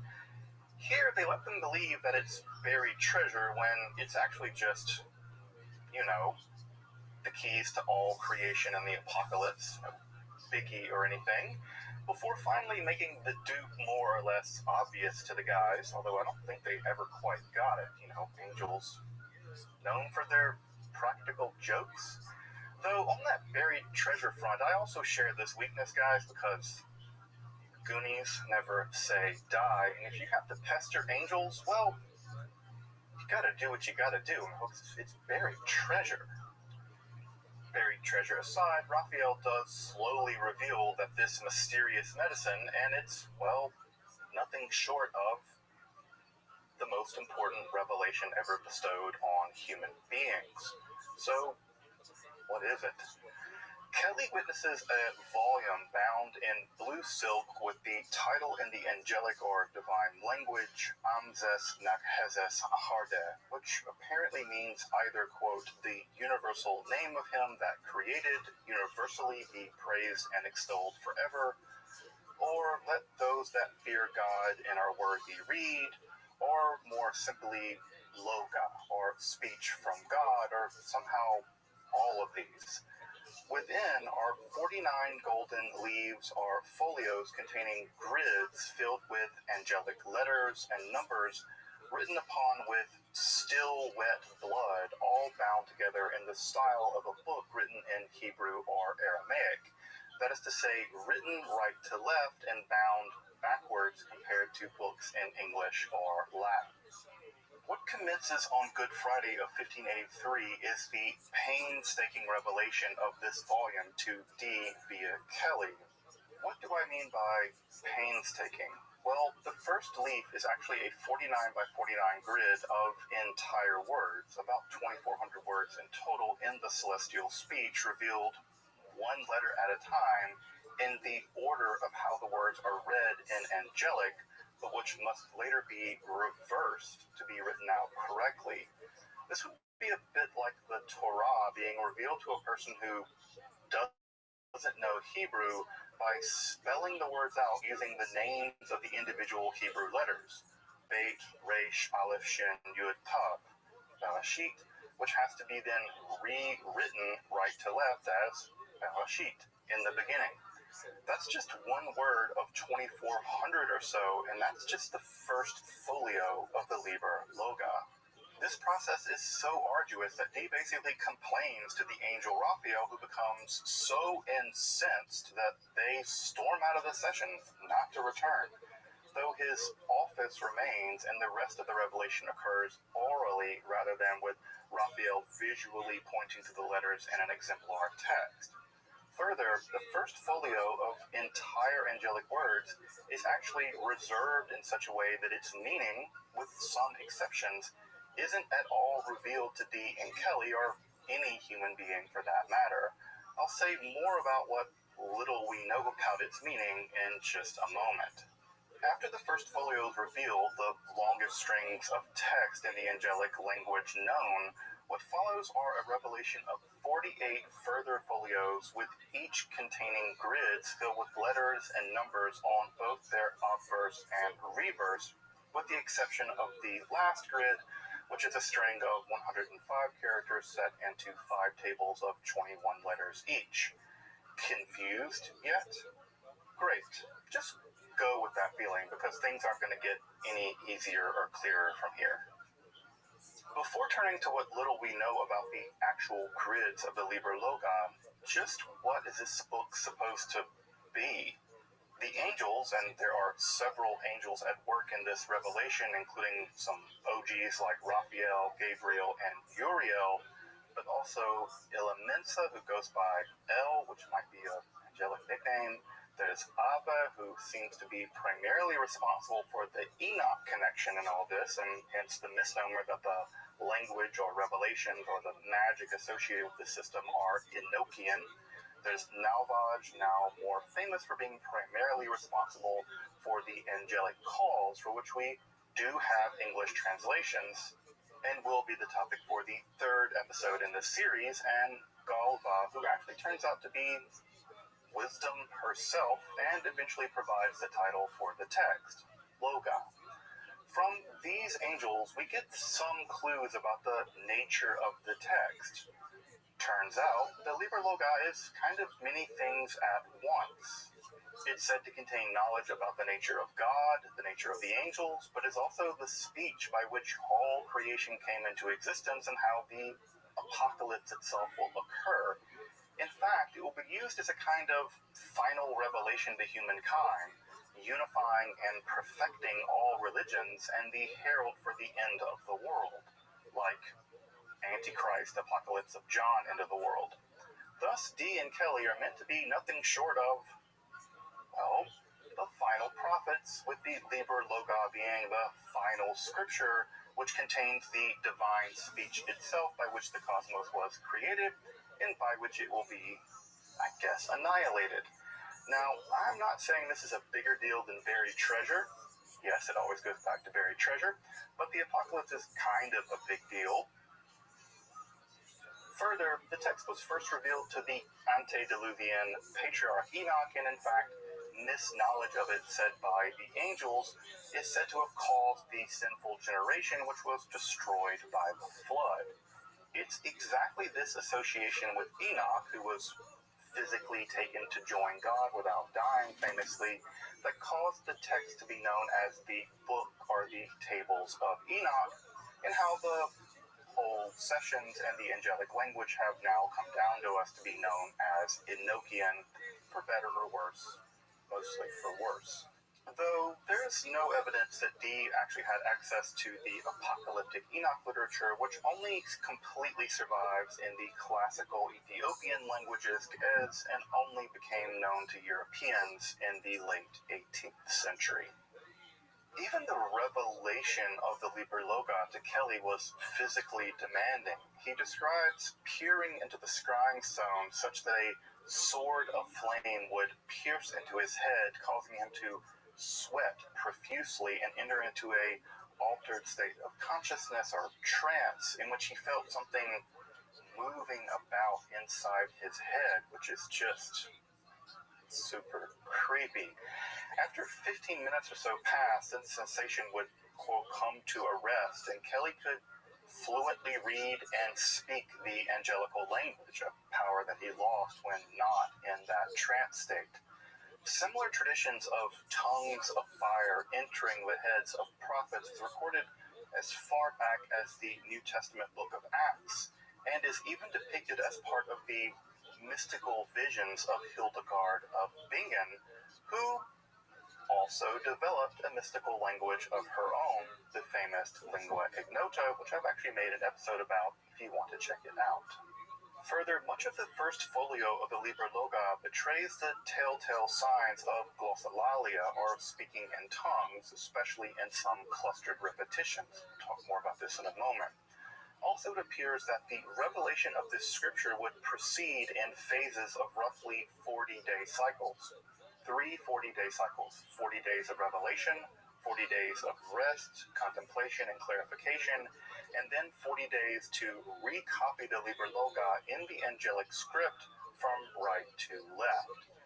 Now, the actual process of how all this went down is a bit of a huge mess, and by the end of it all, Dee is begging the angelic maiden Madimi, who he actually named his daughter after, to get her mom, who is actually the wisdom angel Galva, to just make him a copy of the book the way that it's supposed to be, which she actually agrees to do and then doesn't really deliver on. Of course, this is all recorded in the Spirit Diaries if you want to trace out this wonderfully complicated drama. And trust me, there is no better drama than angelic drama. Now that we know the importance and mode of revelation, what do we actually know about these grids?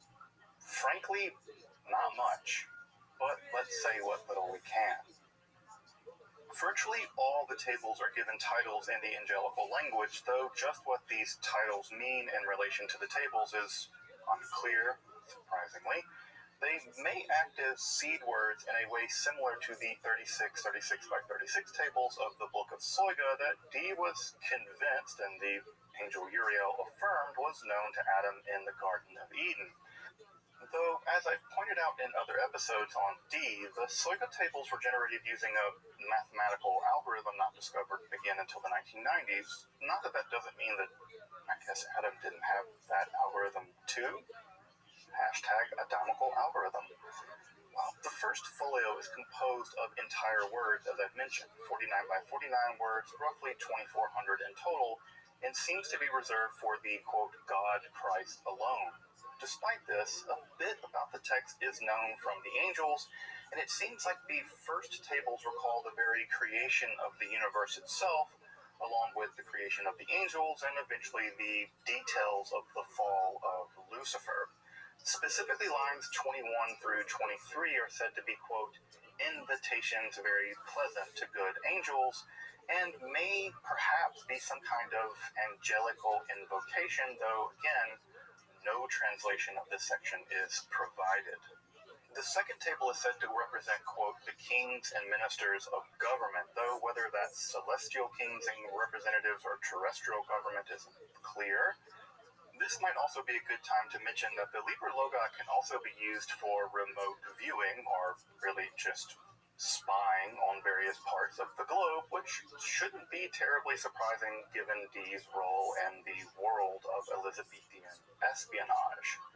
The fourth table has something to do with the incarnation of human beings into our physical bodies, while the ninth is perhaps the strangest and most famous of the tables of the Liber Loga, as it was reproduced in Casaubon's True and Faithful Relation. This table is unusual. I mean, unusual compared to the other tables. All of this is pretty unusual, to say the least, because it contains numerals in its four corners and a circle in the center with further numbers, along with the name of the heptarchic prince of the sun and Sunday Bornogo, written in a star-like pattern, kind of like a shining sun. While the spirit occurs in this table and none of the others, again, it isn't clear, but this table does stand out as somewhat idiosyncratic. Further, table 19 or 18, depending on how you count, if you count table 1 or not, is said to be, quote, about the spirits of the earth.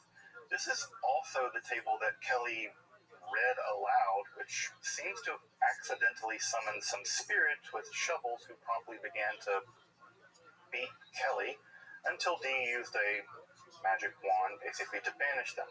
So don't read any of this out loud unless you want to be beaten with angelic shovels. The remaining tables seem to represent the 30 aethers, or the heavenly realms or strata reaching up from the earth to the very throne of God. This is also, by the way, how you do the whole remote viewing thing, by contacting the appropriate angelic governor of the appropriate aether. These aethers aren't exactly stacked atop one another, but seem to interpenetrate each other somehow. Also, it's worth mentioning that this text is structured like a Hebrew book, and thus one descends, like Merkava tradition, one descends from the Aether of the Lil down to the fourfold, a first Aether of text. This seems either lost or ignored by some occultists, with folks like Aleister Crowley kind of going backwards or upwards in his famous working. I'm not sure exactly how that worked or whatever, but yeah, that's a thing. The last and 49th table is also unusual. It's revealed by the angelic wisdom spirit Galva. The final tablet seems to represent the evil and chaotic final period of the reign of the Antichrist as a kind of epilogue to all of creation. Unlike the others, this table is actually written in 5 tables of 21 letters each, though the Revelation actually contains a total of 113 letters, which with a little manipulation and kind of looking at it sideways, can be reduced to 105 letters, which do actually fit into those tables. Further, the final revelation of Table 49 is accompanied by horrible appearances and is said to represent the, quote, disorder of the world, with D noting that it was, in fact, quote, a hellish, wicked one. Indeed, Galba calls the tables a hodgepodge without order, though, interestingly enough, the word Loga is actually the very first word revealed in this final evil table. The language of the Liber Loga isn't particularly otherworldly despite its alleged angelic origins. For instance, it doesn't really contain any particularly exotic phonemes. They're more or less identical to those of Latin or English, and despite a few consonant clusters that would prove difficult for an English speaker, though perhaps a Polish speaker wouldn't have any problems at all, there isn't anything specifically challenging about the pronunciation of the angelical language here. Though, you should probably recall that whole Edward Kelly getting beaten by spirits with shovels bit for reading parts of it aloud, and, you don't have John D with you to use his rainbow magic wand combo breaker against them. As I noted earlier, there are also telltale signs of glossolalia, or speaking in tongues, especially localized phonemic clusters in either repetition or just slight mutation, or both. I do think this is evidence that Kelly did enter into a significant alteration of consciousness during these sessions. While no extended string is translated in the Liber Loga, some glosses of words are given, and it appears that there is some phonemic continuity with the later angelic calls. Though, at least from a computational level, for instance, calculations of Shannon's entropy or Zipf's laws on the Liber Loga and the angelic calls does seem to reveal enough informational difference to indicate that the languages, the language of the Liber Loga and the language of the later calls, are in fact distinct. Now, what to make of that, I don't know. While I've done some amateur computational linguistic analysis of these two data sets, I'd really love to work with an academic computational linguist on a full analysis of the angelic language. To my knowledge, this has never been done. It would be a really fascinating little project. Shoot me a message via my website if you're an academic computational linguist and this sounds interesting to you. So, how are these tables supposed to be used? It appears that after copying them out correctly, they are somehow unlocked or open using a series of 48 calls or psalm-like texts written in the angelic language, along with all that complex ritual furniture described in the earlier heptarchic system. Starting with the second table, recall that the first one is sealed for the, quote, God Christ, and the first angelic call, along with the famous prayer of Enoch revealed by the angel Ave. One would work through each of these tables and calls, including the final call of the Aethers, by substituting the names of the various Aethers, starting with Lil and working your way down, so to speak, to the layers of text. Though just how this is supposed to work is anything other than clear, and there's basically no evidence that Dee and Kelly even attempted such an undertaking. I mean, this whole thing is supposed to kinda herald the apocalypse, so monkeying around with it seems like a real bad idea. Like, I accidentally the apocalypse. Sorry level of bad ideas, but you do you, as the kids say. Though I should point out here, there's a long-standing disagreement in the world of Enochian magical practice about the correlation of the apocalypse with the dissemination of the Liber Loci and the opening of the Liber Loci by the Gabofal ritual actually causing the apocalypse. Of course, correlation isn't causation, and while the journals do strongly correlate them, the revelation of the Liber Loci with becoming apocalypse, it isn't totally clear that the relationship is causal, that unlocking the Liber Loci causes the apocalypse. Though if the Gabofal ritual doesn't inaugurate the apocalypse, then what does it do exactly? Well, good question, because as I pointed out, Dee and Kelly never really seem to have unlocked it or practiced it. My speculative answer is that it seems to be some kind of mechanism for descending, yes, descending toward the divine, perhaps resulting in communion or communication with the Godhead, perhaps in a visionary form, not totally unlike the ecstatic forms of revelation found in other works of Renaissance occultism. Think Ludovico Lazzarelli and Cornelius Agrippa. Though I'm really just speculating, it's all rather mysterious and, oh yeah, it's all real scary. I'm serious, apocalyptic levels of scary. Of course, I'll be coming back in the third episode of this series to take a look at the angelical calls themselves. These calls are important both magically and linguistically because they contain extensive sections of translated material and thus insights into the vocabulary, grammar, and syntax of the angelic language itself, a topic that's been profoundly interesting to both occultists and linguists for ages. In fact, it was the so-called Enochian language that got me interested in the academic study of esotericism to begin with. So that episode is going to be a ton of fun to make. I get to channel my inner 14-year-old self. The text of the Liber Loci can be consulted in the original manuscripts in Edward Kelly's hand and Sloan 3189, though it's worth noting that many of the final tables there are incomplete. Though, this incomplete status of the later tables may also prove to be a really important insight into just how they were constructed. A project, however, for another day.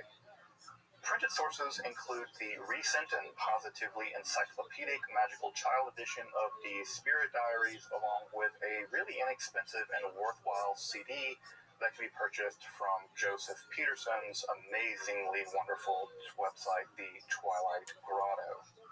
In my opinion, the most comprehensive study of the Liber Loci and the Gabofal ritual to unlock it is Father Aaron Leach's work, especially his first volume of his study of the angelical language.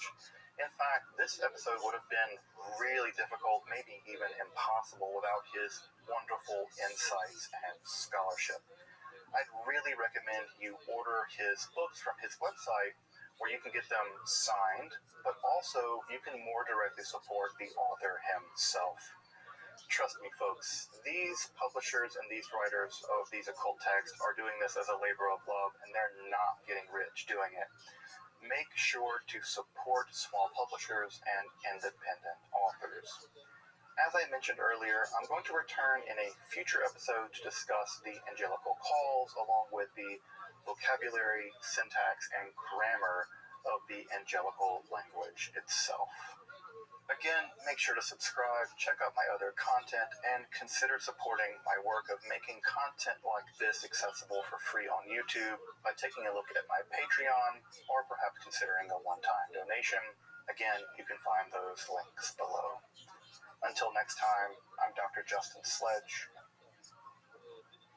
and thanks for watching Esoterica, where we explore the arcane in history, philosophy, and religion. Reverend Andrew, you there? Yeah. Yeah, I've been listening. Okay, very well. What do you think?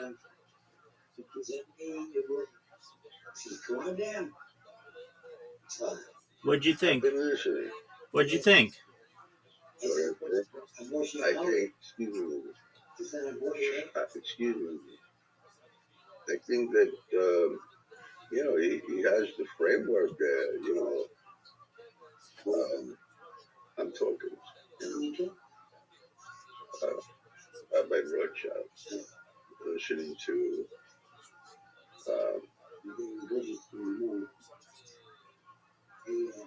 I'm talking, so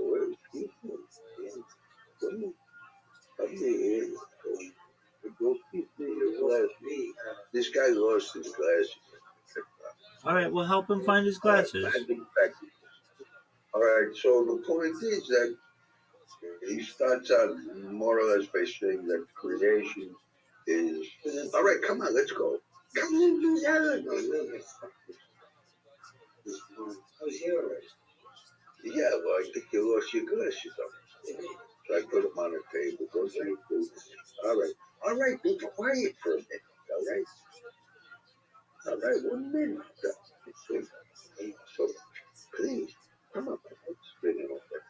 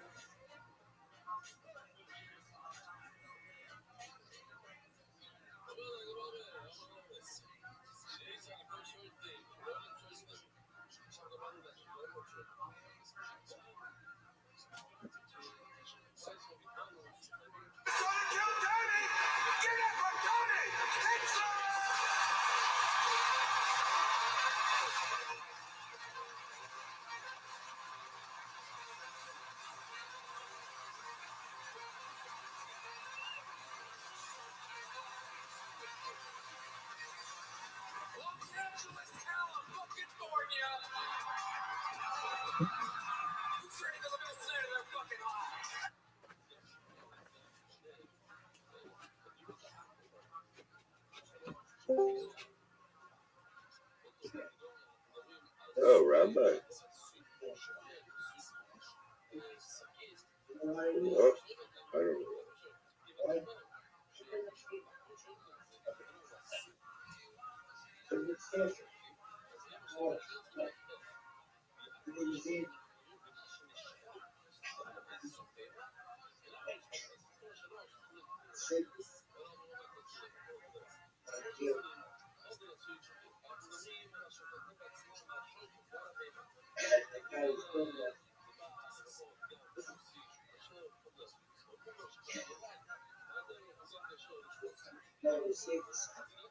Rabbi, you here? I don't know what happened. I lost the connection. Yeah, I heard you. I know. I heard you. I know. Hey, I know. That's great. Yeah, nice. Those are your glasses?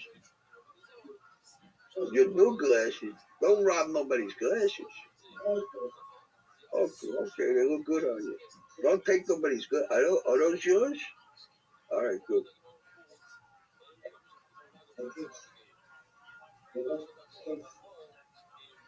Yeah, they look good on you. Sophisticated. I don't know what sophisticated means. Right. Are you here? Where'd you go? I don't know what happened. You lost the connection. But, he's telling you how to use the Bible. How the framework of the Bible. You can't do this without the Bible. It's embedded in the Bible. There's no Kabbalah without the Bible. It's included. To practice Kabbalah, you need the Bible, practicing Kabbalah. You could study, you could take the framework out of it, study the practice of the Bible. That's what I think. Yeah, it's 3 sets of 40. What's it called? Revelation, rest, and I call it creation,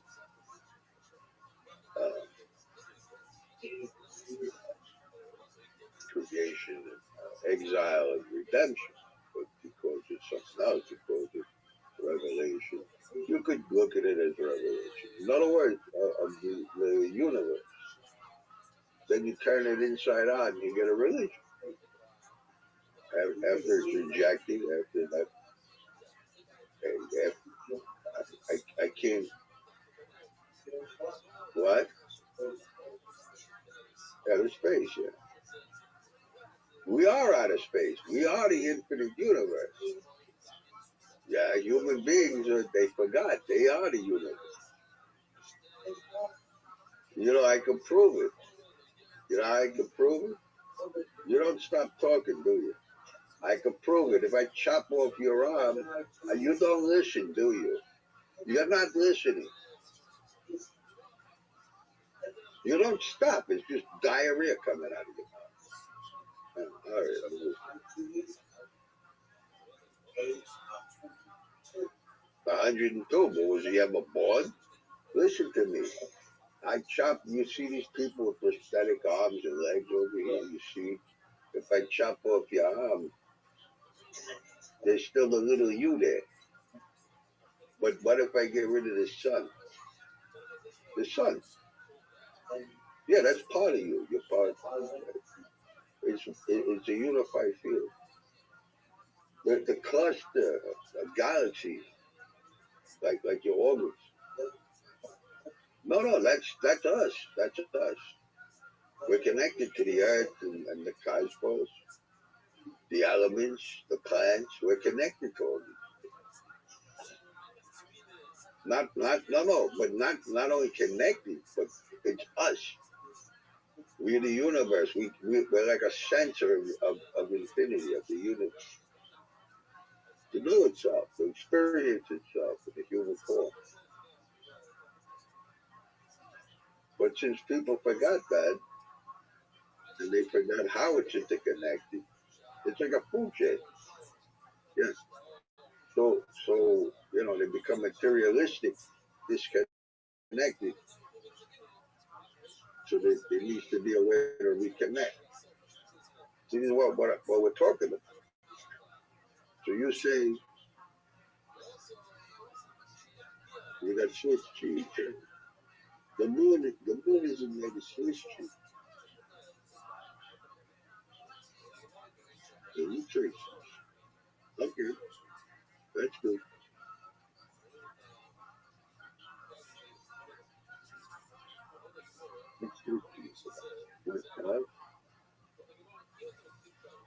Not if I want to be healthy. I eat everything.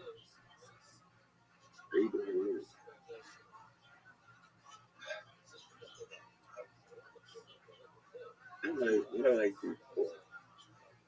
I know, man. Reverend Andrew, if possible, You if you're know- not talking to me, can you mute yourself? I'd appreciate it. Thank you, sir.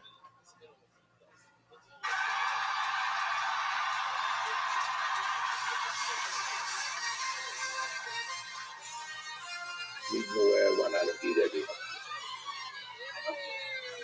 It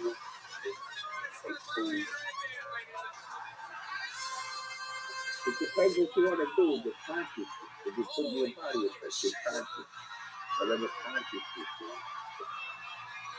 But anyway, how about you?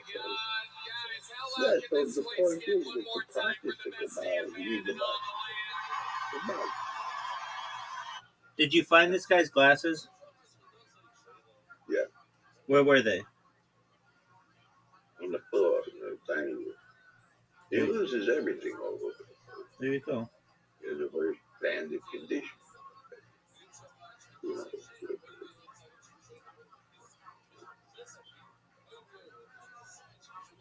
so to study the framework is one thing, and to practice it, you need the Bible. But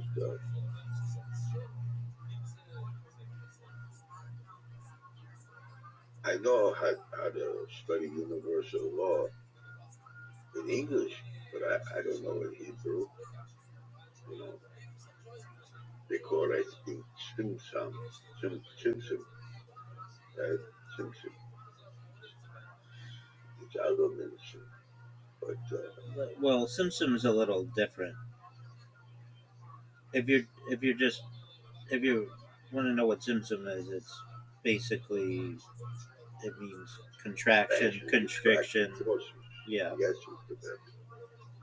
yeah. So that's how you have to study creation. Stand everything on its tree. Take it apart, put it back together. Then that's the Bible is creation and inside out. That's why it's eternal.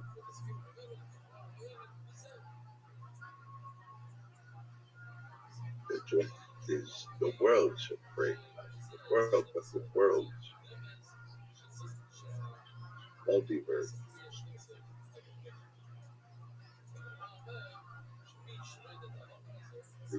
To use an analogy, it's something like 0 to 1.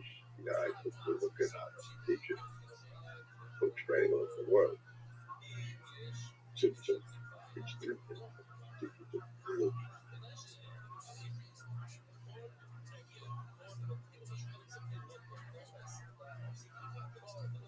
The demons defy life. That's not a good symptom. But they never really doesn't demystify life. It's a bridge. No, I can't. You told me.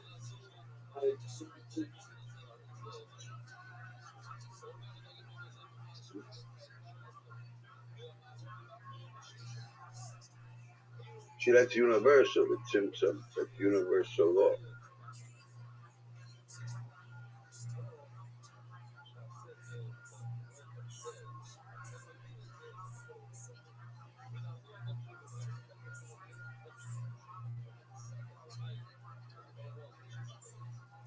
Forces of expansion, contraction, and substance.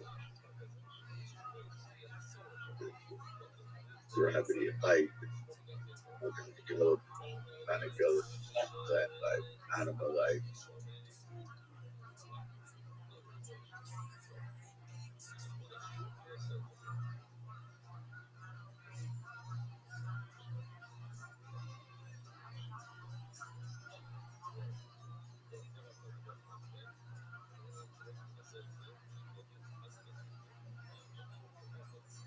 Notice he said creation, and what was the word he used?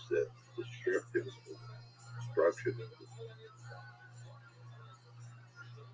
Liberating it. Highly. Liberating. basically does like he does an AI search. That's it.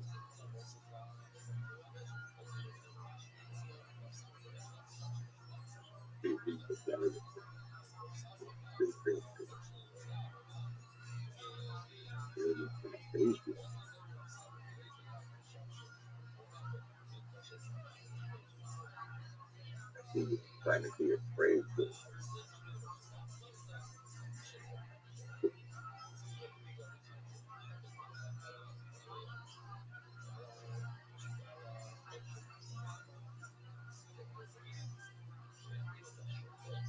people are afraid of what they don't know. Who turns the fear? Fear of what they don't know, and the physiological fear, excess fear.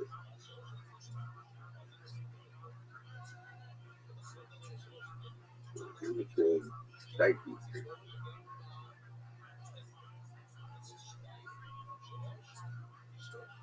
There's a will of creation, transformative will of creation, and then when you get break from that, you design. You can open the design is active. Will desire come together. Opposite of will. Will God doesn't feel a desire. Good. After a while, there's a hunger there. This is walking off from all the six friends. And he was getting into that too, how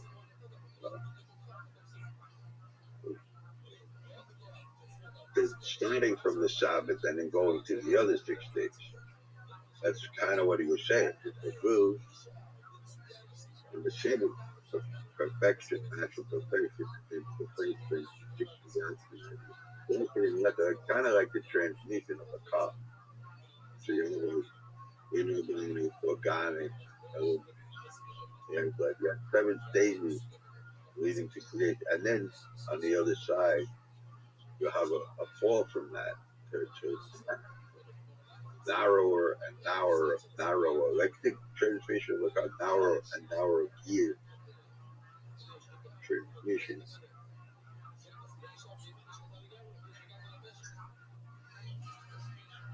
You can kind of compare the workings of the civilization to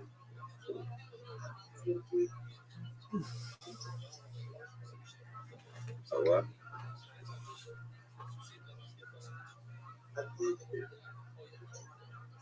You can't really compare creation to that. The creation of the world, yes.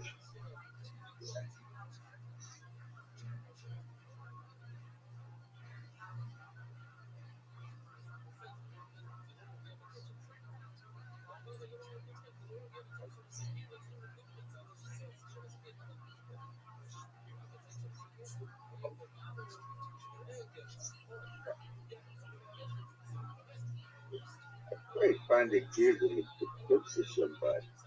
The humans, each of the humans,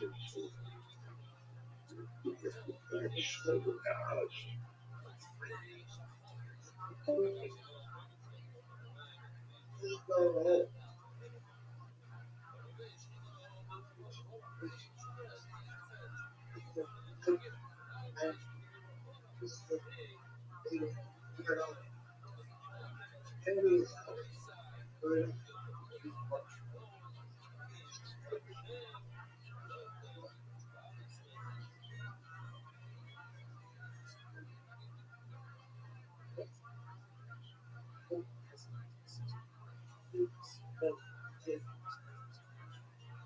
You know, like hints to teach, like this professor, like hints on the framework of how the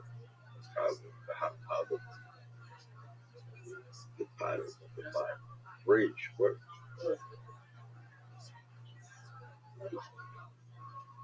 I guess in itself it could be used as a bridge.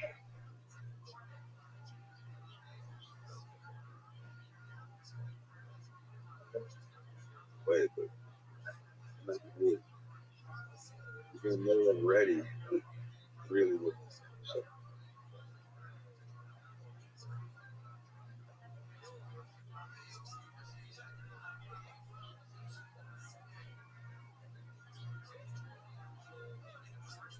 it's gonna be hard to make a hostage.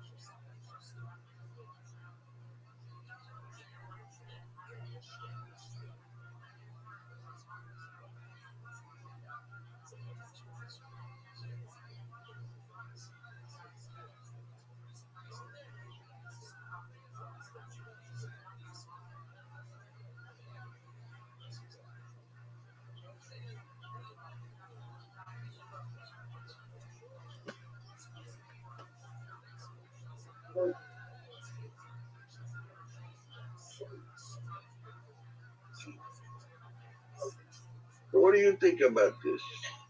What do you think about this? Anybody that like universal king? It's a symptom. I don't think anybody knows. I think it was Nobody analyzed until we have Mashiach. People are antsy. They keep making stuff up and have for 1,000 years. Since we haven't had the temple, people just continue to build upon other stuff, but they don't have any solid foundation. But we go with the foundation of what? 1,000 years. 1,000 means constant. 700. Why 300?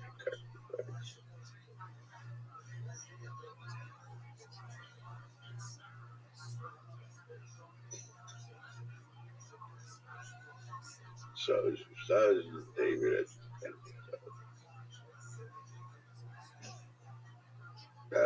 years besides 10,000.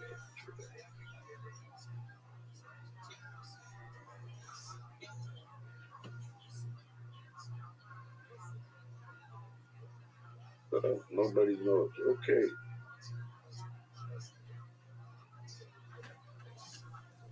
That's right, because you can't demystify the universe.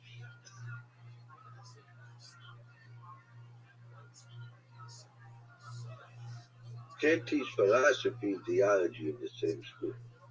One is a bridge, the other one is falling out of it.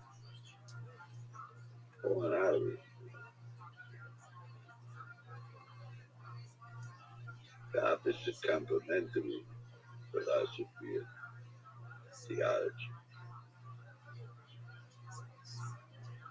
One should be a way to get to the 7th level, understand creation. It's creation. In other words, universe, all powerful, understand everything, all present. And the other one is a bridge between 7 layers of perspective.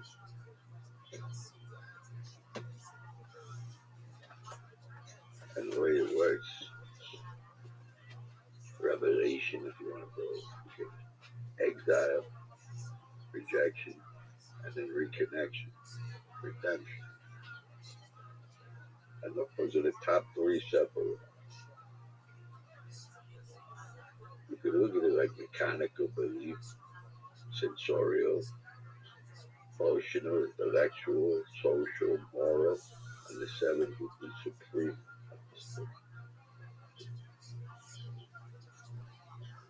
And that would break off the finite mind, the infinity,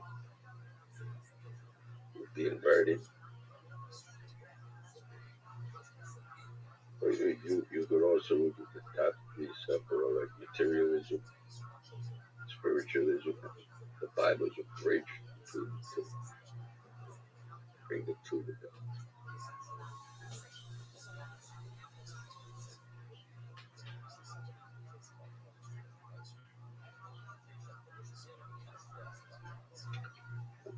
That's what I think. 21 letters. 7, 7, 7, 7, 7, 7.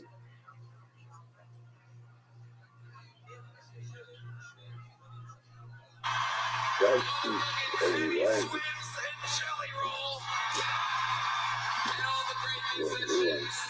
Has begun to bloweth. We are here. This is indeed the number one live podcast in the world.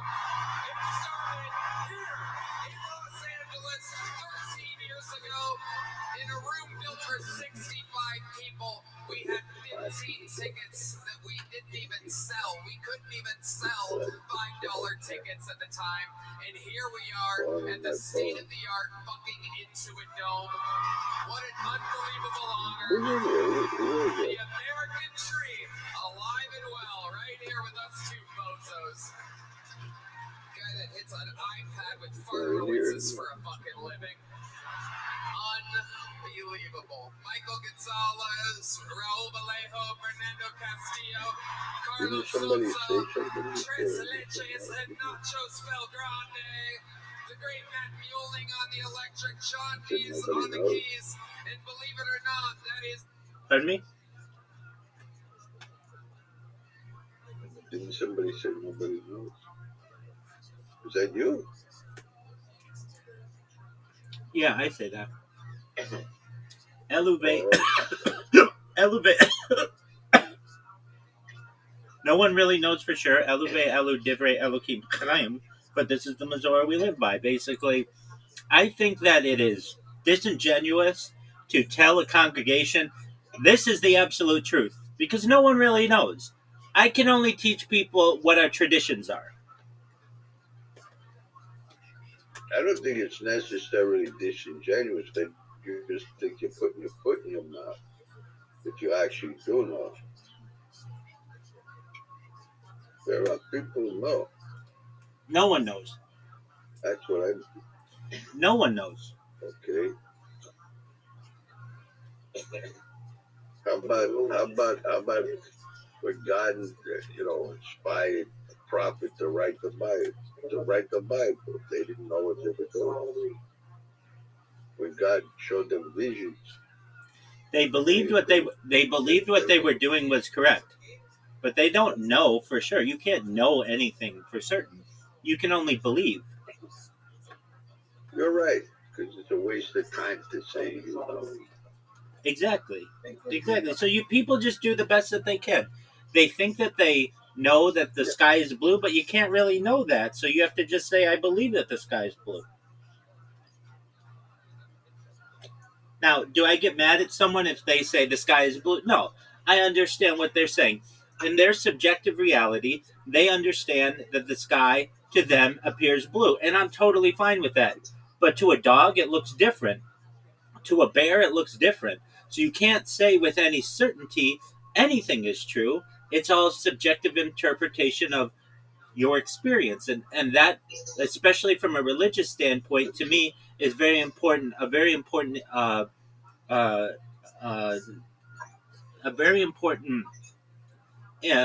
statement to make, because if not, people start to say this is the absolute truth, and we know this to be the absolute truth, when really there is no absolute truth. No one knows. absolute truth. No one knows. I don't know what it means, but No one knows. No one knows. We believe it to be, and that's fine. But it's disingenuous to say we know that it's the truth, because we don't know anything that is the truth. No human can really know anything. It's a very philosophical question. but religion and philosophy are opposite, aren't they? To say that you know something is a similar way to say that something is beautiful. To you, it may be beautiful.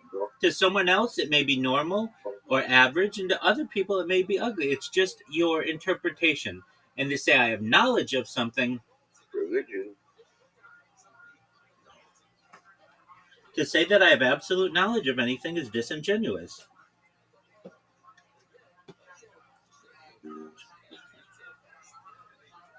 well,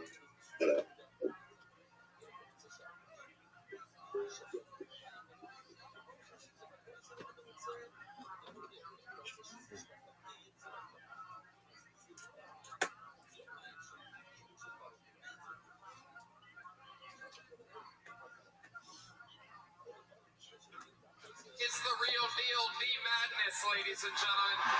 Live in the flesh. Oh my God. Before we get started, here's a little bit more from the amazing sponsors that made it all possible.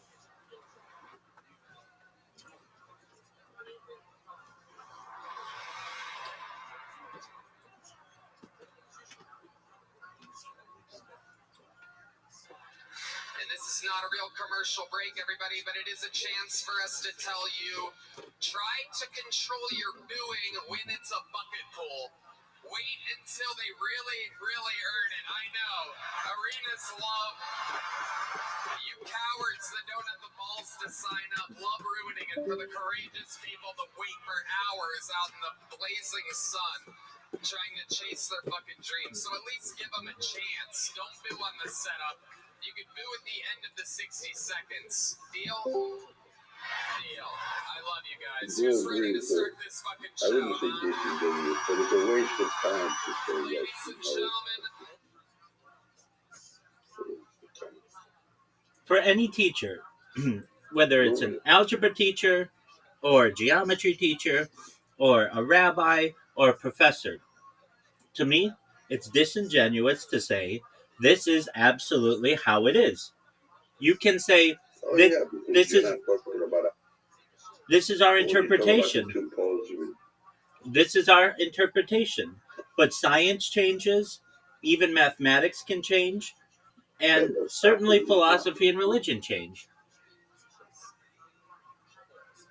So whenever I teach a class, I start with the statement, no one really knows for sure, Elu ve'elu divrei Elokim chayim, but this is the Missouri we live by. This is our tradition.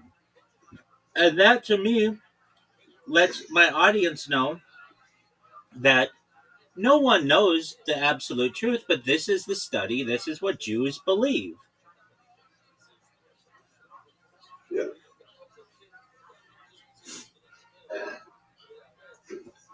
Being that it's not universal, it can't be absolute. But I can give you universal principles. I can give you 7 principles and 12 theorems between them that always hold everywhere, every time, and every way. Not necessarily. We Can could explain we all could phenomena. we could develop a hypothetical world where they don't work. You can't do that. I'll Watch give you me. the principles. You absolutely could. I could say whatever principle says that it's 7 in this world now is 10.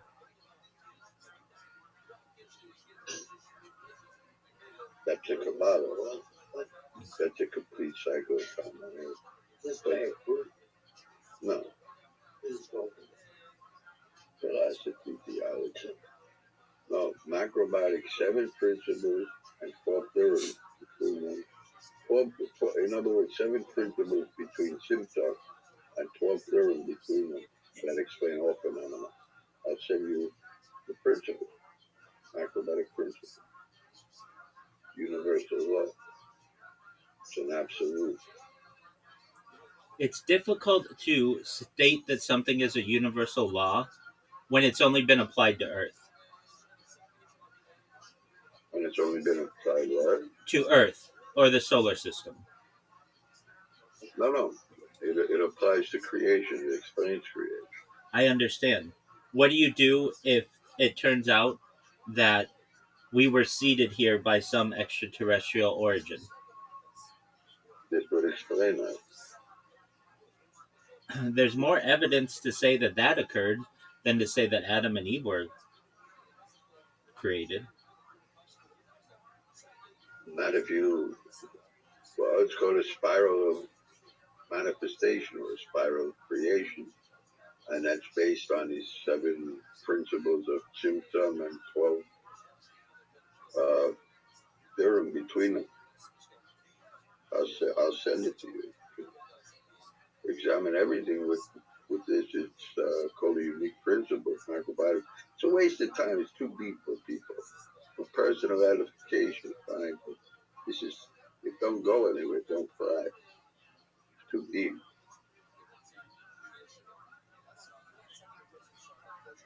Just direct in English, very concise, direct. It's like Achim's razor.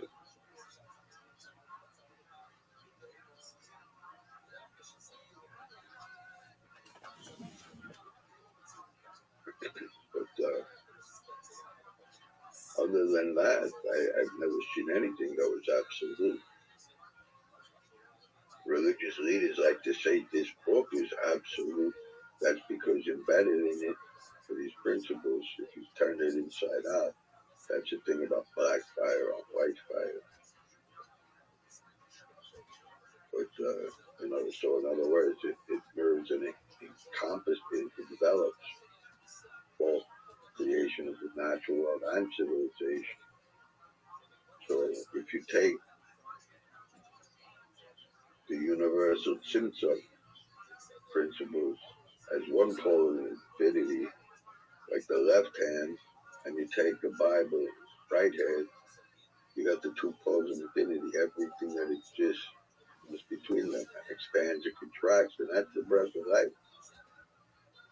And expansion and contracting universe.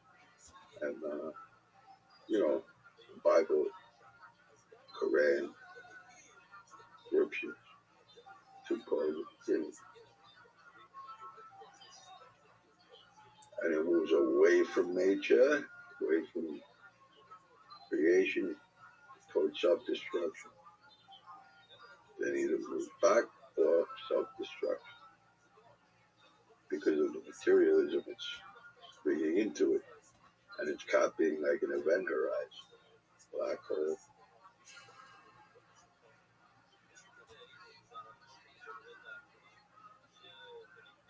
If,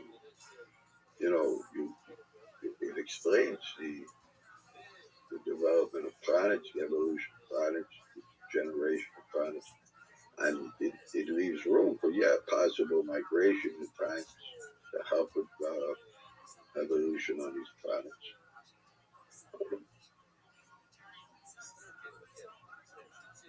Not in the Darwinian sense, but creationist sense.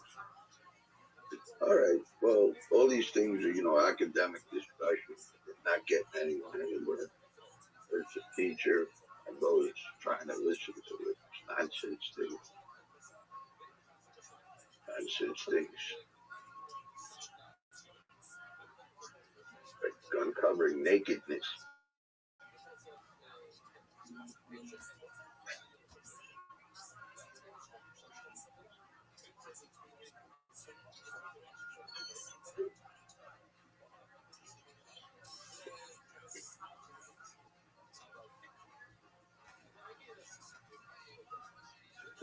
But yet, tradition, that civilizations unfold around us. Something that helps the people get through life.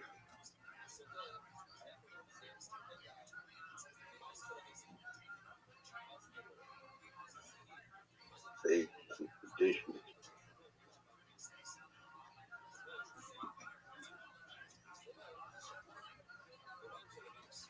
I thought macrobiotics on and off for years. So, very few people reverse diseases, learn how to, universe was constructed. Most people just wanted a diet to eat to get better, weren't interested in the philosophy. Think about it. But it's not a popular thing. The deepest teaching, too deep for people. Not interested.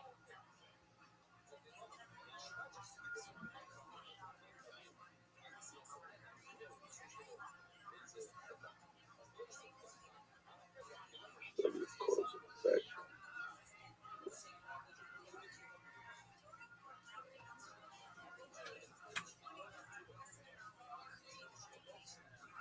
There's a Chabad Rabbi Maya Basara. He was a mathematical teacher.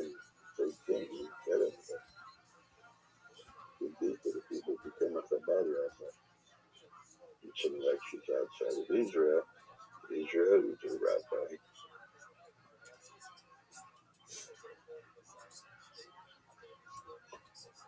The rabbi, people aren't interested. He just said whistle. He became known as a whistler. Great man like that with such great teachings. Whistler became known as a whistler. That's the level of thinking public is at.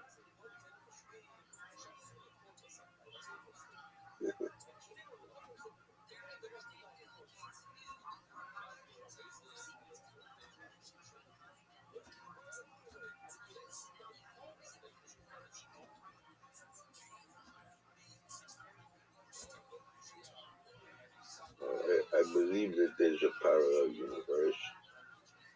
Like in this world, we think, oh, this is medicine. But in the other world, in another reality, is poison. Everything that we think we're doing in one world, in the other world, is the opposite. And it's a nature of reality. I mean, politically, we move to the right, it creates a void on the left, so we're creating an opposite equal reaction.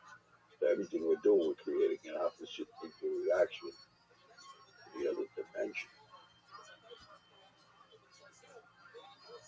This dimension, we take it on this other dimension. Materialism, spiritualism, right and left. This ism, that ism. There's schisms. You have a schism for creation. This ism produces this opposite complementary ism. Everything we do, opposite complementary reaction.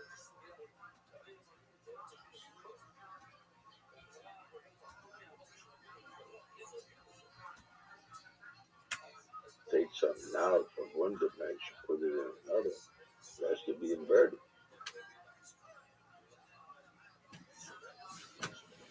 But the paradigm shift.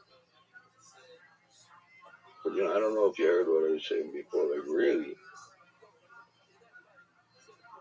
our leg is less a part of our body than the sun, the moon, the earth, the clusters of galaxies. How did the sages know? Thousands of years ago, there were 30 clusters, 30 galaxies to a galaxy cluster. I mean, they understood creation.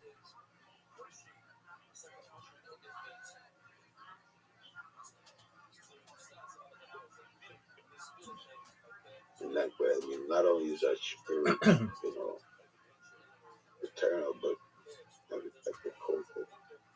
Also, I mean, we are these like stars. It's a unified field body.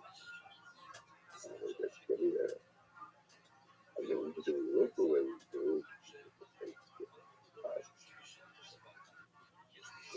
The eternal God with the potential to know God.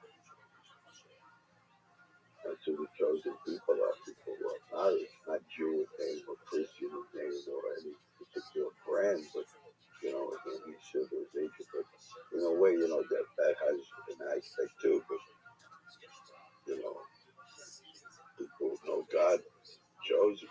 They said many are called, but few are chosen. Christians, I don't want to get through with the Christian apologetics, but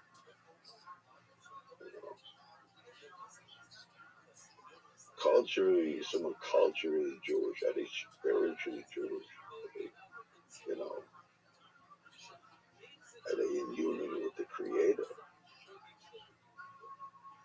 God, then every day is Shabbos. And that's the purpose of life, right? The ultimate purpose. Union with the Creator.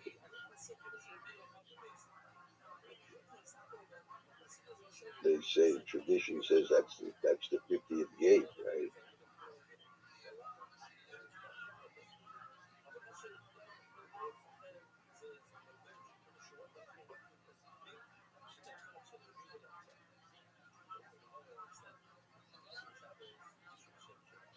I was wishing on my worst enemy to go through the fire. Shadrach, Meshach, and Abednego.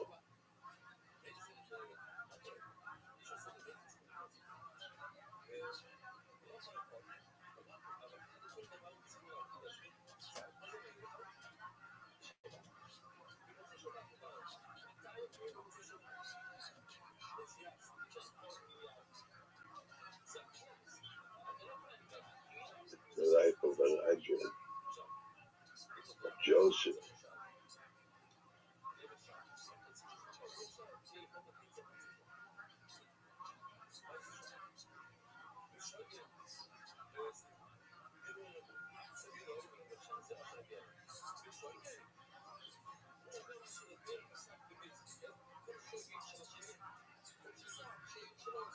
It's a triple Chinese curse or blessing. I don't know what it is.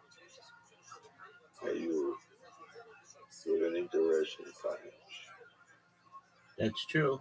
Are you stand before powerful men and may you get what you want? I hope it's a curse or blessing.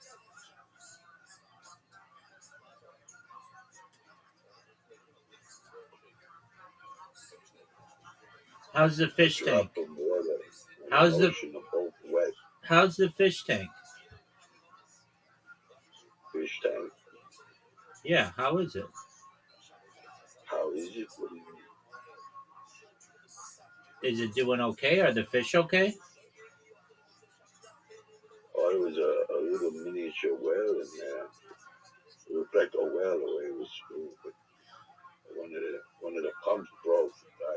There's a couple of clownfish in there. There's tropical fish. Yeah, they're doing okay. The fish is doing okay.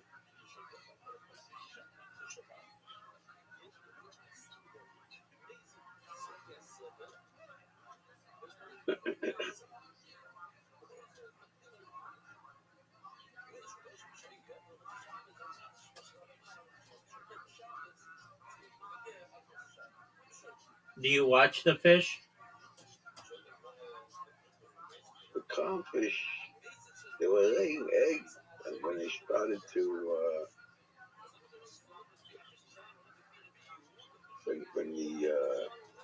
when they started to hatch, the other fish were eating them. They were fanning them. Clownfish, yeah, sometimes I watch them. Years ago, I used to watch an eagle. An eagle that I used to watch birds. You know, I grew up fishing. I know quite a bit about fishing. Like Huckleberry Finn when I know the whole industry of fishing. You know, help out on fishing boats. Tank, fire, got surfers. I got into different aspects of the industry, like the equipment, this kind of thing. I know, selling fish. I know quite a bit about fish. I used to watch birds. I used to look into animals' characteristics because, like Dr. Doolittle, the Bible was talking to me through the animals.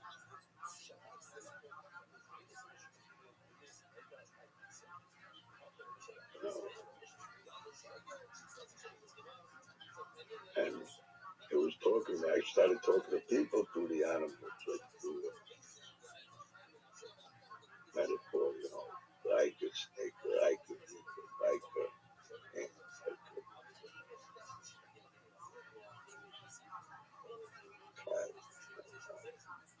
I noticed that, governments, animal symbols, military, religions, you know, it was kind of like a universal language. Plants, animals, numbers.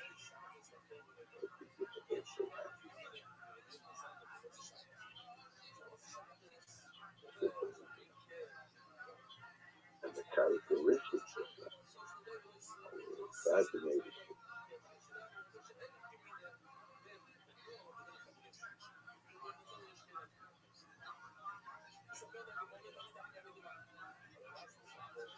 To watch the eagle, because there was a pond by my office. To watch the eagle fish. Watch the eagle. It was bothering me for a long time. This Proverbs, the way of an eagle in the air, a serpent upon a stone, ship in the heart of the sea, and a man and a woman. I got into sailing and aerodynamics too, of study Bible, Tanakh, you know, with symbolism bugged me till I understood. All around in my head, I was looking to like sailing, flying, birds.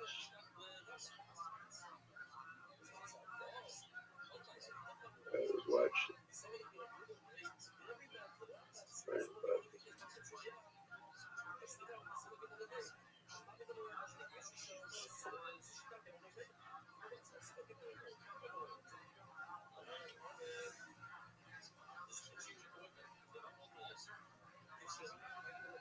it was lonely. Lonely.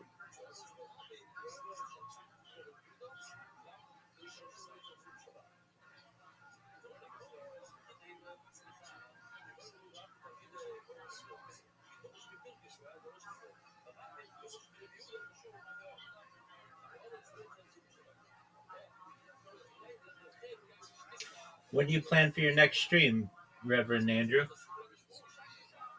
After I got my apologetics straight, you know, what's the point of streaming without getting my apologetics straight? You know what I mean? I mean, you could just talk about the news. You could talk about world events. You don't need the apologetics to discuss current affairs. What would be the point of that? To provide knowledge to viewers. Build up. To provide knowledge. A following so I can make a living. Look, nobody's gonna. Apologetics. You gotta start somewhere. You gotta start somewhere. Yeah, to decide what I want to do first. It has to be clear apologetic. Why don't you Remember you said for 50 years, Louis Farrakhan was consistent. Generally. Well, that's how it has to be consistent, you know. Okay, why don't you have an interview show just like Tony? Could I get a guy to bring anything valuable there without having something valuable to offer him? There are some people who just want the opportunity to have themselves recorded. It helps. Yeah, but they don't have they're not going to bring a lot of people, are they? Yes, they will. Hundreds of thousands. Oh, well then that would be good. Exactly, but if you don't start if you don't start interviewing, nobody's going to watch your interviews. Who that could bring hundreds of thousands of people is going to come for me to interview? The guy who Tony interviewed 2 days ago has over 100,000 people. He's a fitness person on YouTube. But that has nothing to do with what I want to do. Look, you gotta have a theme generally, and the religious theme nobody cares about. You're not going to get a lot of views from that, but from interviews you can get some views.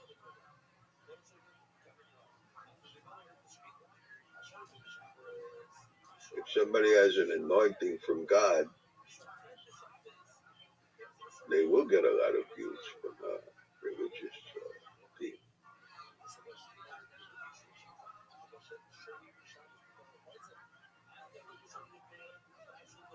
You win Sproles is wise.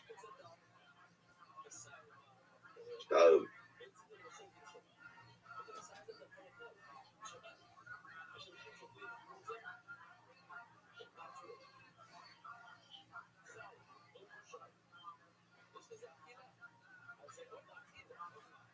If money don't come from God, there's a price to pay for it.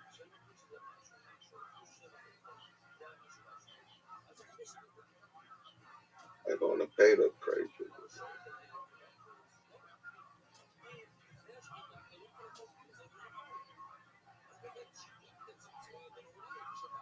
Who possesses a precious stone prospers by magic wherever they turn.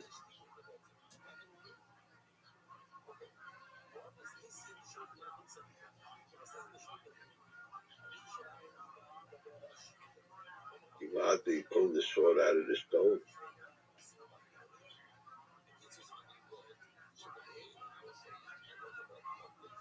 I want every word that comes out of the mouth of Hashem.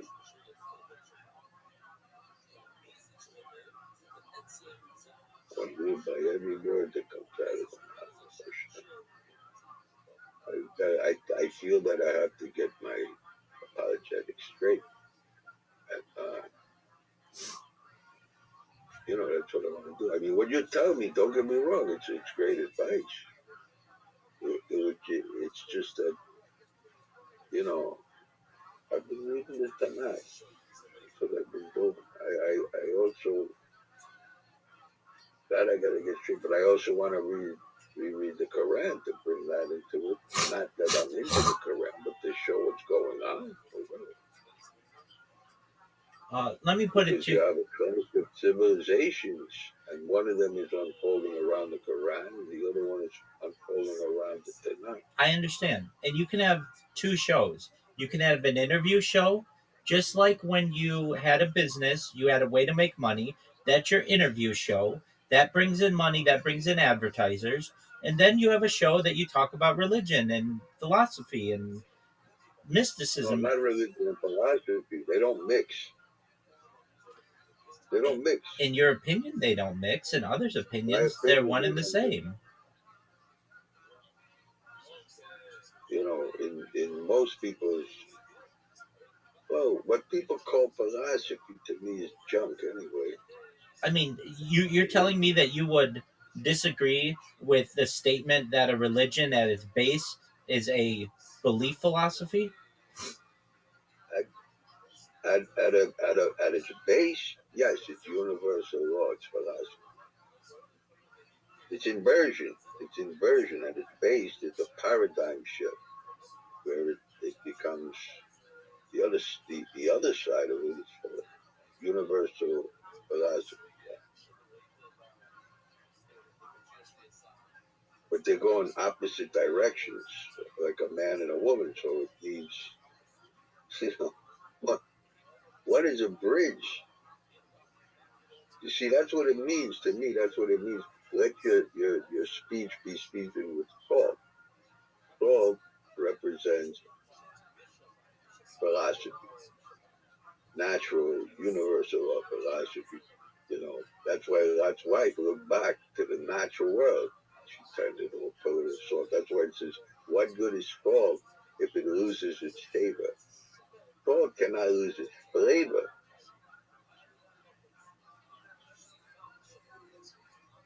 Can't lose its flavor. It'll be trampled under the foot of man. See, it's the overthrow nature of religion. It's the override nature. Philosophy, let's call it,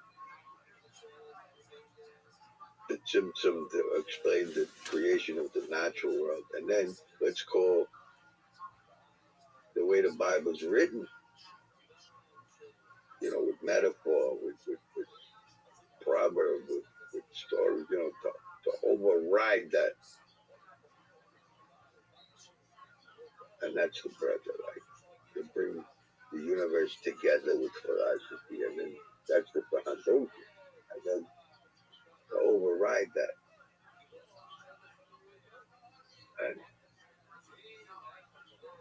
to invert it, it's the inversion of it. That's included in the philosophy, to use the metaphor, because it's like art and science are two sides of the same coin.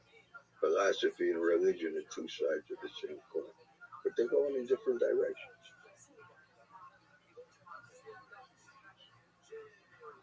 See how I'm thinking, but no, that would that's okay to have two separate projects. That's okay to interview people and have a religious podcast, with consistent theology, consistent, apologetic discourse, and because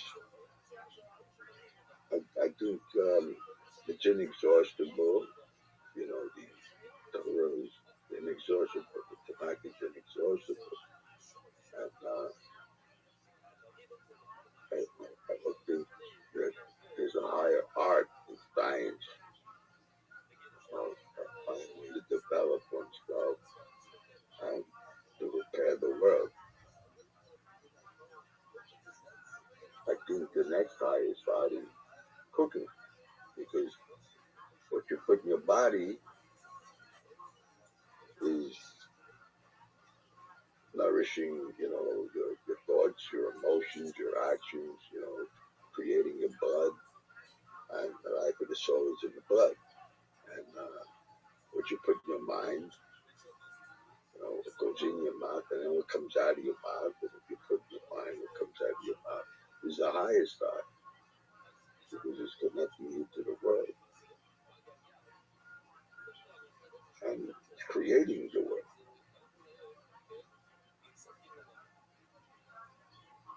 I think it's been said in our tradition that the righteous could create a world if they want to. I think that's the highest art that there is.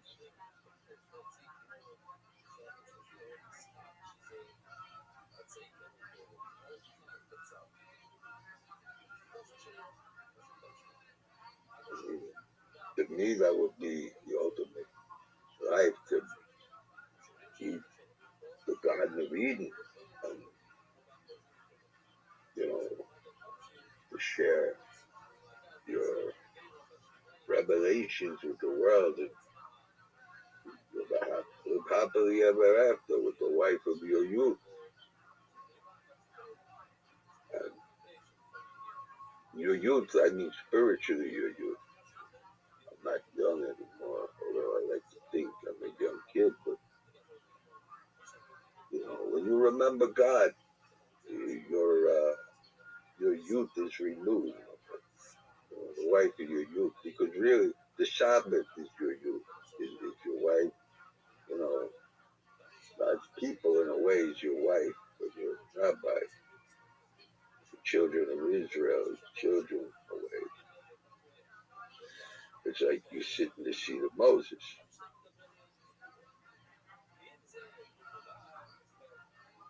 So preacher, rabbi, preacher even is the bride of Christ.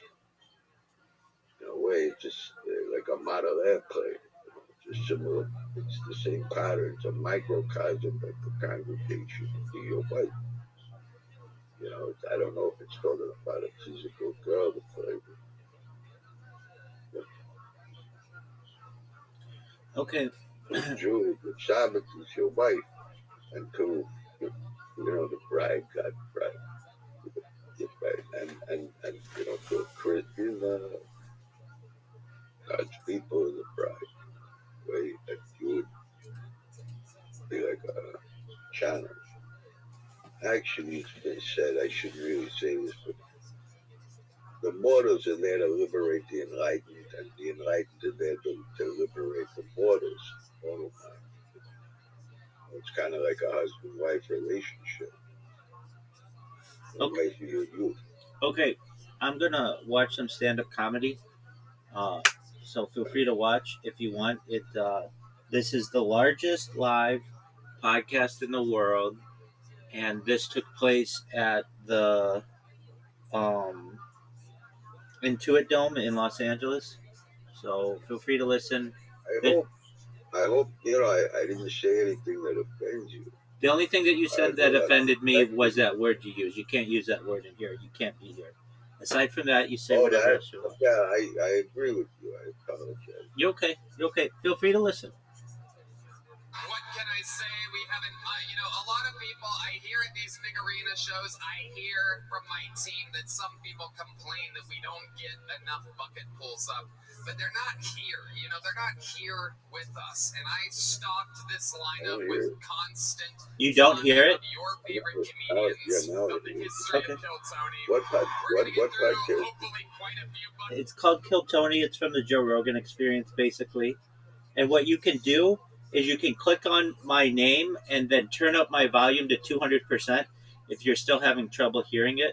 I can't guarantee it'll be all that funny because a lot of times people don't do well and they get booed. But it's basically an open mic, and this is an open mic in front of tens of thousands of people.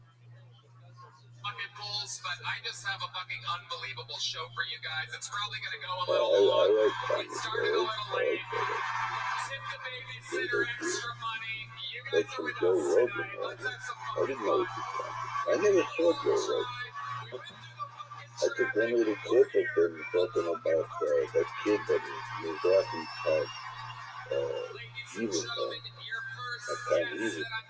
to the stage as one of the all-time greatest guests in the history of the show. He has the most watched Netflix special of the year. He is the biggest comedian in the world, ladies and gentlemen, the one and only Gabriel Iglesias. It seems like you just get lost in a crowd. Just listen.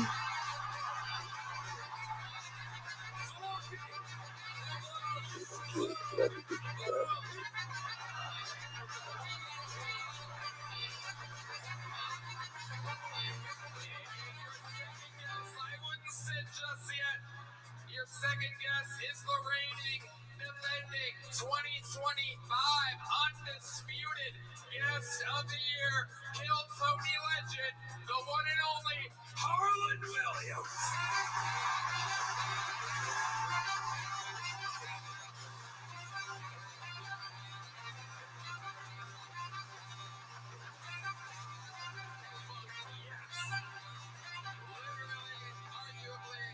Two greatest guests in the show's history, back here for a big return to Los Angeles, California.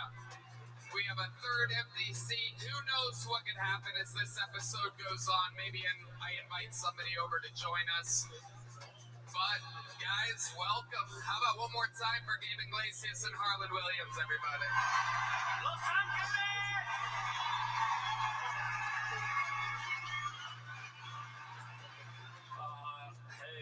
It's great to be here in Los Angeles, and wow, I did something a little special for this one, T-Bird. Oh yeah. I know there's a lot of Latinos here in Los Angeles. Where are you?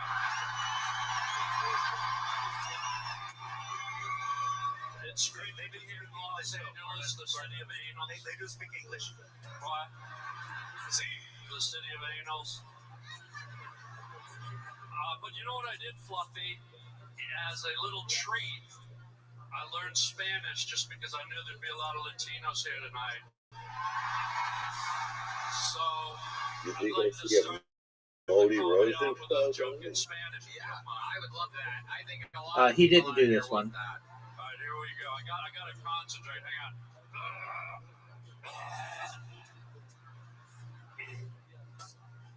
These three gringos walk into a bar. And you won't understand the rest. He will, but not you.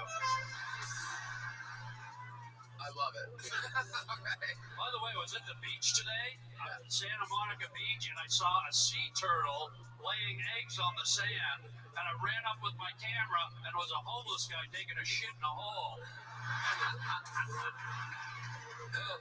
And I said, these three gringos walk into a bar. We're gonna have some fun tonight. Yeah. Let's get the party started. No reason to hesitate. You're two of the most unbelievable guests ever. We have two buckets here tonight. The Legends bucket has arrived for the first time ever to Los Angeles, California. It has made 4 appearances at Madison Square Garden, 1 appearance at the Moody Center in Austin, Texas. It's its first time here in LA. Welcome to Legends bucket, everybody. I think you're going to learn to love it. Over 250 people signed up earlier for the show. If I pull one of their names out of the bucket, they get 60 seconds uninterrupted. You know their time is up when you hear the sound of a kitten. That means they have to wrap it up then, or else they bring out the angry West Hollywood Bear. Yeah, we're back where the actual bear is. He's happy to get to be home and visit his family. When that bear happens, it rudely interrupts their set, and then I conduct an interview. We talk to them. A lot of them, obviously, almost none of them have ever performed in an arena this big, and that includes our regulars and golden ticket winners, maybe not the Legends, but it's pretty much the greatest night of everybody's lives, so let's all enjoy it together. The first guy I'm going to bring to the stage to get tonight's show started while we wrangle whoever this first bucket full is, ladies and gentlemen, is a regular on the show. He writes and performs a new minute every fucking week. Not easy to do. He's here to do it again. Make some noise for the former Dark Storm of Atlanta, Georgia, and now the Dark Storm of Austin, Texas. The one and only Dedrick Flynn, ladies and gentlemen. Ladies and gentlemen, there you have it.